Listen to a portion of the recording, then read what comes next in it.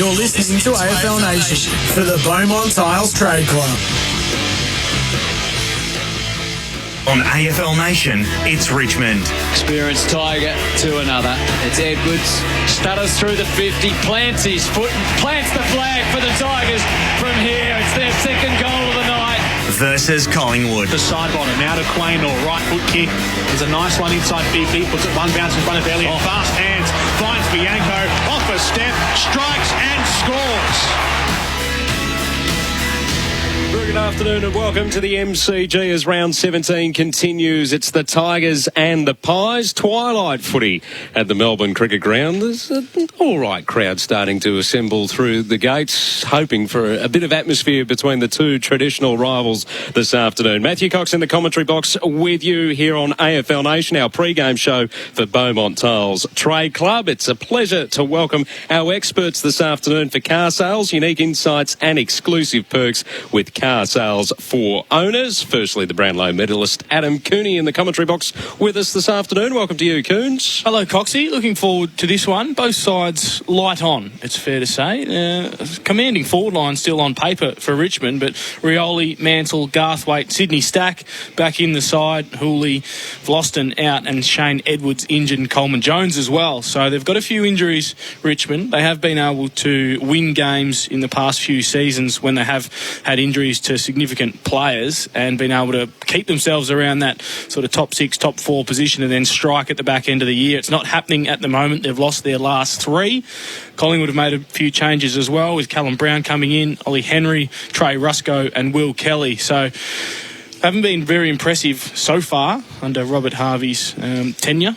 So I'd like to see them play a little bit more attacking, fast style of football. Hopefully we see it today. The scoreboard flattered them, I think, a little bit with their late charge last weekend. The Pies against the Saints going down by 9 points. And as Coons mentioned, both sides missing some crucial cogs in their lineups. As I welcome Michael Barlow with us this afternoon as well, former Docker, son and current Werribee coach. Welcome to you. G'day, Coxie.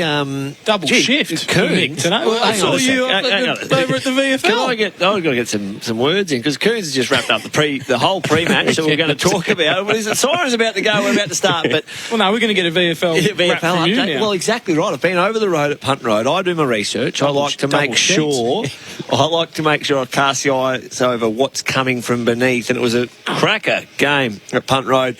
The Pies end up winning 106 to 101 in the VFL. In a very, very, very entertaining match. And some very good performances from some listed players of note. Hey, Max Lynch going well in the ruck for Collingwood. Egg Molessi-Smith was outstanding. Noah Cumberland kicked 5 goals for the Tigers and kicked 3 of those in the third quarter. So it was a great match. But now we shift our attention to the hallowed turf of the MCG. I just tried to surmise or sum up the 22 players from each of both Richmond and Collingwood, and I matched them up to their corresponding positions, and I couldn't find a winner. I found 11 winners on each side, so it's going to be even. You think it's going to be a real seesaw affair. Gun to the head, which I haven't got just yet. I'm going to go Collingwood should be winning this one today. Gee, that's an aggressive start. and we've still got 20 minutes before the bounce of the ball, so we've just used up all of our material. No, we've got a couple. If you have a look at the lineups on the AFL website, there's a big hulking power forward who's been named right in the middle at centre-half forward, and that is number 7 for the Tigers, Liam Baker. Yeah. You think Roughhead or Madgen gets the job on him today? Perfect. 173 centimetres, 72 kilos, Liam Baker. The boy from Lake Grace, one of the most famous AFL players, come out of Lake Grace behind Carl Morton, Mitch Morton, and Nathan Fife, I think his name is. So Liam Baker, centre-half forward today for the Tigers. Yes, hopefully he'll Who's the last bloke you said? Nathan Fife, yeah. Rings a bell. He had a pretty good day yesterday. Good day. Didn't he, Nathan Fife? Go the Dockers. Top 8, the Dockers. Oh, they're in. Their destiny is in their own hands now, Fremantle. After GWS losing today to the Suns, just opened up for them nicely, Fremantle. Let's discuss the news and results from today for the Renault Traffic, built for business. As Coons mentioned, it was a 1-point win to the Gold Coast Suns, so there's a couple on the trot for them now. What do you make of that result in itself? Also from the perspective of the Giants, who they're on the verge of, are they a contender for the top 8? Or disgusting. What the hell are they doing there, Coons? Disgusting performance. They will play a red-hot Melbourne and just stomp them. And then they'll play the Suns and they'll play Collingwood and they'll play the teams right down the bottom and just not show up. So, big win. You always look for the big games, and GWS versus the Gold Coast in Ballarat. I'm surprised they didn't send Coons there today for the call, but none bigger. I've been there before. Actually, did a call down there on the boundary when I was applying my trade as a boundary rider for AFL Nation in my infancy, and Liam Pickering got a hold of me the night before, and we had a couple of functions on in Ballarat.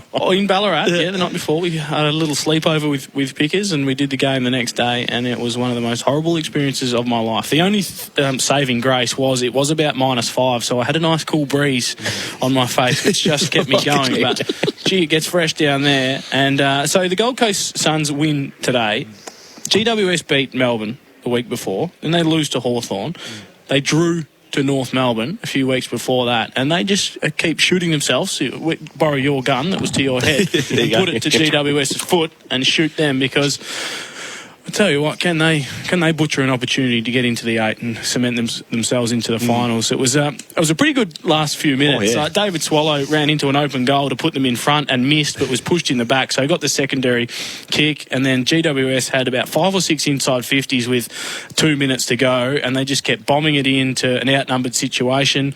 Bowes took a nice intercept mark, put it out on the full, which allowed Toby Green a shot from the pocket. Went the check side.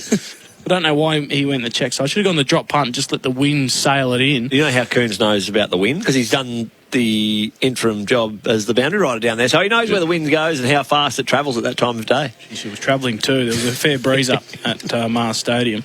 Nice boutique area, though. It's a boutique ground, but the wind up, there's a little passage between the main grandstand and the old social clubs that the wind just howls through. And they've figured it out, because I think the first AFL game, or one of the early games they played at Mars Stadium, they started at about 4 o'clock. It was about this time slot, the 4 o'clock slot. Halfway through the second quarter, they couldn't see the football. It was going back over their heads when they were kicking it. Today, they've thought, OK, let's take... They nearly started at sunrise today. It was that early that the game kicked off.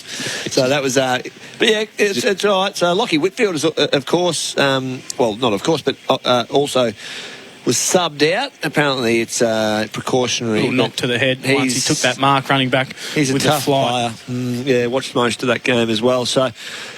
But it was Bowes took a mark right at the end. Yes, he kicked it down the full. Then it was Ballard, and then it was Will Powell. So there's a glimpse into the future for the Gold Coast Suns. And a crucial opportunity going begging for the Giants too, when 2 players, I think Finlayson might have been one, can't remember the other, but they smothered each other in the marking contest with about 10 seconds to go. Coxie, Coons is nodding his head up here. Look, as a coach myself, you can't dwell on what happens in the last 1 minute of a 120-minute football game. You've got little moments across the whole match where you can win, lose, make an impact on the game. Don't be seduced by the last 60 seconds of play. You're saying poor coaching from Leon. Is that what Leon looked angry?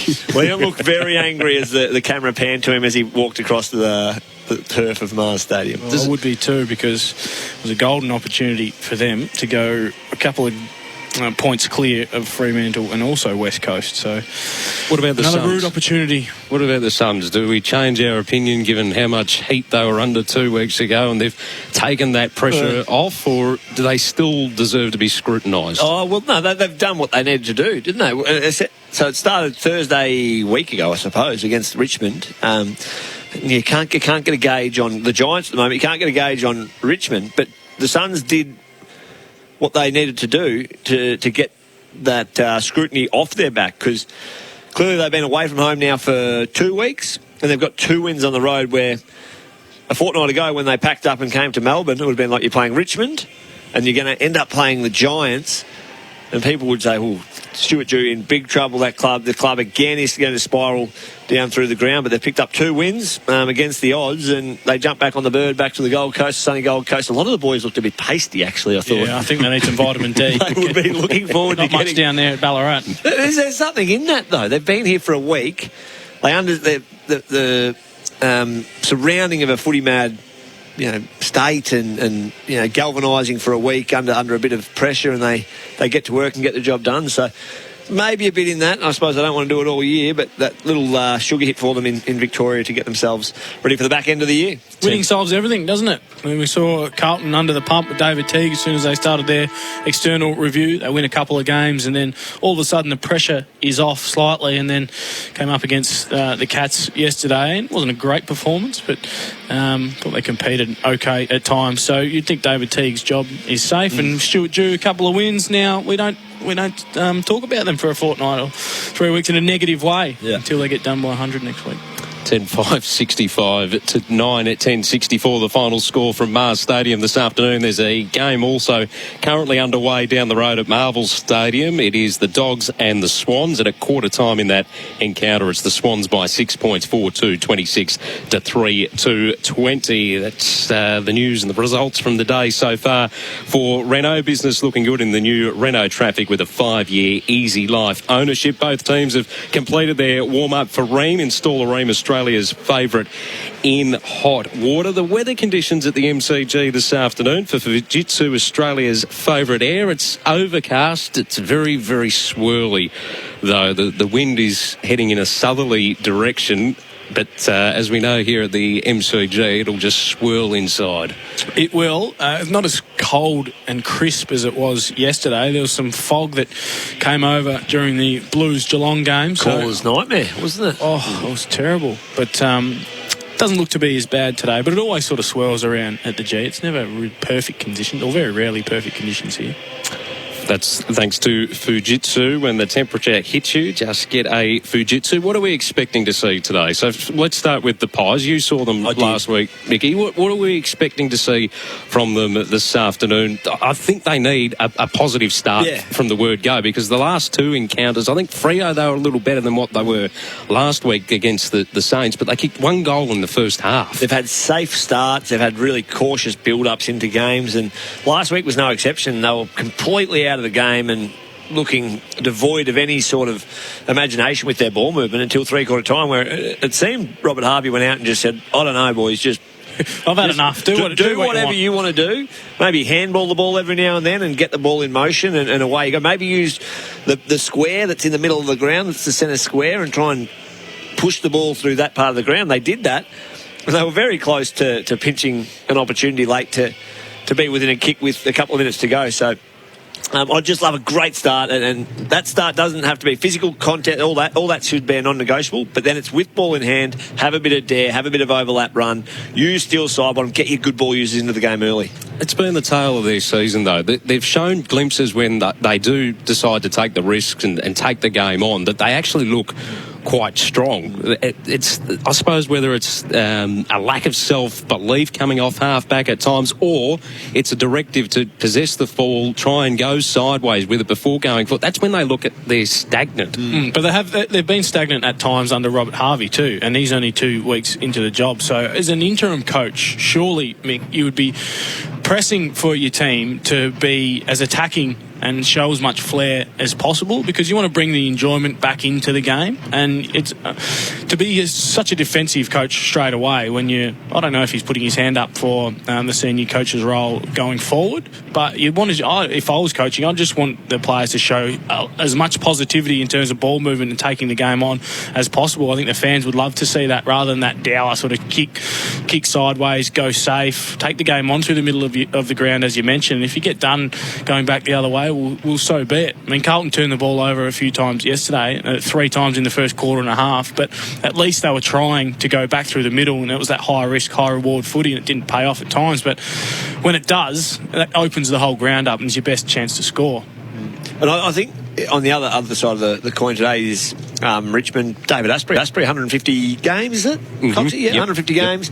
As Trent Cotchin leads his troops out in their Indigenous Guernsey, being NAIDOC week. So it's from their point of view, it rarely comes down to personnel with Richmond. For the last 4 years, they've found ways to win, found ways to be competitive and hang in for large portions of the season off the back of their style and the player coming in. Bang, this is the role you got to do. You got to be fierce in the contest. You got to keep the ball in motion.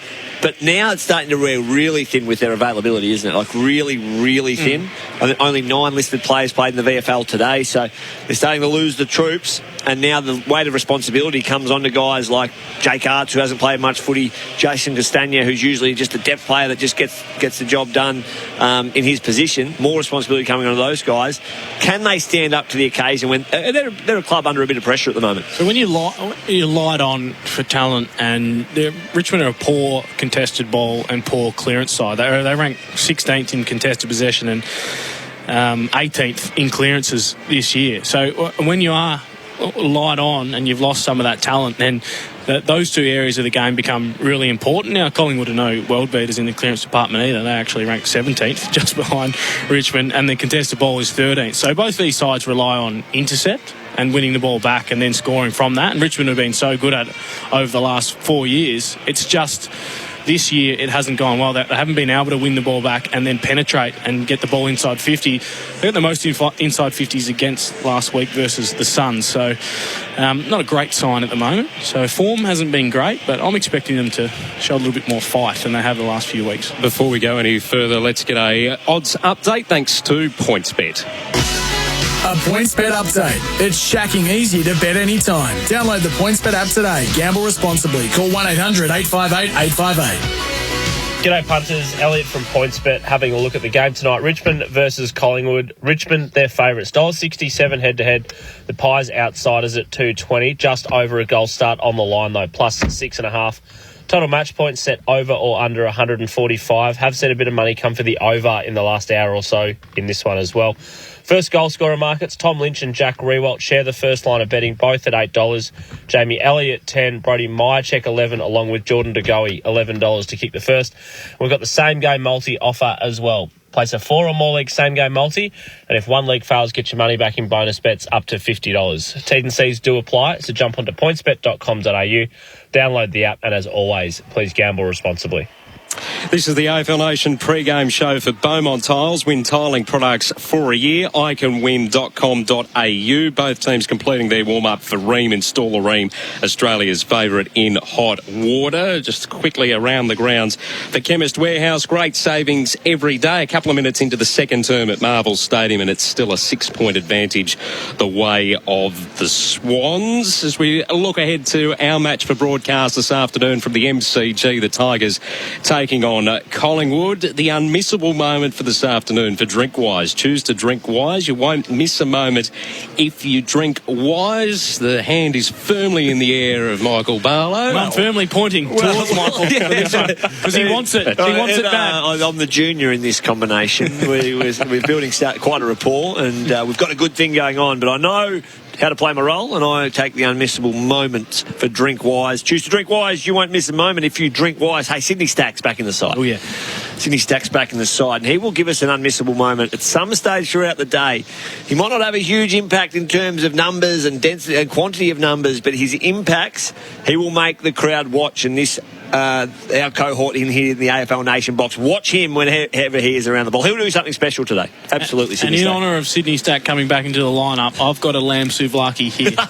Ready to go. and he actually does. He does. Listen, that's it's going very soggy as we speak as well. Yeah. I'm waiting for the party pies. First game since round 13 last year for Sydney Stack. Had 29 touches last week in the VFL as well to earn selection for the match today. Both sides have just about completed their Rheem warm-up. Rheem steady, hot and strong as we head towards the bounce of this one, boys. The final word ahead of our match for car sales. Unique insights and exclusive perks with car sales for owners.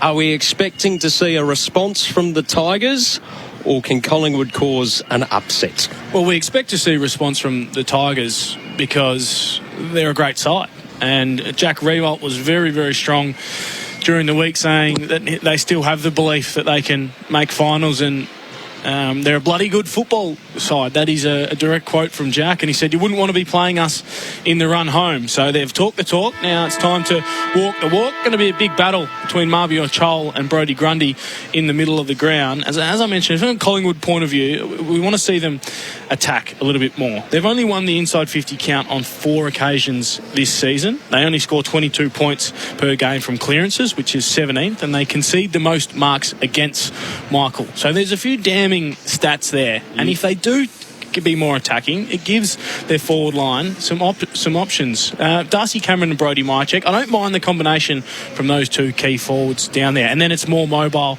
on the ground. Bianco, Thomas, Jamie Elliott in the forward line, and then De Goey will slide down there at times to be that X factor. So I want to see them move it quick, get some more inside 50s and give those guys opportunity. Yeah. And Mason Cox was in the side the last couple of weeks. He's out of the side now, so they are a lot more mobile in the front half and a little bit more nippy at ground level, which should be conducive to moving the ball really quickly, getting it in on a different angle, and they don't mind if it hits the deck and brings the players like Elliott, like Thomas into the game. So it's going to be a good one. Richmond, I think they'll be on edge a little bit. What's it been? They're nearly 3 weeks, 3 losses in a row. Well, 3 losses in a row, but Thursday to Sunday, my maths, is that a 10-day break? They're on edge. They're going to be on edge. The footy world's against them at the moment, and they won't just be rolling over today. So it'll be a fierce start. And obviously Collingwood with a lot to play for as well in terms of an interim coach, careers on the line. There's guys out there playing for their careers also beyond this season. Jordan De Goey, what's your midfield forward split for him? And then Dustin Martin? Well, he's been a real protagonist in terms of getting their side back into the game when it's seemed all at sea, hasn't it? He's gone to the middle after half-time. Last week against Geelong earlier in the year, he went in the middle and changed it and actually got some ball and then hit the scoreboard as well. I'd like more time in the middle for him, to be honest. Get your best players, get your most explosive players around the ball for a good chunk of the match, and might be De Goey too, Martin. There's been a little bit of hype and spruik around the comparisons of those two for a long time, of which Dusty's well and truly got the upper hand in the comparison. But Jordan De Goey's having a nice year, but the question on him is to continue that form consistently. Daniel Rioli comes back into the side this week for the first time since round 13, the victory over the West Coast Eagles. He's been trialled at half back the last couple of weeks, so we're anticipating that he'll play that sort of role this afternoon. Do you see that working? Depends who he's playing on, really, to be honest with you, and how dangerous. You'd give him the least dangerous forward, and that's probably Trent Bianco, so he can run off and be damaging. Trent Bianco. Sorry, Trent. Sorry, Mr. and Mrs. Bianco. Sorry, Mrs. Bianco. Who are tuning in live at the ground into AFL Nation. Out of the 6, there has to be the least dangerous one. They used to have 7. Rotating through there. So. Well, whoever's on maybe little Johnny Noble might slide forward and he could be the least David Noble, the coach of the Roos, is going to be he's got bigger problems than what John's doing right now, I think, David. But North Melbourne have been competitive. No, I was only joking. North Melbourne supporters out there. But he's clearly not there to be the intercept marking defender, Rioli. He's there for some drive and that overlap run off half back. So the stand rule certainly should help him in terms of getting that next one and the Basher Hooley type replacement. I just wonder, given that they are missing Hooley, Bolter down there, that's become a regular part of their defensive lineup, they're missing some real key defenders, whether it's the chance because he's still getting familiar with the position, whether it is the right lever to pull at this point in time, and considering how would you describe it? How flat they look inside 50. We spoke before about the fact that Lynch kicked 5 goals last week, but apart from that, their forward line failed to fire a shot. You just wonder whether that was the right lever to pull. Within the last week, Jack Rewalt's gone on the record on AFL 360 as saying, bloody good football side. You don't want to play us in the last 7 rounds. So we're about within 1 minute. We are going to get the first sample size of that, Coxie, as to if that's all just bravado or it's action. Because it's all about action, Adam. That's my coaching word. My last bit of advice towards you as the players make their way towards the benches. You wouldn't believe it. Trent Bianco is starting on the ground. Adam Cooney's giving him the curse. And he is going to half forward. So the matchup will be interesting. Rioli's gone straight to him. The magnets have aligned. The magnets have aligned. That should be a coach. That is as good as you will ever get the insight from Adam Cooney. Final tip from both of you gentlemen. I'm going to go Collingwood by 2 points. Collingwood by 9 points. I'll even the ledger. Tigers by Rioli 12. with 30 possessions. Bouncing off half back. Take us away, Coxie. 5. Opening bounce for Tyre Power. 3 votes. Best buys, big brands, sale. We're underway at the MCG. Round 17 between the Tigers and the Pies. Pendlebury slipping over was Martin as he attempted to grab it. DeGoey finally gets the clearing kick. It's an up and under ball. Bianco, Rioli, both going forward off hands. Side bottom, quickly got it out to Hoskin Elliott, who puts it into the path of Myercheck. Didn't complete the mark. Ball just inside the boundary line for the Tigers. Desperate stuff. Over the line, short. We'll get a boundary throw in inside attacking 50 for Collingwood. Good early clearance from Jordan DeGoey getting his hands on the footy. And what a one-on-one that was, Rioli and Bianco. Yep. Geez, we're going to see a bit of that today. Neither giving an inch. Shoal with a big fly over the top of Grundy. Straight to the deck, though. No advantage. The quick clearing kick from Bolton, though, is intercepted.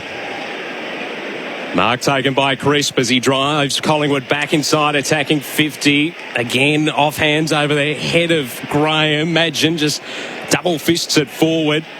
McIntosh got the handball away to Rioli at half back, and there was a high infringement coming all the way back. Yeah, it's a McIntosh who looks as though he's in a bit of strife. Got a finger in the eye by the looks of things. On his haunches. I'll come back to you with his complete. The hair's looking good though for Camden. So it's a fast start by the Pies. All ground position for them within the first 90 seconds. Early stages in the opening term. High ball.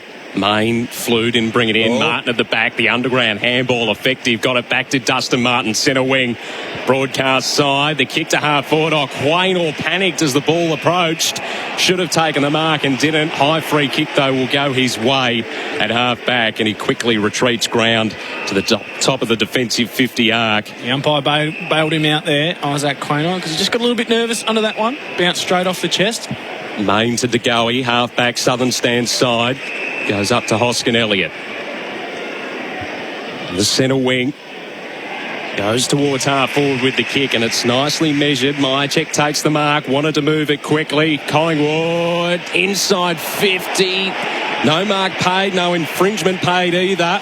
Thomas now wrapped up, got rid of the handball to Grundy, who's put it straight down the throat of the 150 gamer Astbury. That's not the greatest first disposal from him this afternoon. Awkward bouncing one there for Murphy. Ball over the line and out of play at the top of the 50-metre arc. Members side. And both sides just need to come up for a bit of air. It's a few clangers occurring.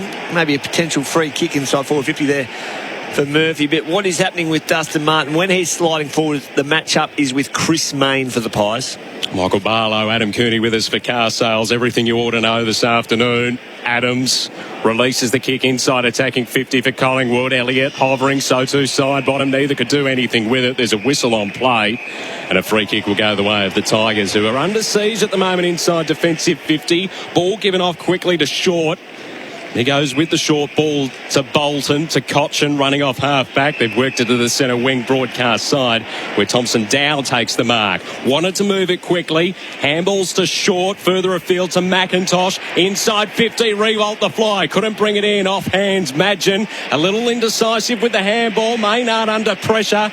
Knocked out of play now is Murphy. We'll get a boundary throw in half forward on the broadcast side for the Pies. We're no score either side. 3.5 minutes gone. That's all thanks to Tyre Power, your trusted tyre experts, and Makita rule the outdoors. Well, Thompson Dow had the opportunity to go quickly, had Tom Lynch running inside 50. He ended up giving it to Short, but it's probably too slow with their ball movement going forward then for Richmond. Murphy thumped into the ground with an aggressive tackle from Dustin Martin, forces the stoppage. Adams not happy with the treatment.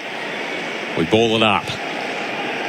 50 from home for the Tigers. Chol dispossessed. Cochin trying to release Bolton in a bit of space. Fed it to Graham to Chol, who got taken into the turf immediately. The umpire circle says, give it to me, I'll ball it up. Pressure's up early, isn't it? Yeah, big pressure early from the Pies. What are the numbers there, Coons? You'll have some numbers for safety steel sheds on your computer. My Wi-Fi's playing up down here. Are you having Wi-Fi issues at the moment?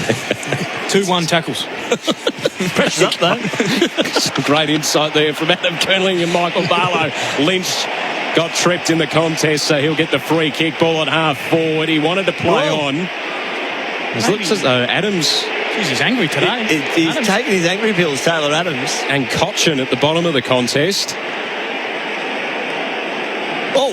There's a little bit going on between the two of them still. Lynch with ball in hand. 80 from home, broadcast side. He sends it inside, attacking 50. No. Punt road in. Chol the fly. Didn't bring it in. Arts fed it to Bolton. Opening score. No. out on the full. Free kick to go the way of the Pies. It's an intense start here at the MCG. It's been an interesting view of what Collingwood are looking to do with the ball. So they're hemming their back pocket. Are they going to be more adventurous with ball in hand today on that occasion? Roughhead went down the boundary line. Lynch set himself, didn't complete the mark. Adams barrows in, released the handball to Grundy. Finds Thomas. They're working in close confines to Murphy, who releases the kick. Baker, who was listed at centre-half forward today, he's applying pressure now on Jordan De Goey. On the deck, side bottom comes in from the side, forces the stoppage. The umpire says play on and then says give it to me, I'll ball it up. Positive start from Collingwood and Richmond as well. Just watching Bolton around these stoppages, he's just sliding forward and getting really dangerous. Had a shot at goal already and a couple of opportunities for clearance. Grundy palmed it down. McIntosh, though, thwarted it as it was released forward. Sydney Stack? Collingwood, yes, and then Sydney Stack intercepting. It's ping-pong footy. Now it's back in possession of Collingwood. Side bottom. Gave it to Chris. Cameron sitting dark. Gone. No, pushing the back. He just carried the last bit of momentum into the numbers of Cameron, so adjudicated correctly. Cameron works it wide. Quaynor composed this time as the footy came towards him. Takes the mark centre wing out of side. Gave it to the running Main, who pokes it inside 50. No mark taken by Myercheck, who's now caught at half forward. The umpire says, give it to me, I'll ball it up. Well, it's the second opportunity that Myercheck's had inside 50 for a chest mark. Low diving ball, but should have gobbled a couple of those up. I like the positivity from Collingwood's ball movement. Maynard nearly turned it over back through the middle of the ground, but they got away with it. Almost 7 minutes gone on the Makita clock and still no score either side. Here's Stack, weaving his way out of traffic and out of harm's way. Mark taken by Graham, virtually on centre half back. Worked it by hand to Stack to Rioli, playing off half back this afternoon. Delivers it up the corridor to Martin. Wanted to go. Feeds the handball to Graham, who kept running but lost control of it in the juggle. Murphy now, he's tackled. Ball spills free. Madgen releases the handball to Kelly. Finds side bottom. Defensive side of the broadcast wing. Goes further up the line to Kelly, who's in all sorts of trouble. Handball retreats into vacant space. Side bottom professionally puts it over the boundary line and out of play to relieve some pressure. And we'll throw it in for Spitwater. That's what it does. Un-Richmond-like, isn't it? Dustin Martin streaming forward after a nice rebound half-back from Sydney Stack, but then just a fumble. It would have been an inside 50. Lynch running towards goal, but goes back the other way. No score either side. Fitting, isn't it, Coxie? No score either side. 7 minutes in, the Euros final on tomorrow, Coons. So, low scoring affair here at the MCG to kick us off. We'll be up early for that one. or up late. Straight through, you reckon, Mick? Collier Dawkins. Been a big weekend. Found Martin. Oh, now finding space is Baker. The kick poor inside 50. Made it difficult for Lynch. Bobbling ball collected by Art. Double fisted into the path from Bolton to Collier Dawkins, and we've finally got one. First score on the board at the MCG goes the way of the Tigers. They're 1 straight 6. Collingwood yet to score thanks to Tyre Power. 3 votes. Best Buys Big Brand sale coming at the 8.5 minute mark of the opening term on the Makita. Power through the season with Makita Power Garden. And that's what we expect to see from Richmond. They've been so good at that forward momentum ball to knock it forward to a player that's in a better position. They did that.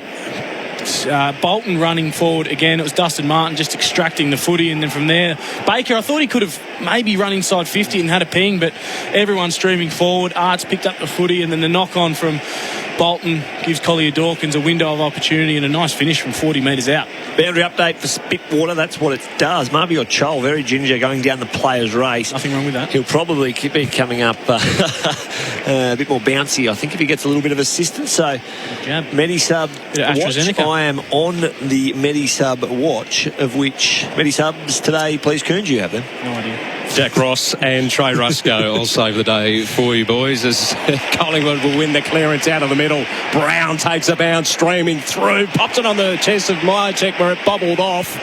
Tigers again under pressure at half back. Nace this time worked underneath it. Ball spills free. Collier Dawkins, our only goal scorer so far, put the handball into no man's land where it was wrapped up.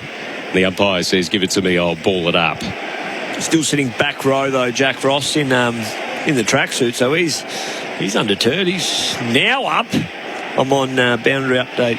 Watch for Spitwater. As Bolton gets taken into the turf, and a free kick will go the way of the Pies.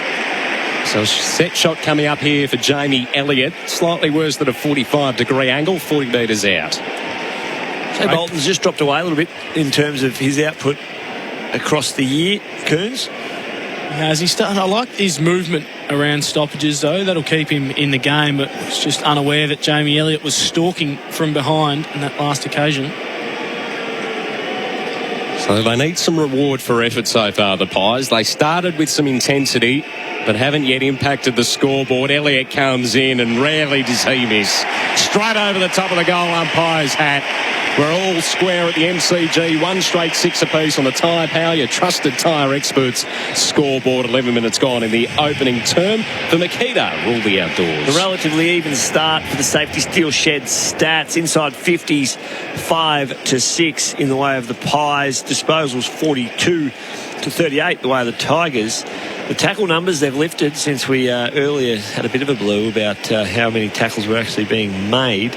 And it's 9-8 in the way of the Pies, of which Jamie Elliott, first possession, but he's been fierce around the contest. That was his 3rd tackle for Safety Steel Sheds. That's exactly what you want as a small forward. If you've got an inside 50 stoppage, generally your winger and a midfielder are at the back of the pack as that protection, so you can't roll straight through a stoppage. And Jamie Elliott was straight onto it, pushed up hard as that small forward and laid the tackle after Marlon Pickett dished off the handball to Bolton. Around the grounds for Chemist Warehouse, great savings every day. Dogs trailing by 4 points, approaching half-time in that encounter. The Pies will work it clear again. Good kick from Brown into the path of Kelly, who centres this one the direction of Bianco. He takes the mark at centre-half forward. In front of Rioli. Very dangerous forward, Bianco. He gave the handball off to Maynard, searching for to go. He didn't quite have enough of it. Cochin releases the handball, coming off half-back. Collier Dawkins into some space. Rewalt puts it into the path of Lynch, but it was well wide of him. He's had to run a long way, and now he runs out of room. The boundary umpire finally says, give it to me, I'll throw it in. That was not the greatest of kicks there from Jack Just off the instep, it was, yeah. He was out, had grass to run into, and had more time than he thought. So he could have steadied, had a bounce, and allowed Tom Lynch to get to work one-on-one on Roughhead. Boundary throw in inside 50 for the Tigers. Cameron took it straight out of the ruck contest. Maynard burrows in after it. Collier Dawkins went without it. Bolton, the quick snap. Going to fall in a vacant goal square and didn't even need it in the end. Bounced over the line through for the second goal of the afternoon for the Tigers. Bolton on the board. They moved to 2 straight 12. Collingwood 1 straight 6. 13 gone in the opening term. Thanks to Makita, rule the outdoors and Tyre Power, your trusted tyre experts. Well, you mentioned, Mick, that his numbers have been slightly down. He is running hot for Ream, steady, hot and strong at the moment. 5 disposals now and a goal to go with that. We mentioned his movement around stoppages. It just looks so impressive. When you get on the move, it's so hard to defend. Everyone's just streaming forward, and Collingwood midfielders just got caught ball watching and gave Bolton just enough space to be able to come around, whip around the back. Ball came out, and then a nice opportunistic finish from 40 metres out. We can't undersell the loss at the moment of Marby or Chol as the centre square bounce. It's Darcy Cameron, yes, for the Pies, but it's Marley and Pickett, who does this role a little bit, but Marby or Chol's fitness pending might be doing it a bit more. He just got shoved out of the way by Cameron there as well. Brown, he's done some good things already in the midfield. Gave it to Adams, goes inside attacking 50 with the kick. Under pressure was Grimes, and the umpire says he'll get the free kick. Inside defensive 50 for the Tigers. They've got a 6-point lead. AFL Nation this afternoon. Round 17 action coming to you from the MCG. Adam Kearney, Michael Barlow, Matthew Cox in commentary with you. Grimes took a long time to eventually get rid of it to Astbury. Went further afield to Garthwaite. Up against the boundary line. McIntosh worked his way nicely. Trying to get into the path of Lynch, who was being well held. Main off hands. Noble, we're coming back for the holding free kick in that contest with Lynch and Roughhead. Roughhead winning out on that occasion. Short ball now to Madgen. Offensive side of the southern stand wing. He'll go high. Long down the line, my check. Didn't quite complete enough of it. There's a few applause down on the boundary line for Spitwater. That's what it does. Marbior's back. So Jack Ross did not remove his butt cheeks from the cushions because he was that confident whatever was going to happen downstairs was going to fix Marbior. So he's all good. Kelly got punched out of his hands by Asprey, who ended up taking the mark. So he's at half back. Got the outnumber on the switch, but Asprey hasn't looked.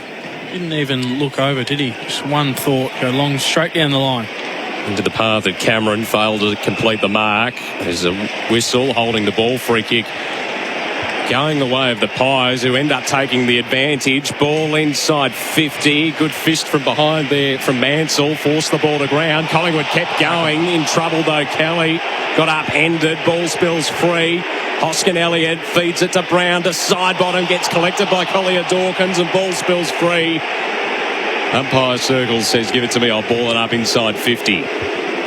Tackling huge in the defensive 50 there from Richmond. It was some of their younger players, Collier Dawkins, Sydney Stack getting involved, which is what you want to see. Damien Harwick would be very pleased with that. Could have got a couple of free kicks in there for holding the ball. Pickett rose high in the contest. Thompson Dow the clearing kick, but went higher than it did go further. Bouncing ball.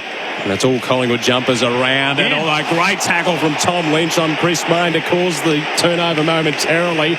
Well, Hoskin Elliott was able to mop up and feed it to Brown. Still at half forward, out of side. 6-point lead in favour of the Tigers as the Pies go inside, attacking 50. Cameron, another attempt at the mark. Couldn't complete it. Pickett, last line of defence, feeds it to Mansell. And they'll bring it to the broadcast side to relieve some pressure. Mark taken by Graham. And they'll just have to slow it up here as Graham had nothing ahead. Now the world comes across to support. It's a high ball. Rewald and Maynard. Rewald did well with the body pressure, but there were too many Pies around him. Crisp. Fed by hand to Thomas, to Brown, to Cameron, back to Crisp, who kept working. Feeds the ball by hand to Mayne, who now goes to centre half forward and finds Degoe. Too far out to score. Pies have had a lot of the footy in the last 5 minutes or so, but only have one goal on the scoreboard at the moment. As the ball inside 50, enough of the mark? No, play on from the umpire. It's a ball dribbled out and it's found its way into the hands of Martin, and now goes long searching for Lynch, but there's no one in front of him. Even if he does make this one before the boundary line, he's pressured over by Ruffhead. Will throw it in, attacking side of the outer wing for the Tigers. A couple of occasions they haven't looked after Tom Lynch with the entry. That one was just a rushed barrel attempt from Dusty. He had more time again. He could have run, carried, used a bounce and allowed Tom Lynch to work back at the kicker. It was Oliver Henry that didn't take that mark inside 50 or wasn't paid it for Collingwood in their last entry. Ball now centre wing. Asprey kicks around his body. Again, it was an ill-directed and a hoping kick more than anything. Hoskin Elliott fed it to Pendlebury. Short ball onto Degoe. Takes the mark. Defensive side of the outer wing. Goes in search of side bottom. He takes the mark. Now will come in short to Adams. Just wait. Patience the key as the Pies build up. That one very close to the boundary line. In fact, goes over and out on the full. So a free kick going the way of the Tigers. Half back out of side.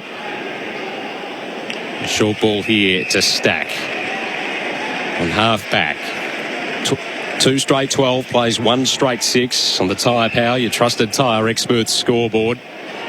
19 gone in the opening term for Makita. Rule the outdoors. Tigers just possessing it at half-back at the moment. A little indecisive. Thompson down now goes in search of that contest again, and it's plucked out Cameron, who's this time's been able to take it. Game between the flanks at the moment, isn't it? Just ping-ponging between each flank as there's a turnover. Mayne went looking for Ruffhead, cut off by Baker, who sends it inside, attacking 50, fell short of Revolts. He was hoping for a free kick, doesn't get rewarded with one.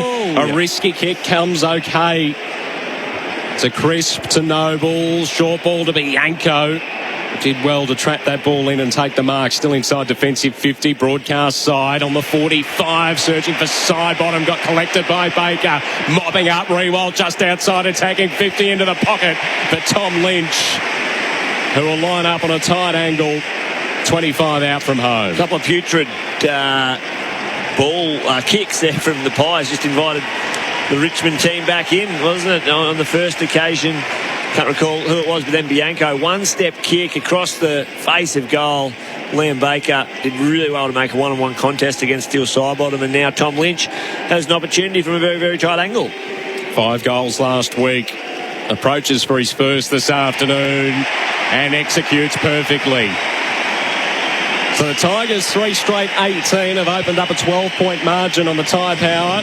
3 boats, Best Buys, Big Brands sail this afternoon here at the MCG. The Pies stuck on 1 straight 6. We've entered time on the Makita Power through the season with Makita Power Garden Clock. Our experts this afternoon for car sales, everything you ought to know, Michael Barlow and Adam Cooney. Well, they've done well, Collingwood, to force Richmond into a long down the line option more often than not, and they've been able to get some turnover off the back of it. Darcy Cameron has been good down the line. They've been getting involved there. It's just when they win the ball back, they got it deep in defence on that last occasion, and I don't mind the idea from Bianco, but it just gave it too much air in the share, and you've got to hit that flat to Steele Sidebottom, who was waiting at centre half back nearly on the line, and just put too much air in the ball, which allowed Baker to come across. So the idea is right, it's just the execution at the moment for Collingwood. Half-time at Marvel, Swans by 11 points in their match against the Bulldogs as the bounce gets recalled in the middle. Earlier today, the Suns got over the line against the Giants up in Ballarat by 1 point around the grounds for Chemist Warehouse. Great savings every day from the throw-up. Adams kept endeavouring, feeds the ball by hand to DeGoey on the broadcast side. Inside 50, looking for Henry. Didn't complete the mark. DeGoey follows up. The handball, though, not the greatest. The umpire said it wasn't even legal. So a free kick to go the way of the Tigers at half-back. They want to move it quickly. In the Rewalt direction, he tried to get a jump on Maynard, didn't quite work. Crisp to Grundy to Adams. All this on the centre wing broadcast side. Not the greatest, but Rioli didn't complete the mark. Mopping up for him, though, short. Sends it forward. Awkward bouncing ball for Lynch. Feeds it by hand to Castagna, to Graham, to Bolton, who has to retreat defensively now, to Dow in the centre square. Ball inside 50 again. It's not the greatest of kicks.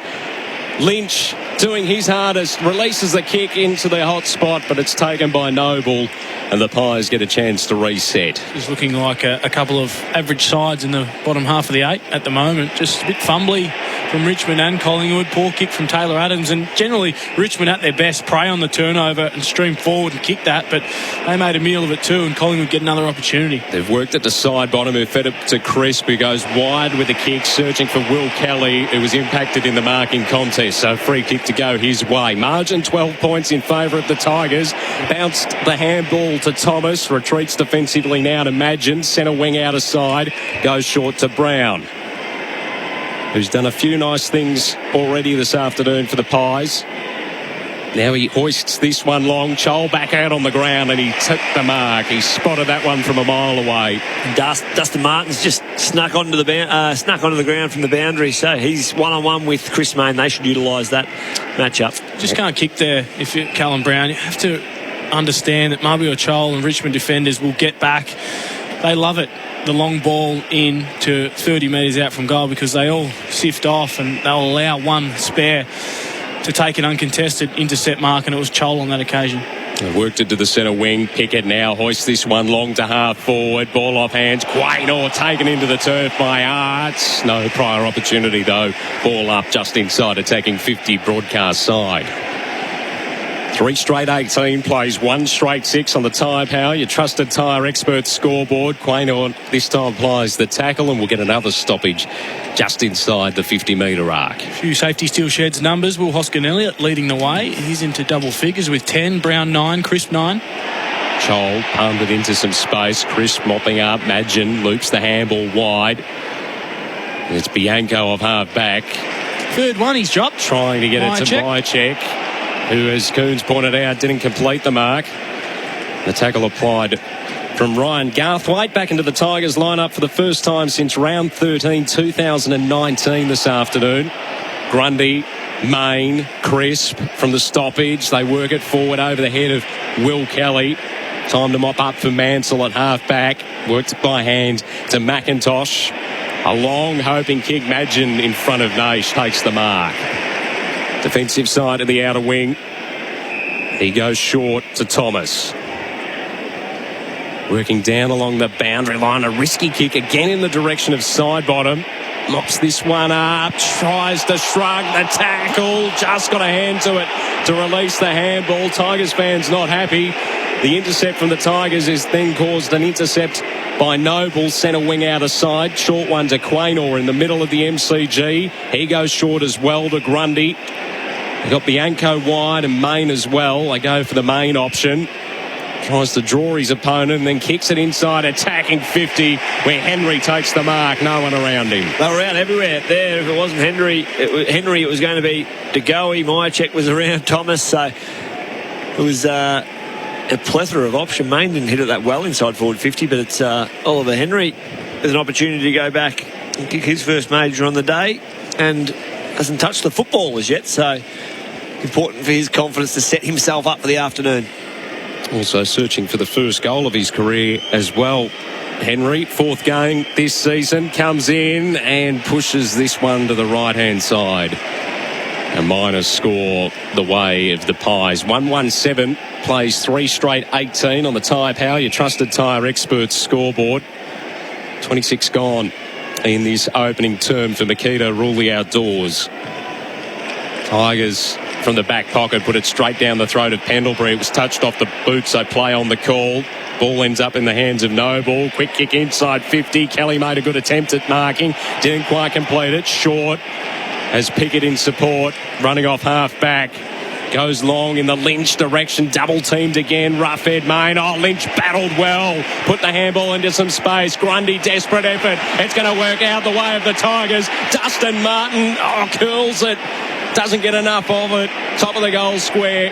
They had no one forward of centre. Imagine now he's pushed on his backside as he got the kick away, and Lynch, after the great effort just down in front of us, takes the mark. Slide angle, 30 metres out.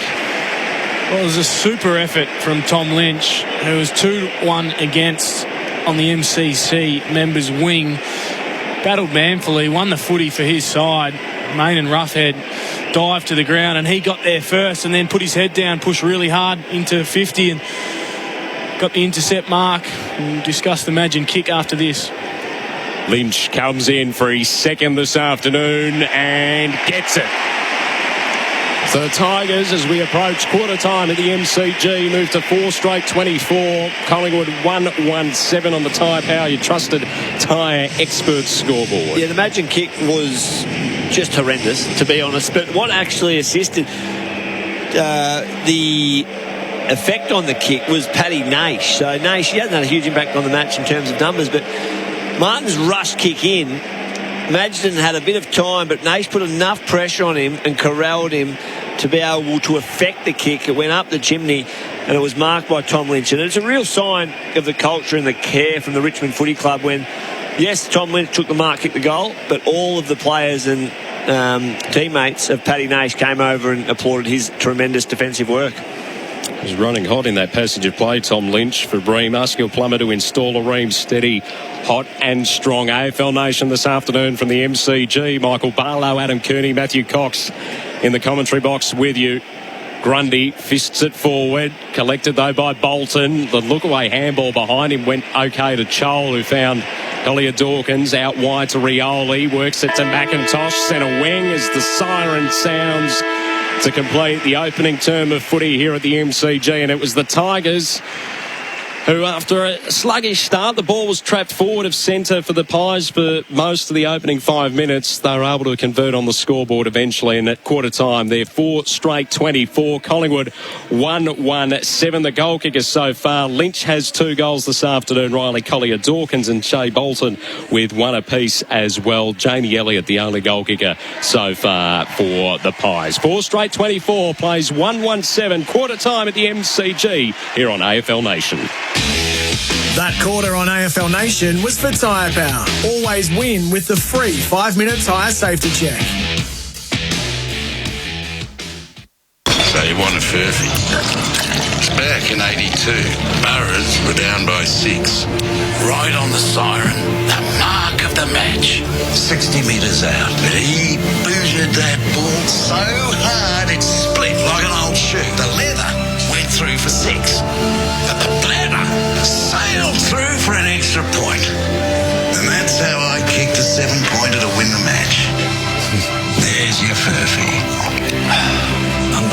available. Hi, I'm Daniel from Team Tank Logistics. We rely on Renault Traffic to deliver freight safely. It's easy to get in and out of loading bays. When you need a van to deliver, it's top notch. There's loads of room for bulky items and plenty of anchor points to secure it. The cabin's full of great technology and it's very comfortable to drive. They're really fuel efficient and we get plenty of Ks out of a tank. Renault Traffic, now available with a 5-year easy life ownership. It's my business, it's my van.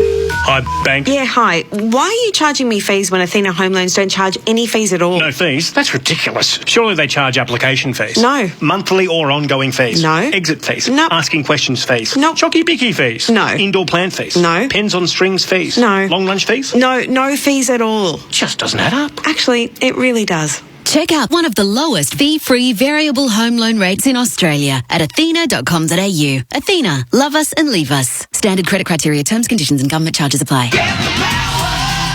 Tyre Power buying power gives you the power to buy better during their best buys on big brand sale. Like this best buy on Falcon tyres.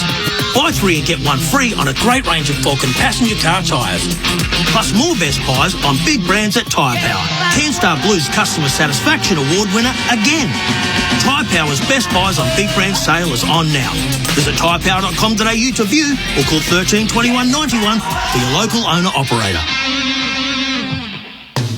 It's a dirty job, but someone's got to do it. Are you living a life of grime and grime doesn't pay? Get rid of it fast with Spitwater, Australia's #1 pressure cleaners. Right now, the tax man is on your side too with the instant tax write-off. Instant clean, instant write-off. Get it? Be quick or you won't get it. Clean to the max and get the tax. Call 1-800-SPITWATER now. That's what it does. Designer Appliances are your premium kitchen appliance specialists. With all the best brands, we can help create stylish spaces, converting the kitchen into the heart of your home. Visit us at Camberwell, Heidelberg, Rosebud and Wantirna South, or browse online at designerappliances.com.au. Timber shortage keeping you up at night? Think steel, think speed, span, straight. Invest in Australian-made steel home frames from Steel Frame Solutions. They won't twist, warp or shrink in the Australian weather. Plus, they're non-combustible, recyclable and termite-proof. And they're 100% manufactured locally to suit your project plans. Think steel, think speed, span, straight. Steel Frame Solutions. See the steel frames for yourself at steelframesolutions.com.au. At Coles, we're helping lower the cost of your weekly shop with great fresh offers. Like in-season Aussie red, green or yellow capsicums, just $3.40 a kilo. Helping lower the cost of your weekly shop. Coles. Value the Australian way. Offer ends Thursday. Do you hump? You can't ask me that.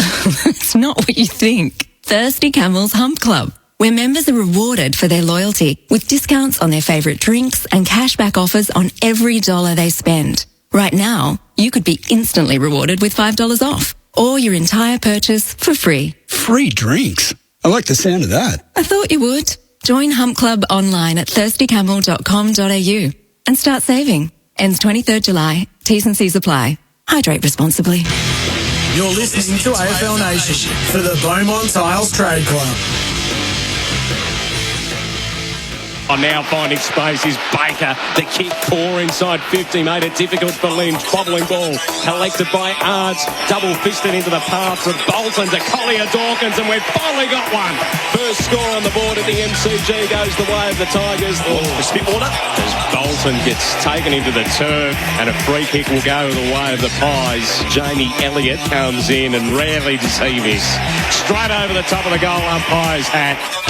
AFL Nation highlights for McDonald's. Celebrate with the Mac family at Macca's. I'm loving it.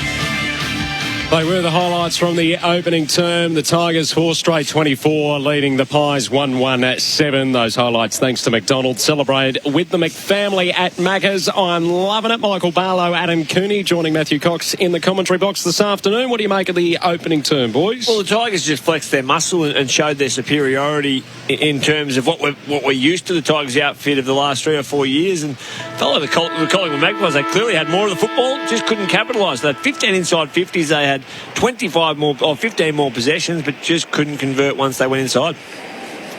Opening downs coming up for Tyre Power, awarded CanStar Blues most satisfied customers again. Grundy, kick smothered, Chol who had a little injury concern in the opening term, back on the ground. Collier Dawkins taken into the turf and will ball it up. Adam Cooney? I actually thought that Collingwood looked a better side in terms of the build-up through the middle of the ground and got some good looks inside 50. Mycheck dropped 2 marks inside 50. Henry dropped 2 as well. So they should be further advanced on the scoreboard, and Richmond just preyed off the turnover and kicked a couple going the other way. Bolton by hand to Baker, searching for Rewald, didn't take the mark. Maynard wearing him like a glove. Quaynor back to Main, to Noble. They've retreated into the back pocket where they find Madgen, who kicks in the Murphy direction, didn't complete the mark. Main sees the ball over the boundary line and out of play for Spitwater. That's what it does. And they do tend to get a lot of possession, just like that passage of play. A lot of 1, 2, 3, 4 handballs around half-back possession without penetration, which ends up at a throw-in at half-forward for the opposition anyway. Grundy and Joel engage again. Grundy followed up his ruck work and then kicked it straight into the back of Main. Into his back of his legs, Coxie, being a former teammate of Chris Main's. He's got the biggest quads I've ever played with, Chris Main. Enough padding there for him not to notice that it hit him. He loves cricket. Never bought a thigh pad, he reckons. Michael Barlow with us for car sales. Everything you ought to know. Ball thrown in. Half forward, Martin. The sea's just parting for him as he went to the top of the 50-metre arc. Graham unable to complete the mark. The umpire has said that there's a push. So Graham to get the free kick. Loads up inside 50. Rewalt waiting at the back. Spoiled out of his arms. Baker trying to trap the ball in. It's extracted by Hoskin Elliott, who went very dangerous with the handball, but his skipper in Pendlebury was able to be there and mop up. Main into the back pocket. Then Murphy goes the high kick down the line. Henry did well to take the mark. Wanted to play on immediately. Mycheck with some room to move. Takes the mark on the centre wing. Goes further afield to Elliott. 45-degree angle. Takes the bounce. Ball bobbles in front of himself. Does he mark it up? He shrugged the tackle off. Shuffles the ball to the top of the goal square. The Tigers defenders are able to mop up. Rioli. Oh, he's caught high by side bottom. And he'll get the free kick inside defensive 50. Brilliant effort. Grimes, Asprey, Elliott was out for all money and they just dug in, went hard and just forced a fumble out of Jamie Elliott in the end to cause the turnover. So they never said die on the contest, and now they have the football in the back pocket. It's the quick play on from Henry, which opened the whole game up for Collingwood though, and Elliott should have run into open goal, just bounced the Sharon on its point and completely bobbled it. The high ball from Rioli. Cameron didn't complete the mark. Messy stuff from the Pies. Madgen found Cochin with the handball. Stack fended off Adams. Found Cochin again. Hoping kick in the Rewalt direction. Smart patted it into the path of Arts. Will go short to Lynch. Wanted to avoid the mark. Did so by giving the handball to Graham from 45 metres out. Goes to the top of the goal square. Martin double teamed. Murphy the fist over the line for a rush behind. It was great work from Murphy to get back because Martin was running back to goal. The top of the goal square had the one-on-one. Murphy came in floating, put his head down. Just worked super hard defensively to affect the spoil. There was an opportunity for Martin to come back at the leg, back at the kicker, but he just kept swallowing up his space out the back to the goal square. For 125 plays 117 on the Repco authorised service scoreboard. Pies are still trying to work their way out of defensive 50. They've trying to go the outer side, now the broadcast side. Maynard, it was an awkward kick to Hoskin Elliott, but had some space and time to gather. Finds Elliott attacking side of the broadcast wing, runs off the mark, it's brought down by Cochin. Desperation from the Tigers skipper. He'll poke it short to Pickett, who takes the defensive side of the broadcast wing. It's had a tough couple of minutes. Jamie Elliott. He's screaming. They're arguing together, Josh Thomas and Jamie Elliott. Elliott screaming to Thomas, wanted him to hit up back, to tick lead back up at his leg. So he held onto it, and Cochin brought him down. Bolton fed the handball off after taking the mark on the centre wing. McIntosh quickly inside 50. The free kick going the way of the Pies, though, for a marking infringement. Main to take it just as Dustin Martin was finding space. A ball back pocket. Broadcast side, city side of the MCG this afternoon. Roughhead with ball in hand. Pies trail 117 to 4-125 on the Repco authorised service scoreboard. Fly from behind from Chol to fist it away from Cameron. Maynard pushes it into the path of Hoskin Elliott. Wobbles one off the boot. It's all Tigers jumpers around this one. Asprey, he's 150th. His kick smothered by Thomas. Finds Hoskin Elliott by hand. Ball still centre wing. A nice bit of candy from Hoskin Elliott. Tries to push it into the path of Myercheck. Again, didn't quite complete it, but did enough to get it to Elliott. Top of the 50-metre arc. The kick not the greatest. Garthwaite receives the handball. Finds Rioli, who gets his head taken off again. Umpire this time waving the arms. Calls play on. Collier Dawkins finds Stack running into trouble now. Ryan Mansell. Umpire again calling play on. Thomas burrows in after it. Myercheck in strive. Found Elliott. DeGoey. His kick smothered. Ball bobbles inside attacking 50. The stoppage caused Henry sitting over the top and may have given away the free kick as well. Garthwaite sitting underneath that one. I just can't get a decent entry inside 50. Elliott's had a couple of goes at it and just put it between two Collingwood players straight to a Richmond run, and then the entry inside 50 poor. So they're getting opportunities, Collingwood. They're not clean enough with the ball going inside 50 at the moment. Garthwaite's kick intercepted by Maynard, attacking side of the broadcast wing, and he goes long once again in the Cameron direction. Poor kick again. Too wide over the boundary line and out of play. We'll throw it in. It's the 18th inside 50 for the game, and I'd say 15 of them have been quite poor. And if they can clean that up and get it to that hot spot or a decent area where their forwards advantage into a dangerous position, they'll get some good looks at it. But that kick is 35 metres out on the boundary. It's not going anywhere. And get a ball up inside attacking 50. Collingwood 117, trailing Richmond 4-125, approaching 7 minutes in this second term. DeGoey, he thought he had too much time on his hands and then got brought down. Somehow released the handball away. Tigers up against the boundary line. A run out of room in the hands of Collier Dawkins. So we throw it in, still inside attacking 50 for Collingwood. Who's getting plenty of the nut, Michael? Just checking Daniel Rioli's number for safety steal sheds across half-back. He's had 6, but it's all the Magpies. It's Hoskin Elliott 15, Crisp 11, Madgerton 11 and Main 11. Grundy received the handball after he patted it down and hit the woodwork. Miners score the way of the Pies. 128 plays 4-125. Thanks to Repco Expert Car Service you can rely on. Visit repcoservice.com. Which is a worry, those numbers, because Madgerton plays across half-back, so does Main, Crisp as well. So they're getting a lot of possession in the back half. Asprey, long ball. Castagna wasn't able to get rid of it. McIntosh found Rewalt, who found the boundary line. We'll throw it in. It's just starting to become a game of missed opportunity here for Collingwood. 19 inside 50s. Grundy got a really good look at it. Snap from 25 metres out. Clips the post. Elliott's missed opportunities. Some kicks inside 50 that haven't hit targets. When you're coming up against Richmond, who are kicking well, 4 goals, 1. You've got to make the most of them. Ball bobbles into the path of Baker, who releases the handball. Dow, short ball to Lynch. Wants to again move it quickly. Rewalt, the kick too hot for him. Baker's going to do the crumbing though. Tried to centre it. Probably could have taken the shot. Quaynor cut it off. Ball bobbles into the pocket. Baker slaps it towards the top of the goal square. It's desperation everywhere out on the field. Graham finds Martin, who will put it through.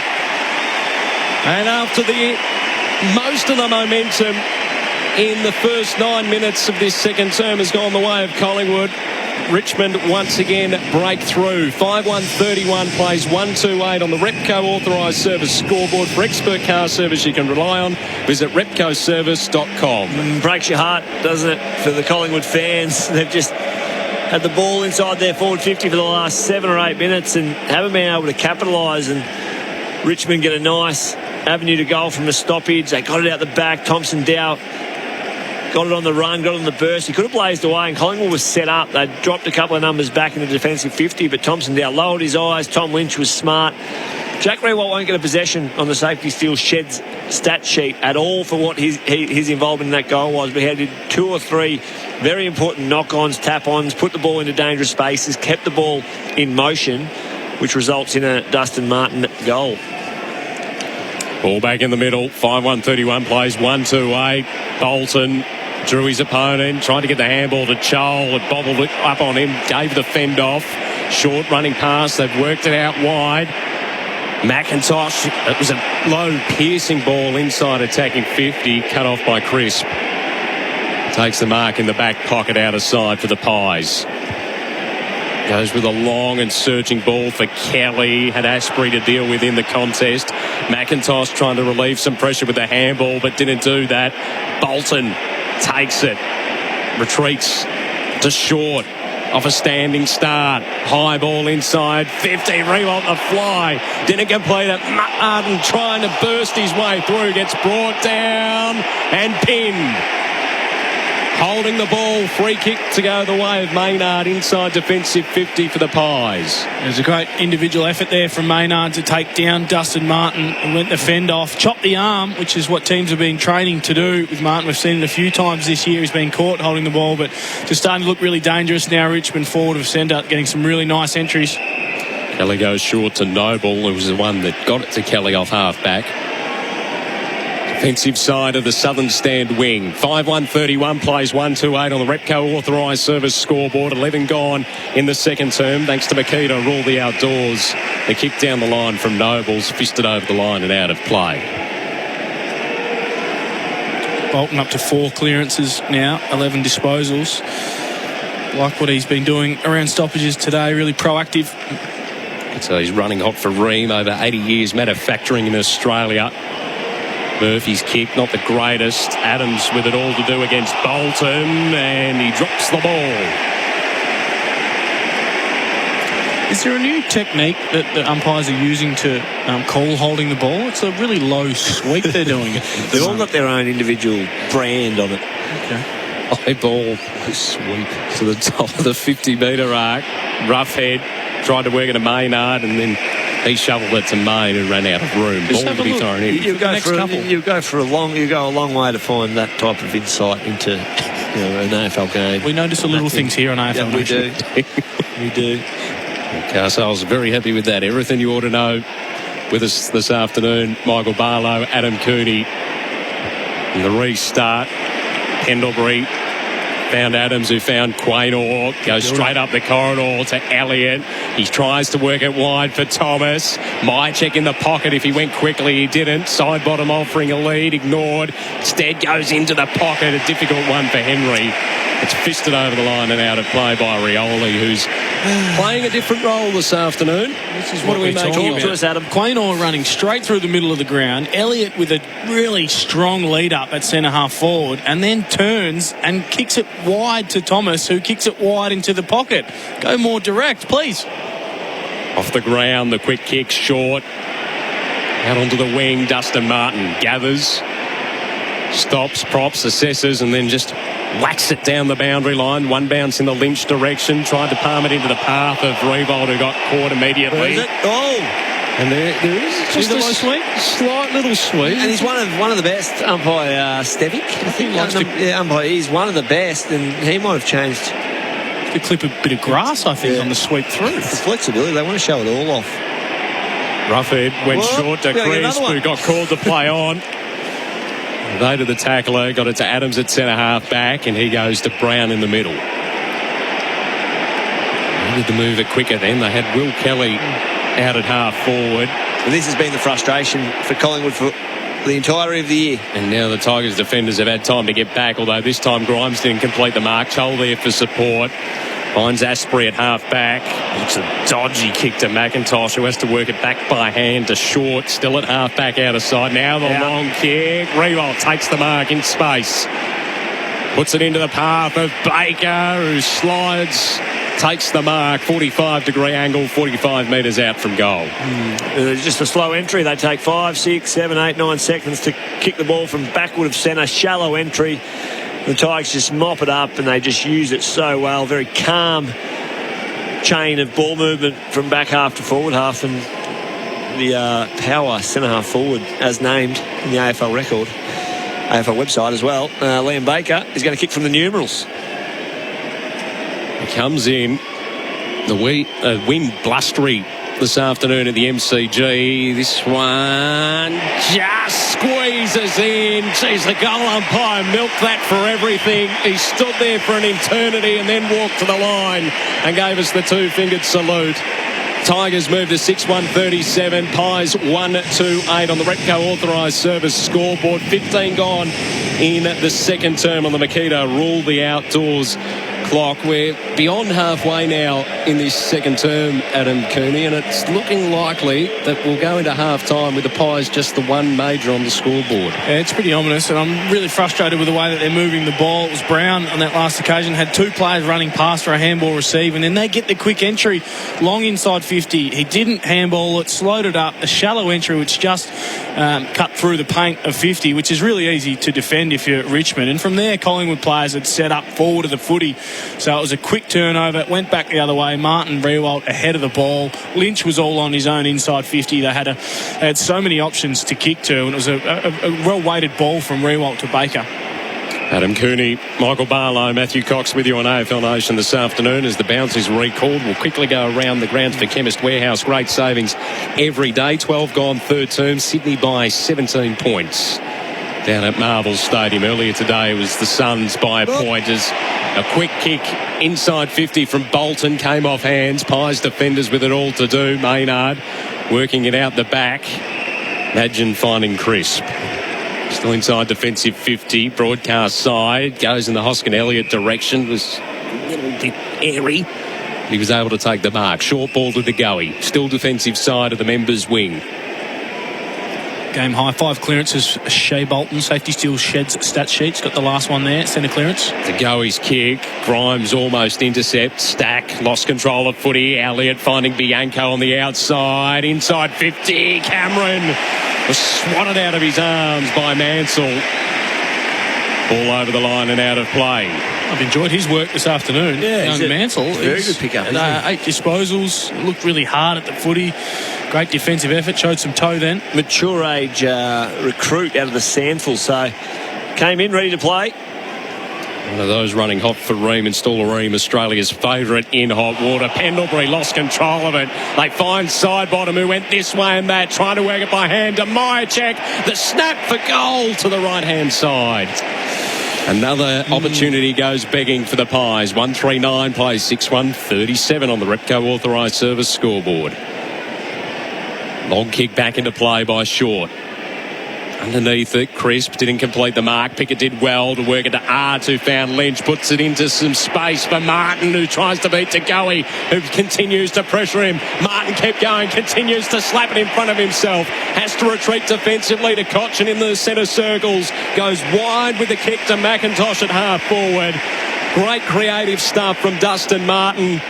Creates another opportunity for the Tigers as McIntosh, long ball in the Lynch direction, cut off by Ruffhead on the last line of defence. Ruffhead brings it wide to Hoskin-Elliott on half-back, and it'll be a 50-metre penalty advantage to be taken. Sidebottom and Pendlebury could raffle it off. Pendlebury receives the handball, the short ball inside 50 to Elliott. And that's worked for the Pies on this occasion.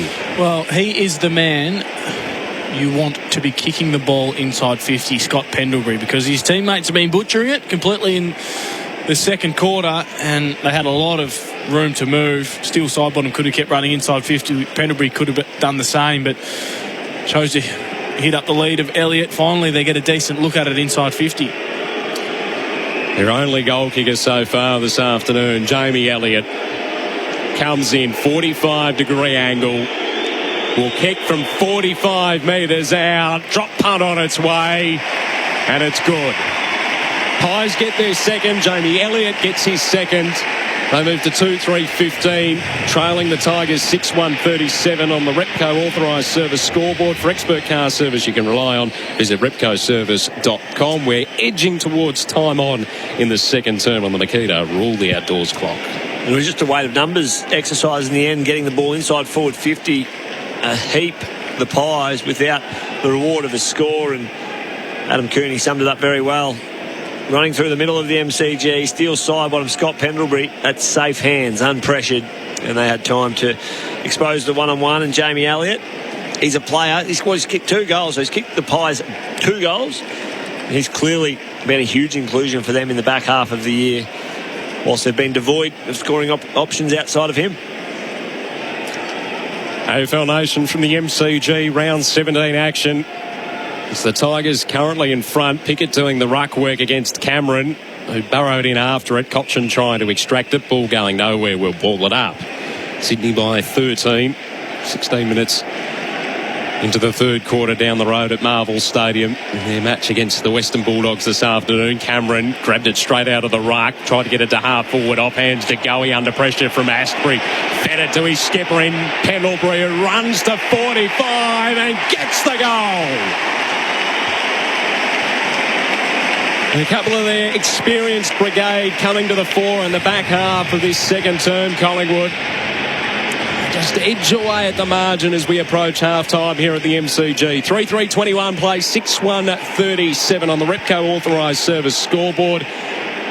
20, let's make it 21 minutes gone in the second term on the Nikita Rule the Outdoors clock, and I'm going to nominate that as an instant windscreens goal of the day contender. 1-3-2-4-4. Nice finish.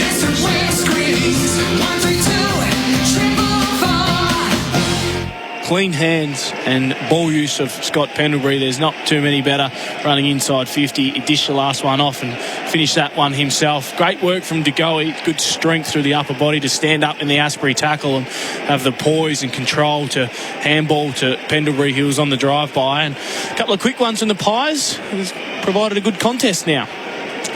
From the restart, Grundy tapped it down, ball in vacant space. Adams had support in Myercheck. They work at the side bottom. Nice little sidestep from side bottom inside 50. Grimes takes the relieving mark at the top of the defensive goal square for the Tigers.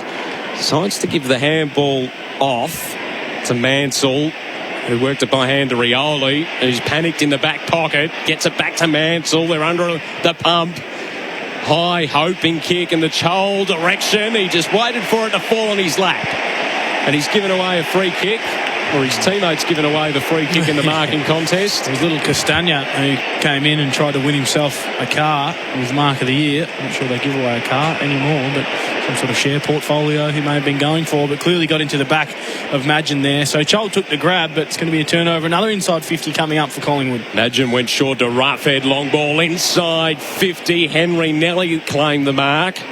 Didn't quite have enough on it, but now it's wrapped up. Ball going nowhere. Can't be released. The umpire says, give it to me, I'll ball it up. He's finding some space inside 50. Ollie Henry, he's had a couple of opportunities that he's grasped. Again, just threw the one paw at that one, but he's playing on Dylan Grimes, and Grimes wants to intercept, but just giving Ollie Henry some space inside 50.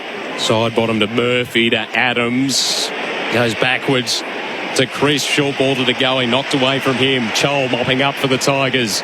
Brings the ball wide. Arts didn't quite complete the mark. Oh, and then two Tigers run into each other. Hoskin Elliott, his kick smothered by Stack. Martin on the spot as well. The side step. He's under pressure from Myercheck. Got the quick kick away. Madgen came from nowhere to take the intercept mark on the centre wing broadcast side. Pies 3-3-21 trailing Richmond 6-1-37 as they work it wide to Maynard up against the boundary line. Goes down it in the Henry direction again. Just a little too hot for him out the back, Elliott. In fact, it's Thomas who's seen over the boundary line and out of play. Terrific intercept from Madgen. Baker was flat-footed. The kick from Martin just held up in the air. Thought he might have played on. It was pretty good poise and control to go back over his mark. And then Ollie Henry again inside 50 with the lead up. Just mistimed his leap. He's running off for Ream. Over 80 years of manufacturing in Australia. Tigers worker to Pickett at half-back. Feeds it to Arts. Madgen the brick wall standing in his way. Castagna working clear. There's a player down for the Pies. We'll get back to that in a moment. Baker gives the handball to Graham. Tries to run away from Noble, but he's running directly towards the boundary line. Has to feed the handball back to Revolt. He's caught. Back to Graham under pressure. Pickett now receives the handball up against the boundary line. Broadcast wing. The centering ball no good.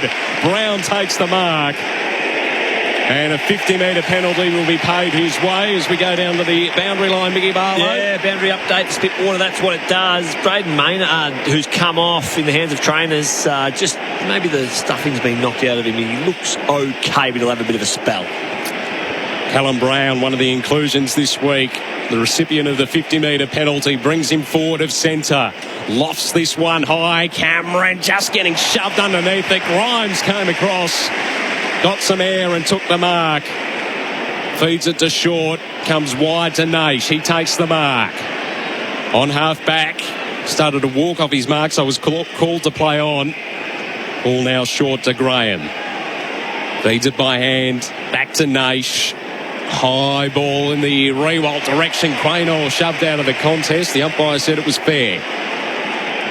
Rewalt top of the 50-metre arc. Decided to go wide with the kick, and it's okay to McIntosh, who will have a set shot, 45-degree angle, 35 metres out. I want to go back to the kick again from Brown inside 50. You have to be aware that Richmond get numbers back. They want to have an extra defender, and it's been Dylan Grimes for the majority of the afternoon who sets everything up. The kick was basically on top of Dylan Grimes' head. So all he had to do was take a few steps and mark the footy. Cameron needs to provide a better target, but the entry has to be away from the spare defender, not a predictable kick in, which it was. McIntosh comes in, ends up kicking it from 40 metres out, and it's to the left-hand side, a minor score. 6-2-38, plays 3-3-21 on the Repco authorised service scoreboard. 26 gone in the second term, thanks to Makita. Rule the outdoors. The short ball in, finds Roughhead. Goes short and risky to Noble. Played on quickly to get out of the way of Martin. They work it into the path of Adams, who keeps running, receives the 1-2. They've worked it nicely. Forward of centre, Brown to Goey to Thomas, still with space. Runs inside 50. Cameron to take the mark in the goal square. Best build-up of the game from the Pies. It's high risk, high reward footy. Straight through the middle. The overlap handball, one after the other. Great chain. It worked out perfectly for them, and they get their reward for their effort. Cameron, point blank range. Well, the goal umpire worked a long way to the right, but it's through for a major. So 4-3-27 plays 6-2-38 on the Repco authorised service scoreboard this afternoon. Our experts for car sales, everything you ought to know on AFL Nation today, Adam Cooney and Michael Barlow. And it was a great build-up. It was all via hand, so it was run and gun between the edges of the centre square from back flank to forward flank. And it was a necessity because they looked up. Taylor Adams had the football, look up, and the Tigers had folded back, and they had a spare 2 to 3 defenders just waiting for a dump kick right into the forward 50 of the Pies. But they worked it. It was a bit risky, but they changed the angles with handball and run and carry. And once you do break the double circles in the middle and open up into grass, it puts that back six under all sorts of pressure, and they have to become accountable, and they couldn't locate their opponents. They've been threatening today, Collingwood. It's one of the few occasions where it's gone right for them. And again, they just chip away at the margin as we head towards half-time. Less than a minute left in this second term. Adams roving the contest. Gets around Chol in the middle. That was clever play from Adams. Inside 50. Henry lurking again. Didn't complete the mark. Short. Put it straight into the path of Myercheck. Bouncing ball in the direction of Grundy. Didn't complete the mark, and the Tigers are able to repel off half-back. Graham going to work it wide in the Lynch direction. Tried to give the fend off to Roughhead. Up against the boundary line. Art's there in support. Will poke it short. The mark will be taken by Collier Dawkins. Got to go in quickly here. Dying seconds. One last crack. Feeds the handball off to Pickett. Long inside 50. Rewalt the fly and the grab. Takes the mark. Will kick on a slight angle 25 metres out. It's so disappointing from a Collingwood perspective. Great run and leap. Perfect kick from Pickett. Saw Jack at the back of the pack. And a Jack in the box. Takes the wind out of the sails if you're Collingwood, because Grundy just fumbled. Should have been another inside 50 to the Pies. Tried to give it off before taking the footy. And it comes back with interest the other way. Steadier before half-time for Jack and the Tigers. Hasn't got a major so far this afternoon, Jack Rewalt. Comes in, slight angle, kicks from 30 and puts it through. That's a nice little confidence builder heading into the main break at the MCG for the Tigers. 7-2-44.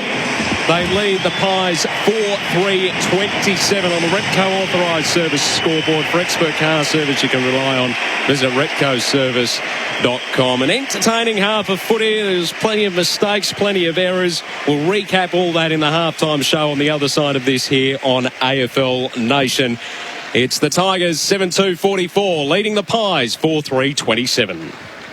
That quarter on AFL Nation was for Repco authorised service. For expert car service you can rely on, visit repcoservice.com.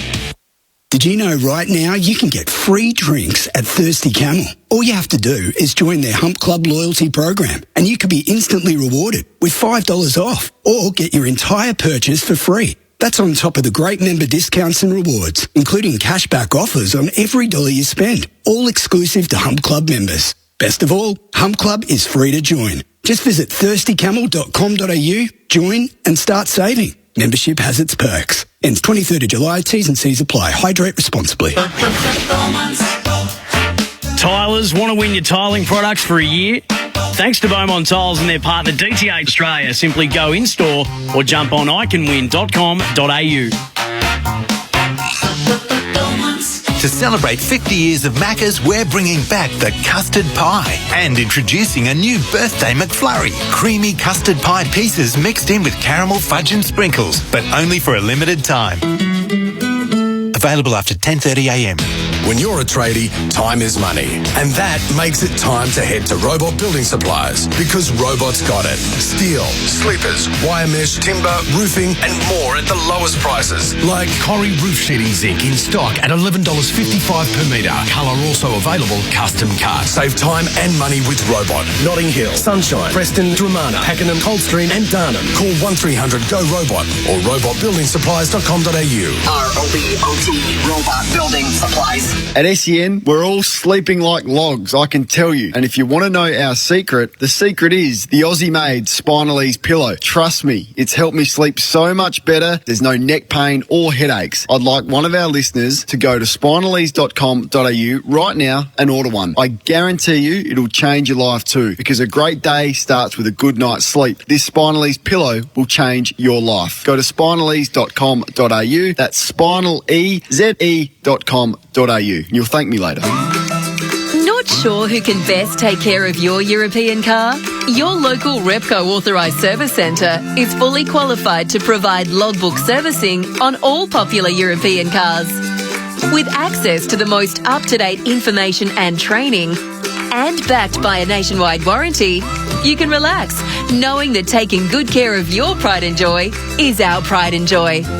Book in or book online at repcoservice.com. These days, we keep our hands cleaner than ever, but often hand sanitizer leaves our hands dry. Try Sudox's Vital Antibacterial Hand Cream. Made with love in Australia from naturally sourced active ingredients, the Sudox Vital range leaves your hands feeling smooth, hydrated and fresh, while killing 99.99% of germs. It's paraben-free and beautifully fragranced with Australian lemon myrtle. Dry hands? Try Sudox's Vital Antibacterial Hand Cream. That's SOODOX at your local pharmacy or sudox.com.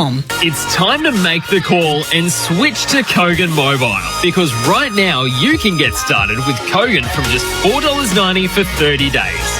Yep, just $4.90 for 30 days. Thousands of Aussies have already made the call and switched for unlimited calls and texts and a big 40 gig of data at award-winning prepaid prices. Get started now with Kogan Mobile from just $4.90 for the first 30 days at koganmobile.com.au/footy. So, you want another furphy? Well, legend has it that a brewer in Geelong had an epiphany, a vision for a beer unlike any other. Easy drinking, full strength, a clean finish. They say he brewed it for ultimate refreshment, and once perfected, he'd call it Furphy Crisp Lager. Isn't that what he's drinking? Oh, yeah, here you go. Furphy Crisp Lager. Unbelievable. You're listening to AFL Nation for the Beaumont Tiles Trade Club. Is going to do the crumbing though. Tried to centre it. Probably could have taken the shot. Quaynor cut it off. Ball bobbles into the pocket. Baker slaps it towards the top of the goal square. It's desperation everywhere out on the field. Graham finds Martin, who will put it through. Cameron grabbed it straight out of the ruck, tried to get it to half forward, off hands to Goey under pressure from Astbury. Better to his skipper in Pendlebury, who runs to 45 and gets the goal. AFL Nation highlights for McDonald's. Celebrate with the Mac family at Macca's. I'm loving it. Now the highlights for McDonald's. Celebrate with the Mac family at Macca's. I'm loving it. Now it's time for the halftime floor show for Choices Flooring. The Choices Flooring halftime floor show. Check out Choices Flooring's Room View program. An enthralling half of football at the MCG, the 4pm slot between arch rivals Richmond and Collingwood, the VFL earlier today at Punt Road, so there was a real feel of tradition between the two sides today. A curtain raiser across the road, and now at the Coliseum of football we see an entertaining match of which it was Richmond dominating the scoreboard for large parts of the half, but it was the Pies who owned the last 15 minutes of the second quarter in terms of converting their opportunity from inside forward 50 to bring themselves within 17 points at a half. The scores, the Tigers 7-2-44 and the Pies are 4-3-27. In terms of goal kickers for on the afternoon, Jamie Elliott's had 2 for the Pies, Tom Lynch 2 for the Tigers, Liam Baker, Shai Bolton, Riley Collier-Dawkins, Dustin Martin and Jack Rewalt, who kicked one right on the buzzer, all have a single goal to their name. And for the Pies, outside of Jamie Elliott's 2, Darcy Cameron, Scott Pendlebury have hit the scoreboard with majors. In terms of team stats and all the numbers, I'll run through them. A stat trap for Safety Steel Sheds, designed to save and built to last. Collingwood had a mortgage on the football for large parts of the first half. They've had 215 possessions to Richmond's 191. And where they've really owned the match is in terms of the uncontested match. They've had 152 possessions in the uncontested space to the Tigers' 123. So they're plus 29 in that stat. Contested possessions is all tied up at 70 apiece. Collingwood have marked the ball 68 times compared to Richmond's 30. So a clash of two styles in terms of the way two teams want to play. Richmond want to keep the ball on the ground, keep it rolling ahead and keep it a bit frenetic, whilst the Magpies are still trying to control the ball like they did under Nathan Buckley, Robert Harvey's short term as interim coach. They're still trying to own the ball and march the ball down the field. Where they've run into troubles, as Adam Cooney and myself have pointed out throughout the first half, is that last kick inside forward 50, which they've really struggled to isolate a good one-on-one matchup or find a free player inside forward 50 to give a clearer avenue towards goal, of which the inside 50 numbers for Safety Steel Sheds, well, relatively even in the end in terms of what they are. 23 for Richmond, 31 for Collingwood. So Collingwood have had the ball in their forward half, and in particular their forward 50, a lot more than the Richmond Tigers, but haven't been able to capitalise. As I mentioned, the last 15 minutes they got to work and were able to hit the scoreboard and bring the margin back within 17 points. Right on the horn, though, of half-time was Jack Rewalt. His goal right after the buzzer. And they came from everywhere, the Tigers. They showed a lot of care for each other across the first half, and Rewalt kicked the goal on the siren, and even the 4 players from the bench ran out and joined in the celebration. So they've still got the buzz and the attitude of which they are very well renowned for over their recent dynasty of 3 premierships in 4 years. Running hot for Ream. For Ream, ask your plumber to install a Ream steady, hot and strong. Some of the individual stat gatherers that are burning up the MCG this afternoon into this evening as the lights take full effect over the Oz Kickers at half-time. Will Hoskin-Elliott has 18 possessions. Jack Crisp with 16. Camden McIntosh with 16. Callum Brown, an inclusion this week for the Pies, with 15. Jaden Short, 15. And Bolton for the Tigers with 14.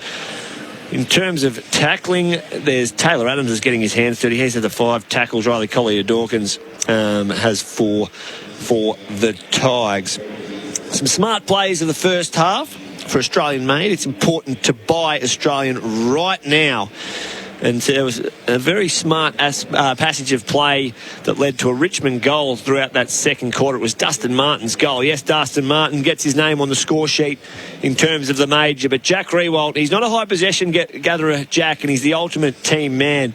He tapped the ball into dangerous spaces, not once, not twice, but 3 times, with an eventual parry to the top of the goal square, which resulted in the goal to Dustin Martin. Jack Rewald, as I mentioned, not a huge gatherer of possessions nowadays. He does have the one major, of which he jumped and launched and took a nice mark at half-time. He's only had the 6 possessions, but he's involved himself across the match very, very nicely inside the forward 50. So that is our smartest play for the first half for Australian made. It's important to buy Australian right now. We might come back after the break and continue on with the halftime floor show for Choices Flooring with Adam Cooney and Matthew Cox. You're listening to AFL Nation for the Beaumont Tiles Trade Club. So you want a furphy. It's back in 82. Boroughs were down by 6. Right on the siren. The mark of the match. 60 metres out. But he booted that ball so hard it split like an old shoe. The leather went through for 6. But the bladder sailed through for an extra point. And that's how I kicked a 7-pointer to win the match. There's your furphy. Unbelievable. Paracetamol, vitamin D, cough syrup, first aid, fragrance, vitamin C. Chemist Warehouse is making shopping more convenient with its click and collect service. Visit chemistwarehouse.com.au, click to order items, and within 4 hours it's ready to be picked up. It's quick, easy, and best of all, it's free. Click and collect. Try it today. Chemist Warehouse in the middle of our street. The 8-seat Hyundai Palisade is our most spacious large SUV ever, boasting 16 cup holders and 7 USB ports for convenience. The Palisade is also loaded with advanced safety features like blind spot avoidance assist to help keep growing families safe. Your kidults will love it. It's pretty good, I guess. And for a limited time, the Palisade comes with $3,000 of bonus genuine accessories. The Hyundai Palisade, kidult approved. Test drive the Palisade today. Offer won't last forever. Excludes Palisade Highlander. T's and C's apply. At Rolled Vietnamese, we don't mind how you eat as long as it's fresh. We're talking Vietnamese dinner, like Mum made, without the messy kitchen, but all the love. So go on, bite into banh mi, crunch soldiers, slurp pho. Eat bao with your hands. Talk with your mouth full of gai. Keep your elbows on the table. That's how we roll.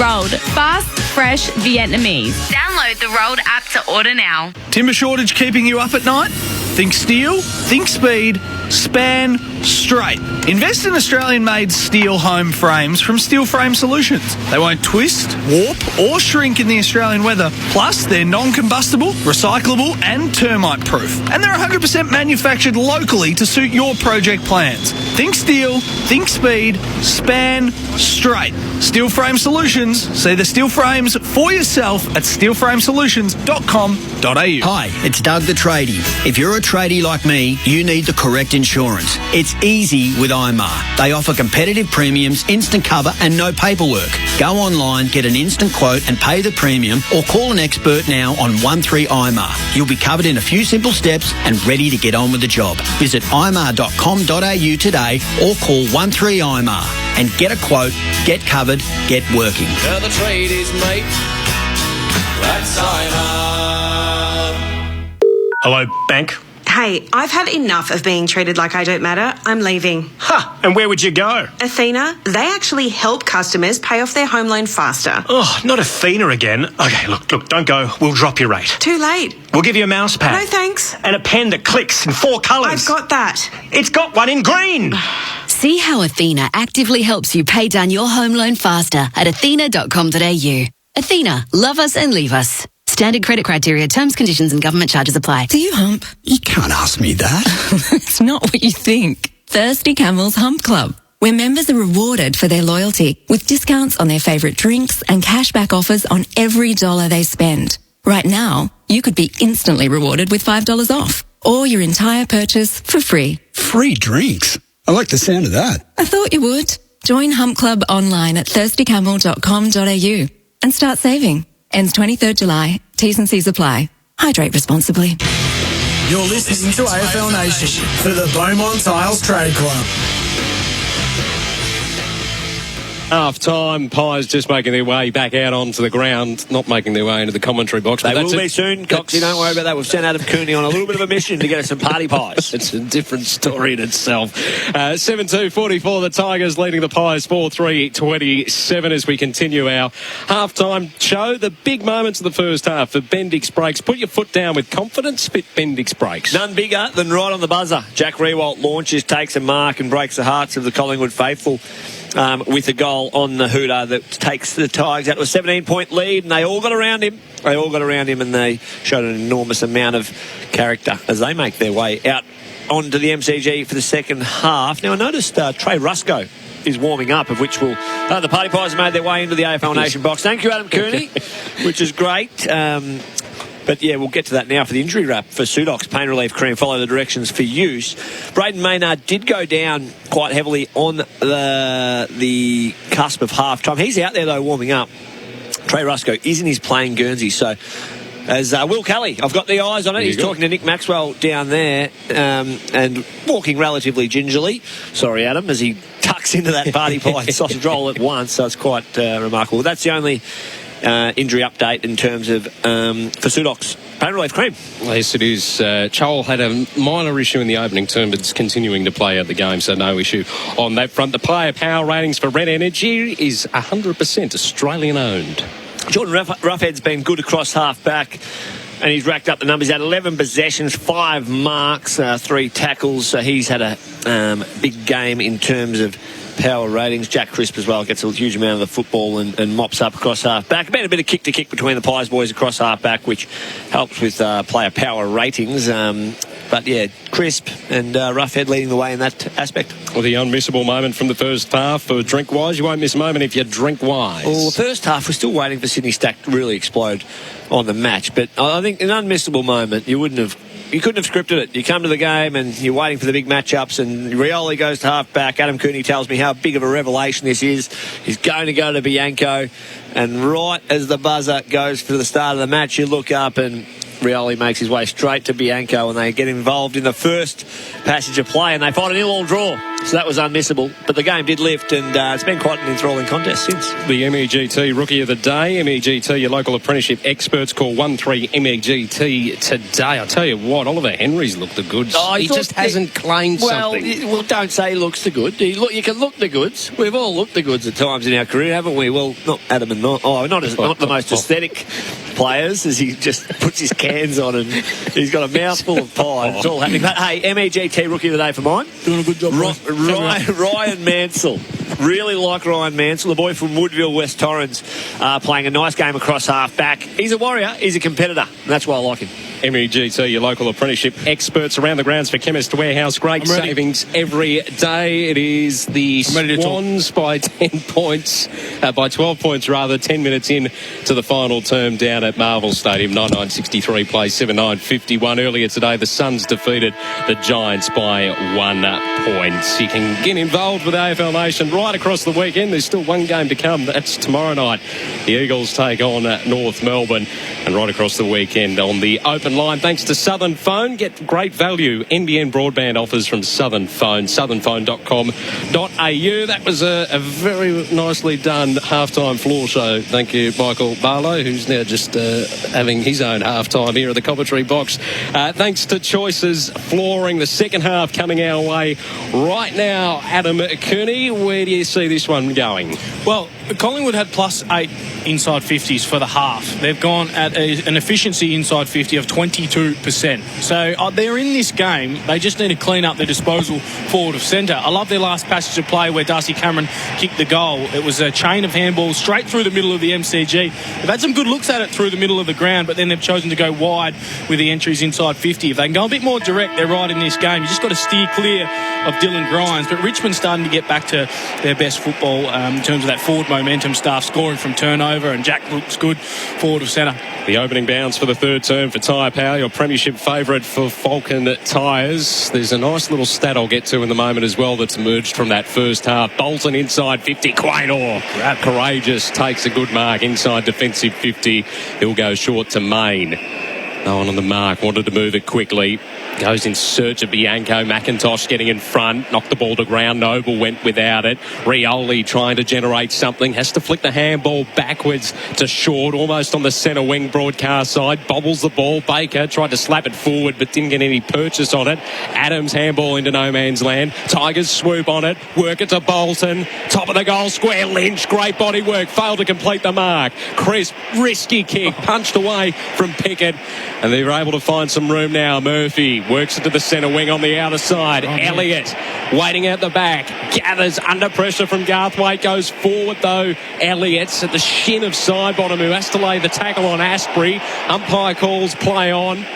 Cochin at half-back for the Tigers with some composure. Goes down the line. Good fist applied from Will Hoskin Elliott to knock the ball over the line and out of play. Mentioned real missed opportunities. Mike just gets turned back on. They were out. Collingwood had a 3-1 and the kick, you're right, just went to the shins of Sidebottom and he couldn't get a grasp on it. 700 goals now for Jack Rewalt with that one right on half-time. The 4th player ever in the AFL. And he's coming in this direction right now, engaged in a contest with Maynard. No issues with that shoulder by the looks of things. Quaynor, the hot handball. Adams finds Crisp, tries to work it again to Sidebottom, but fell at his shins, knocked forward by Crisp. Geez, to go, he went without it. Somehow they managed to emerge with it.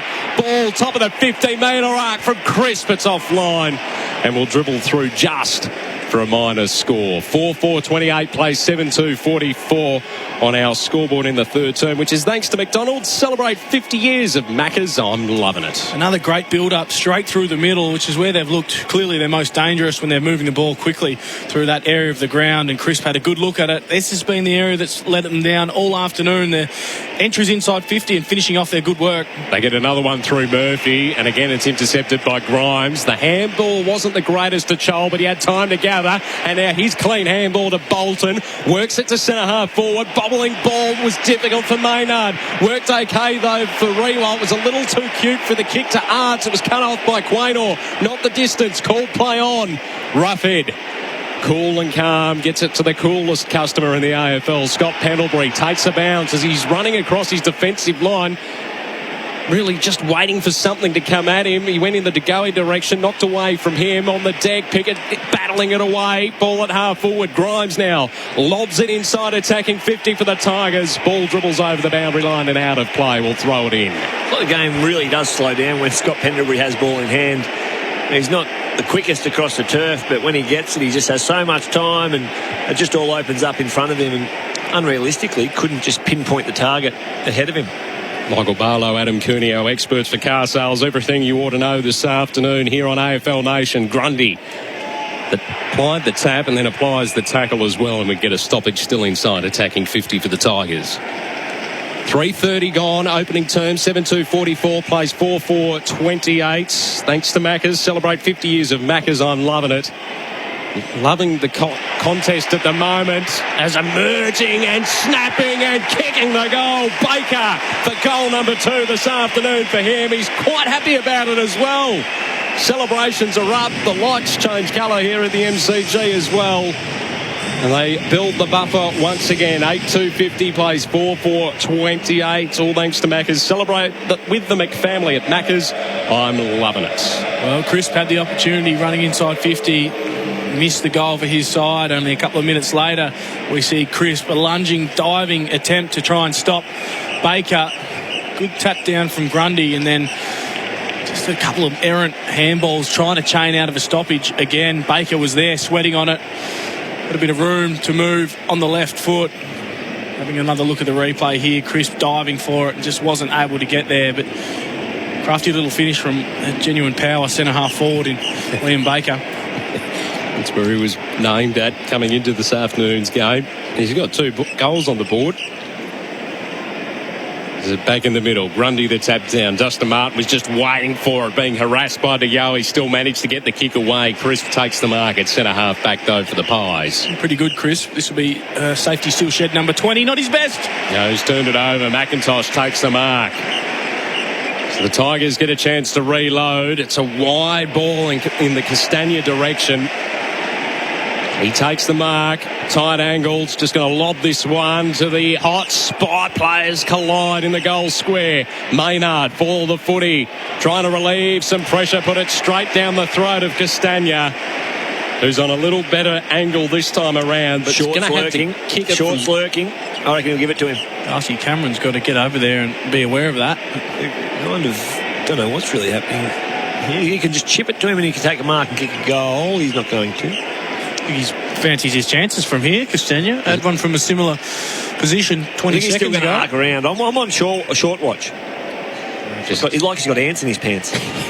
This is Castagna. Runs off his mark to try and open up the angle a little bit. That's why he was exuding confidence. He's put it straight through. Castagna gets his first. Tigers with a couple in a row to get the second half underway. 9-2-56. They're starting to break the game open now. 4-4-28. Tell you what, that was a big moment in the match for Bendix Breaks. Confidence stopping Bendix Breaks. Put your foot down with confidence. It was good pressure from Jake Arts, who generally is good for one goal a game, but he's been down in that area. Just put enough pressure on Maynard, which affected the kick out. Rush kick out of defensive 50. Well set up. Castagna didn't actually move from his last kick inside 50 and went back, ignored Jaden Short 3 or 4 times because he knew that with that stand rule he could arc out 3 or 4 metres and get that extra distance and punish the Sharon straight through the big sticks. It looks like it's a quad issue for Will Kelly as well down on the interchange bench for Spitwater. That's what it does. Subbed out of the game. Trey Rusco activated as the sub this afternoon. Jack Ross still awaiting to be activated down on the bench at the moment. Pendlebury, the handball to Grundy, to Brown. Working to the outer side. Now to Crisp, who tries to fend off and did well. Got away from the tackler. Puts the ball inside, attacking 50. Myercheck from the side. Didn't complete the mark. Side bottom receives the handball, the snap, the bouncing ball to the left-hand side, and another minor score. Another opportunity that goes free begging. Kick, Collingwood. Not sure why. There's a bit of a conference happening at the point of the square. But it's going to be a free kick to Brody Myercheck from point blank. It's been a push in the back after Steele side bottom disposed of ball. So having a look at on the replay here. Nothing in that. It was a late hit from Grimes. So the point didn't count. The snap from Myercheck goes through the middle. You can hear the Tigers fans. They're not happy with that decision. 5-4-34 plays 9-56. So they got the opportunity that went begging back.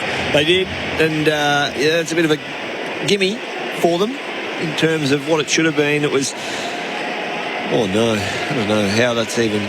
Wouldn't bruise a grape. Damien Hardwick's reaction has just said, not for me today, thank you very much, move on. But they're back within 22 points. Tigers have been accurate, 9-2-56, so making the most of their opportunities in front of goal. And the Pies, can they spark themselves for another 15-minute patch like they did in the second quarter? They're hovering, and their best parts of the game in the last 2 weeks under Robert Harvey have been their second halves. So Second Harveys. Very nice of you, Adam Cooney. Bouncing ball in the middle. Back underway, it'll be recalled. Which gives us an opportunity to go around the grounds as the Bronx cheers go around the grounds. Sydney by 22, approaching time on final term down at Marvel Stadium this afternoon. Chol back in the middle here at the MCG. Didn't have it. Umpire said play on. Bolton fed the handball off to Martin, who gets it down the throat of Baker, who had to juggle it. Did quite nicely to take that mark. Feeds it off quickly to Short. Goes searching for Stack. Tries to give the candy off to get around Noble. Just did it. Worked it to Graham, who now pops it inside, attacking 50. Lynch, Rewalt both flew, but neither could take the mark. Baker caught by 2, going nowhere, and the umpire says play on. So the ball just emerged as he was shaping to call holding the ball. An absolute eternity to get that out, Liam Baker. He tried to fend off, got tackled by 2 Collingwood players, and umpire just let it go. Quaynor put it straight into the path of Pickett, who puts it through for the quick response from the Tigers. So from the contest, Quaynor had it. He just tried to deflect it away from the corridor, and it was straight into the path of Marlon Pickett, who scores his first goal of the afternoon. And as I said, the quick reply from the Tigers, 10-2-62, plays 5-4-34. All thanks to Macca's. Celebrate 50 years of Macca's. I'm loving it. Scoreboard. 10 minutes into the third term on the Makita. Rule the outdoors clock. An aggressive tap from Brodie Grundy. He knocked it 4 metres directly into the path of Richmond's goal. So that's not where you want to be hitting it with no genuine midfielder sweeping around. It was Quaynor, who's a defender, looking after his forward, trying to chase the footy down. But there was just a disconnect between midfield and ruckman there, and the hit was way too aggressive towards Richmond's goal from Grundy. Tell you what's one of my favourite parts of the match day experience. When you see a player kick a goal, the camera follows him all the way back to his position, and the opposition player that's on him always tries to be as far away from the still shot as possible. John Noble would like that moment again. From the restart, Collier Dawkins with the clearing kick to half forward, which becomes half back. The mark paid to Crisp, even though there was a couple that had laid claim to it. The kick into the corridor. Martin almost could have completed the mark. He double-fisted it back into the path of Baker. Back to Martin, underground. Handball, not the most effective on this occasion. Graham's almost coughed it up. Grimes now caught into the tackle. Slung it into the turf by Thomas. Tigers still with the footy. Ball to half forward.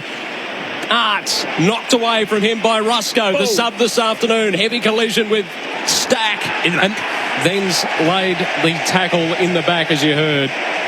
And Graham will end up with the free kick attacking side of the broadcast wing.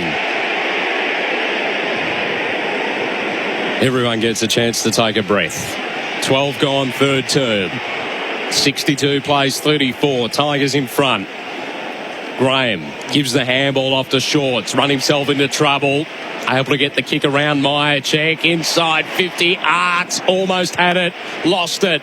Baker to Rewald. Bobbled out of his path. Side bottom. Gave it to Elliott, who went searching for Noble. Sydney Stack found it instead. Kept the ball in play. Brown fed it by hand to Noble. The kick towards the centre wing on the broadcast side. Knocked away from Grimes. They got it to Garthwaite. Ball back inside attacking 50. Chol the fly. Couldn't bring it in. Madgen to Crisp. He'll work it out wide, and the mark will be taken on the outer side by Will Hoskin-Elliott. Half-back flank will go short to DeGoey. Still defensive side of the outer wing. Elects to play on. Dangerous. Side bottom. He hesitated and pulled out of the contest because Asprey was coming at a rate of knots. He feeds it back to Stack. Now to Grimes, inside defensive 50. Just great anticipation, Coons, by David Asprey. He read the play. He was able to impact and effectively turn the ball over at half-back. Yeah, he was in a really good position, just floating across half-back. We've mentioned on a number of occasions I'd love to get that one, but just overcooked the kick. Jordan DeGoey on that occasion. Shorts kick to the centre wing, cut off by Quaynor. Takes the intercept mark on the 45 into the middle. Was searching for DeGoey, knocked away from him by Graham. Graham lost where it was. DeGoey didn't. Fed the handball to Thomas, who slammed into the turf and pinned for holding the footy. A slow sweep. It was. That was my first eyes on umpire number 17 with his slow sweep. It'll be John Holworth, I think it is. Short ball to Rioli. Still at centre half back for the Tigers. They lead 10-2, 62 to 5-4-34 on the Maccas. Celebrate 50 years of Maccas. I'm loving it. Scoreboard. Tigers work into the centre wing out of side. The little handball given off by Dow. Almost gets them into trouble. Now it has. Hoskin-Elliott feeds the handball to side bottom. He also works his way into trouble. Naish tries to fire the handball out. Asprey, the calming influence, worked it to Collier Dawkins. Now to the top of the 50-metre arc where Pickett takes the mark. Indicated immediately he wanted to take the set shot, then hesitated, thought about going into the pocket, played on, so had to hoist it high to the top of the goal square. Rough head, punched it into the path of Martin, who stuck his boot out, but it didn't go through the right side of the post. Minor score, 10-3-63, plays 5-4-34. On the Maccas scoreboard. Celebrate with the Mac family at Maccas. I'm loving it. Dusty's just starting to work his way into this contest. He's had 4 clearances, kicked a goal, had the 16 disposals as Collingwood nearly turned the ball over, coming out of defence again. Ball dribbles over the boundary line. McIntosh asking the question, but we throw it in. Quite remarkably, it was nearly a free kick to Richmond. Brody Myercheck stood the mark and was asking the umpire why that wasn't out in the full and why it wasn't a free kick to the opposition, pretty much. So. Like asking the teacher if there's homework. It's bizarre. Murphy just got a handball away. Elliott palmed it into the path of Cameron, who lost control of it. Then plies a very awkward tackle. And we get a ball up. A tackle laid on Graham. So we're attacking side of the members' wing for the Tigers. They lead 63-34. High ball to the wing. It's going to be intercepted by McIntosh. We'll feed the ball by hand to Mansell running past. Up and under kick. The fly uncompleted there from Castagna. Quaynor mopping up. The handball too hot for Roughhead. Maynard there in support. They work it back to Quaynor. He goes into the turf thanks to Graham. Murphy also does exactly the same thing. Adams almost tripped over in the contest. Worked the handball away. Cochin found a path through. Got it to Stack, who got it further afield to Bolton. Tried to centre it to Rioli. Juggled it out of the path of side bottom. Found Collier Dawkins. Gave the handball off to Mansell. Inside 50, Rewalt coming away to Knott, standing underneath it though, not letting anyone else at it. Maynard takes the mark and works it to the outer side, where it's Henry that takes it, defensive side of the outer wing. Grabbed by Maynard, wasn't it? Just held body position in front of Rewalt. You could sense that he was jumping over the pack, but just held firm and didn't take his eyes off the footy. Maynard, he's had a pretty good afternoon. Henry's kick didn't receive the mark. Myercheck mopped up and then just put it straight down the throat of Rioli at half back. The umpire getting in the way of Elliott. Didn't complete the mark, and then it's come off the side of the boot of McIntosh, dribbling towards the boundary line. Murphy went at it, but well done from Arch. Strong body, collects the footy, takes a bounce, takes two bounces, under pressure from Rusco. He's coughed it up into the path of Madgen. Back to Rusco. Adams into the middle, hits his skipper on the chest in Pendlebury. He goes short to centre half forward and finds Henry.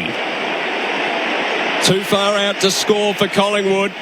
Great kick. It's a beautiful kick to Thomas, who takes it on a slight angle 40 metres out. He did so much right then, Jake Arts. He sprinted for 40 metres to make that contest with Murphy, stuck the rump out and won the duel, just going back the other way. As soon as he took the second bounce, his head went down and he looked at the footy and he had the frontal pressure from Rusco, who did well to work over and win the footy back. And that's a great pinpoint kick inside 50 by Henry to Thomas. Who lines up, kicking to the city end. The flags have become quite still here at the MCG after they were blowing a gale earlier this afternoon, so no real wind to speak of. And the goal umpire doesn't move. So Thomas gets his first of the afternoon. Pies move to 6-4-40. They trail by 23 points. Tigers 10-3-63 on the Macca's scoreboard. Celebrate 50 years of Macca's.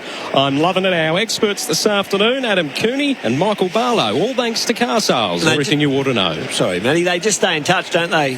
The Pies. It's threatened a couple of times for the Tigers to put a couple on and put this game beyond doubt, but they just hang in there, and as we've alluded to, they're a good second half side, in particular under Robert Harvey, and they'll come and they'll stick with their game plan that they've brought to try and get the result today, and see if they can get the run on in the last quarter. But bridging it at 23 points, love to see a lift out of Tagoe. He's threatened at times today. He's been inefficient by foot. He's spent a lot of time through the middle of the ground as he lines up in the centre square bounce on this occasion as well. Around the grounds for Chemist Warehouse, great savings every day. Final siren is blown at Marvel Stadium, and it's a 19-point win to the Sydney Swans against the Bulldogs.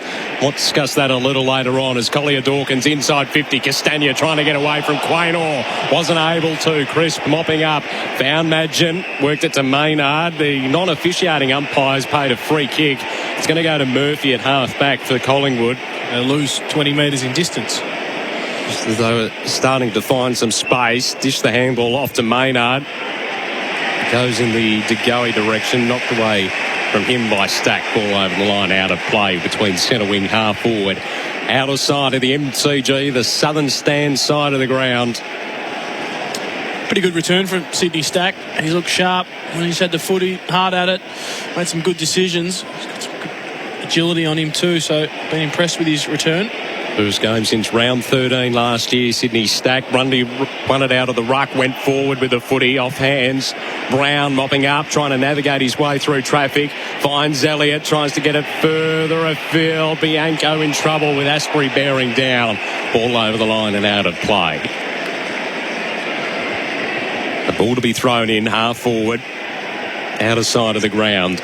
10-3-63, play 6-4-40 AFL Nation this afternoon from the MCG round 17 clash between the Tigers and the Pies. De Goey roves the contest, sweeps it inside 50, ball bobbling in the goal square. Mansell happy to be collected and taken over the line and into the fence. A smart play. It looked like the ball might roll through from De Goey. I'd love to see him pin the ears back and belt that one through from 55. Jordan De Goey, he's got the distance, but smart, poised play from Mansell. I've enjoyed his game today. The kick coming out of defensive 50 wasn't the greatest. Baker did well. Insufficient. Umpire Stevic, bang. And called beautifully by Michael Barlow. Jack Rewalt not happy. Maynard the recipient of the free kick. Not much to argue about there for Jack. So just the attacking side of the broadcast wing in front of the interchange bench for Spitwater. That's what it does. The update from there this afternoon is the fly from Elliott. Didn't complete it. Henry grappling with it. Pickett there as well. De Goey emerges, pins the ears back, but he's well off target. Been his day. Has summed up his day. Had opportunities. Had the last entry inside 50, and then on the left broke the tackle. He's got to start finishing his work.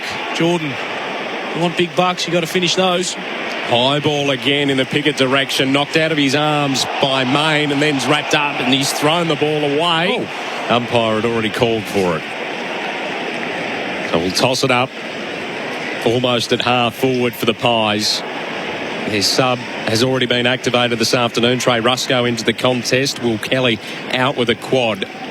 Up and under kick to Goey. Fists it forward into the path of Pendlebury. Naish got there first. Sweeps the handball defensively. It's okay to Mansell. Worked it to short. The advantage taken for a high free kick that was given away. Into the middle. Dow takes the mark. Little too slow. They had some players out. One of them was Stack. He now has to wait. Slipped at the crucial moment. Main worked it by hand to Crisp. Now to Rusco, short delivery to Brown, not the distance, so called to play on. Rusco receives the handball, tried to work it Imagine. Centre wing broadcast side. Rusco again follows up. Shrugged the tackle off to Noble, who fell over with Cochin bearing down. And the umpire says, give it to me, I'll ball it up. Centre wing on the broadcast side in front of the interchange bench for Spitwater. That's what it does. There's a little bit in the crowd's reaction there. Thompson Dow took maybe 2 seconds to make a decision on what he wanted to do with the ball. And the Richmond fans, that comes off his shin and goes out in the full. The Richmond fans were up in arms because they want quick ball movement. Imagine if the shoe was on the other foot. The Collingwood Magpies, they take an eternity to put the ball inside forward 50. Adams, high ball, out the back, Asprey. Couldn't lay claim to it. Thomas fed it to Grundy, who's spinning his way through and receives a high tackle and a free kick for his efforts. So he's on slightly worse than a 45-degree angle. Wanted to dish it off, but nothing really being made. Now it is by a Hoskin Elliott, I think it is, or is it Mychek? It's Mychek that's taken the mark. In the forward pocket, it's a slightly worse angle, but slightly closer to goal. Could have raffled it, Thomas or Mychek, and for an instant there, I reckon Brody Mychek thought, I'm going to get a little bit of leverage on top of Josh Thomas here, but looked after his teammate right at the end. He's going to go the left foot snap. No, he's not. The right foot banana in the end, and it's hit the post. That could have been one of our crucial moments of the afternoon for New Farm Australian through and through. Another minor score, 6-6-42, plays 10-3-63, thanks to Maccas. Celebrate with the McFamily at Maccas. I'm loving it. Approaching 24 and a half minutes, third term on the Nikita. Rule the outdoors clock. It's a high ball. Bolton flew and took a good mark. They take the mark and they just go. Fed it to Naish, wanted to move it quickly. Quaynor and Arts engage. Arts wins out, feeds the handball to Martin. Almost fed the handball to Bolton and then's worked it incredibly wide to Stack. Doesn't complete the mark, but time to gather. Centre wing out aside. Short ball to Graham. Knocked away from him by Murphy. Pies with numbers, although the tackle laid on by McIntosh. Is it going to be rewarded? Yes, it is. The Tigers get the free kick. Half forward, southern stand side of the ground, heading towards the punt road end in this third term. McIntosh told to come around on his mark. Got a couple of numbers in the middle. He's ignoring those and going to go searching. High in the direction of Rewalt. Coming over the top was Murphy. Ball's locked in. Throw it up. Forward pocket out aside for the Tigers. They're 10-3-63 leading the Pies 6-6-42. Approaching 26 minutes in this third term. Pendlebury, Rusco. Either able to extract it. Rusco was laying over the top of it. Pendlebury now with the opportunity. Happy to see the ball over the line and out of play. We'll throw it in. So I need to get some dominance and time in forward half. 14 inside 50s this quarter to 8 Richmond's way, so they're starting to even up that count. It's fair dominance in the first half from Collingwood. Grundy down to Adams, who fed it back to Grundy, to Main, to Madgen, still in the back pocket out of side. Now the releasing kick, a high ball intercepted by Dylan Grimes. Turns around quickly, gets it to McIntosh, the diving mark taken just outside attacking 50. Again he awaits. Again they line up in the corridor. There's some numbers inside 50.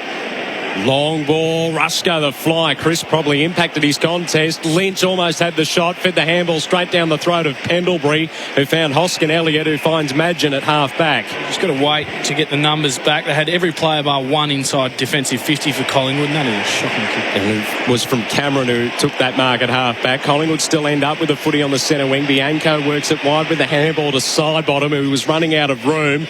Got the quick kick away down the line. Asprey impacting the contest to hold the ball up momentarily. Almost they get it away. Elliott now does. Finds DeGoey at attacking 50. Calls a play on. Centering ball to Myercheck. He takes the mark directly in front. 45 metres out. He was out for an eternity too, Jordan DeGoey. Shea Bolton just not tracking back through the middle of the ground. They had a smother and another attempt to get it to Jordan DeGoey, who didn't blaze away, took a couple of steps off the mark and was forced to play on, but then saw Myercheck had made position about 40 metres out from goal. So he missed the last, and they're just hanging around, aren't they, at the moment, Collingwood? Can they kick this? Get them closer. Myercheck lining up for goal number 2. He's pulled that to the left-hand side. Oh, good. And again, they're not capitalising on their opportunities. He used to be a dead-eye dick, didn't he, Brody Myercheck? And he's just had a bit of a shocker in front of goals today. 1 goal, 2. Limited success in front of the big sticks. As the ball comes out of defensive 50 for the Tigers, it's taken over the boundary line by Noble. We'll throw it in. Some safety steal sheds stats leaders. Jack Crisp leading all comers with 26. Jaden Short, 23. Will Hoskin Elliott came out of the blocks like a house on fire, 22. Camden McIntosh, 21. Taylor Adams and Shai Bolton, 20 apiece. Crisp fended off the tackle from Child, found Rusco, and he nearly found the umpire with it. DeGoey gave it to Main, who feeds it back to DeGoey in the middle, and now works it wide to Grundy, almost at half forward on the broadcast side. Piercing ball to Sidebottom. Loops the handball to Adams, just outside 50. Centering ball, going to be intercepted by Garthwaite. Great build-up. Jordan DeGoey starting to get busy in this third quarter. Nice delivery to Grundy, who kicked the short 20-metre option. I really like that. Adams had run on, but a poor kick inside 50 to the advantage of Garthwaite from Adams. Needed to hit it about 20 metres out further in front of goal. Garthwaite's kick came off hands. McIntosh boots it to the wing, cut off by Main, who fed it to Quaynor, and then found DeGoey on the siren. So at three-quarter time here at the MCG, the margin is 20 points. You feel as if Collingwood are coming, but they're not capitalising in front of the big sticks. That's it. Yeah, they've had their opportunities, and Brody Myercheck Probably the culprit of that quarter with 2 behinds himself. So they're coming, 20 points, and corresponding, well, this time last week they were coming harder. So 20 points won't completely phase them out as they were down by about 40 three-quarter time last week. So let's see what the Pies have in offer for the last quarter. They only trailed by 9 points at the conclusion of that game as well against the Saints. Can the Tigers hang on, though? They're 10-3-63, leading the Pies 6-7-43. All thanks to McDonald's. Celebrate 50 years of Macca's. I'm loving it. It's AFL Nation this afternoon from the MCG. Final term on the other side of this. That quarter on AFL Nation was for McDonald's. Celebrate with the Mac family at Macca's. I'm loving it. Right now at Sexyland, we're taking 20% off everything. Yep, we've taken 20% off all adult toys, health products, lingerie, couples games, plus loads more. No limits. Everything is on the table at Sexyland, all at 20% off. But be quick, as this sale is for a limited time only. 11 stores in Melbourne and Geelong, or shop online at sexyland.com.au.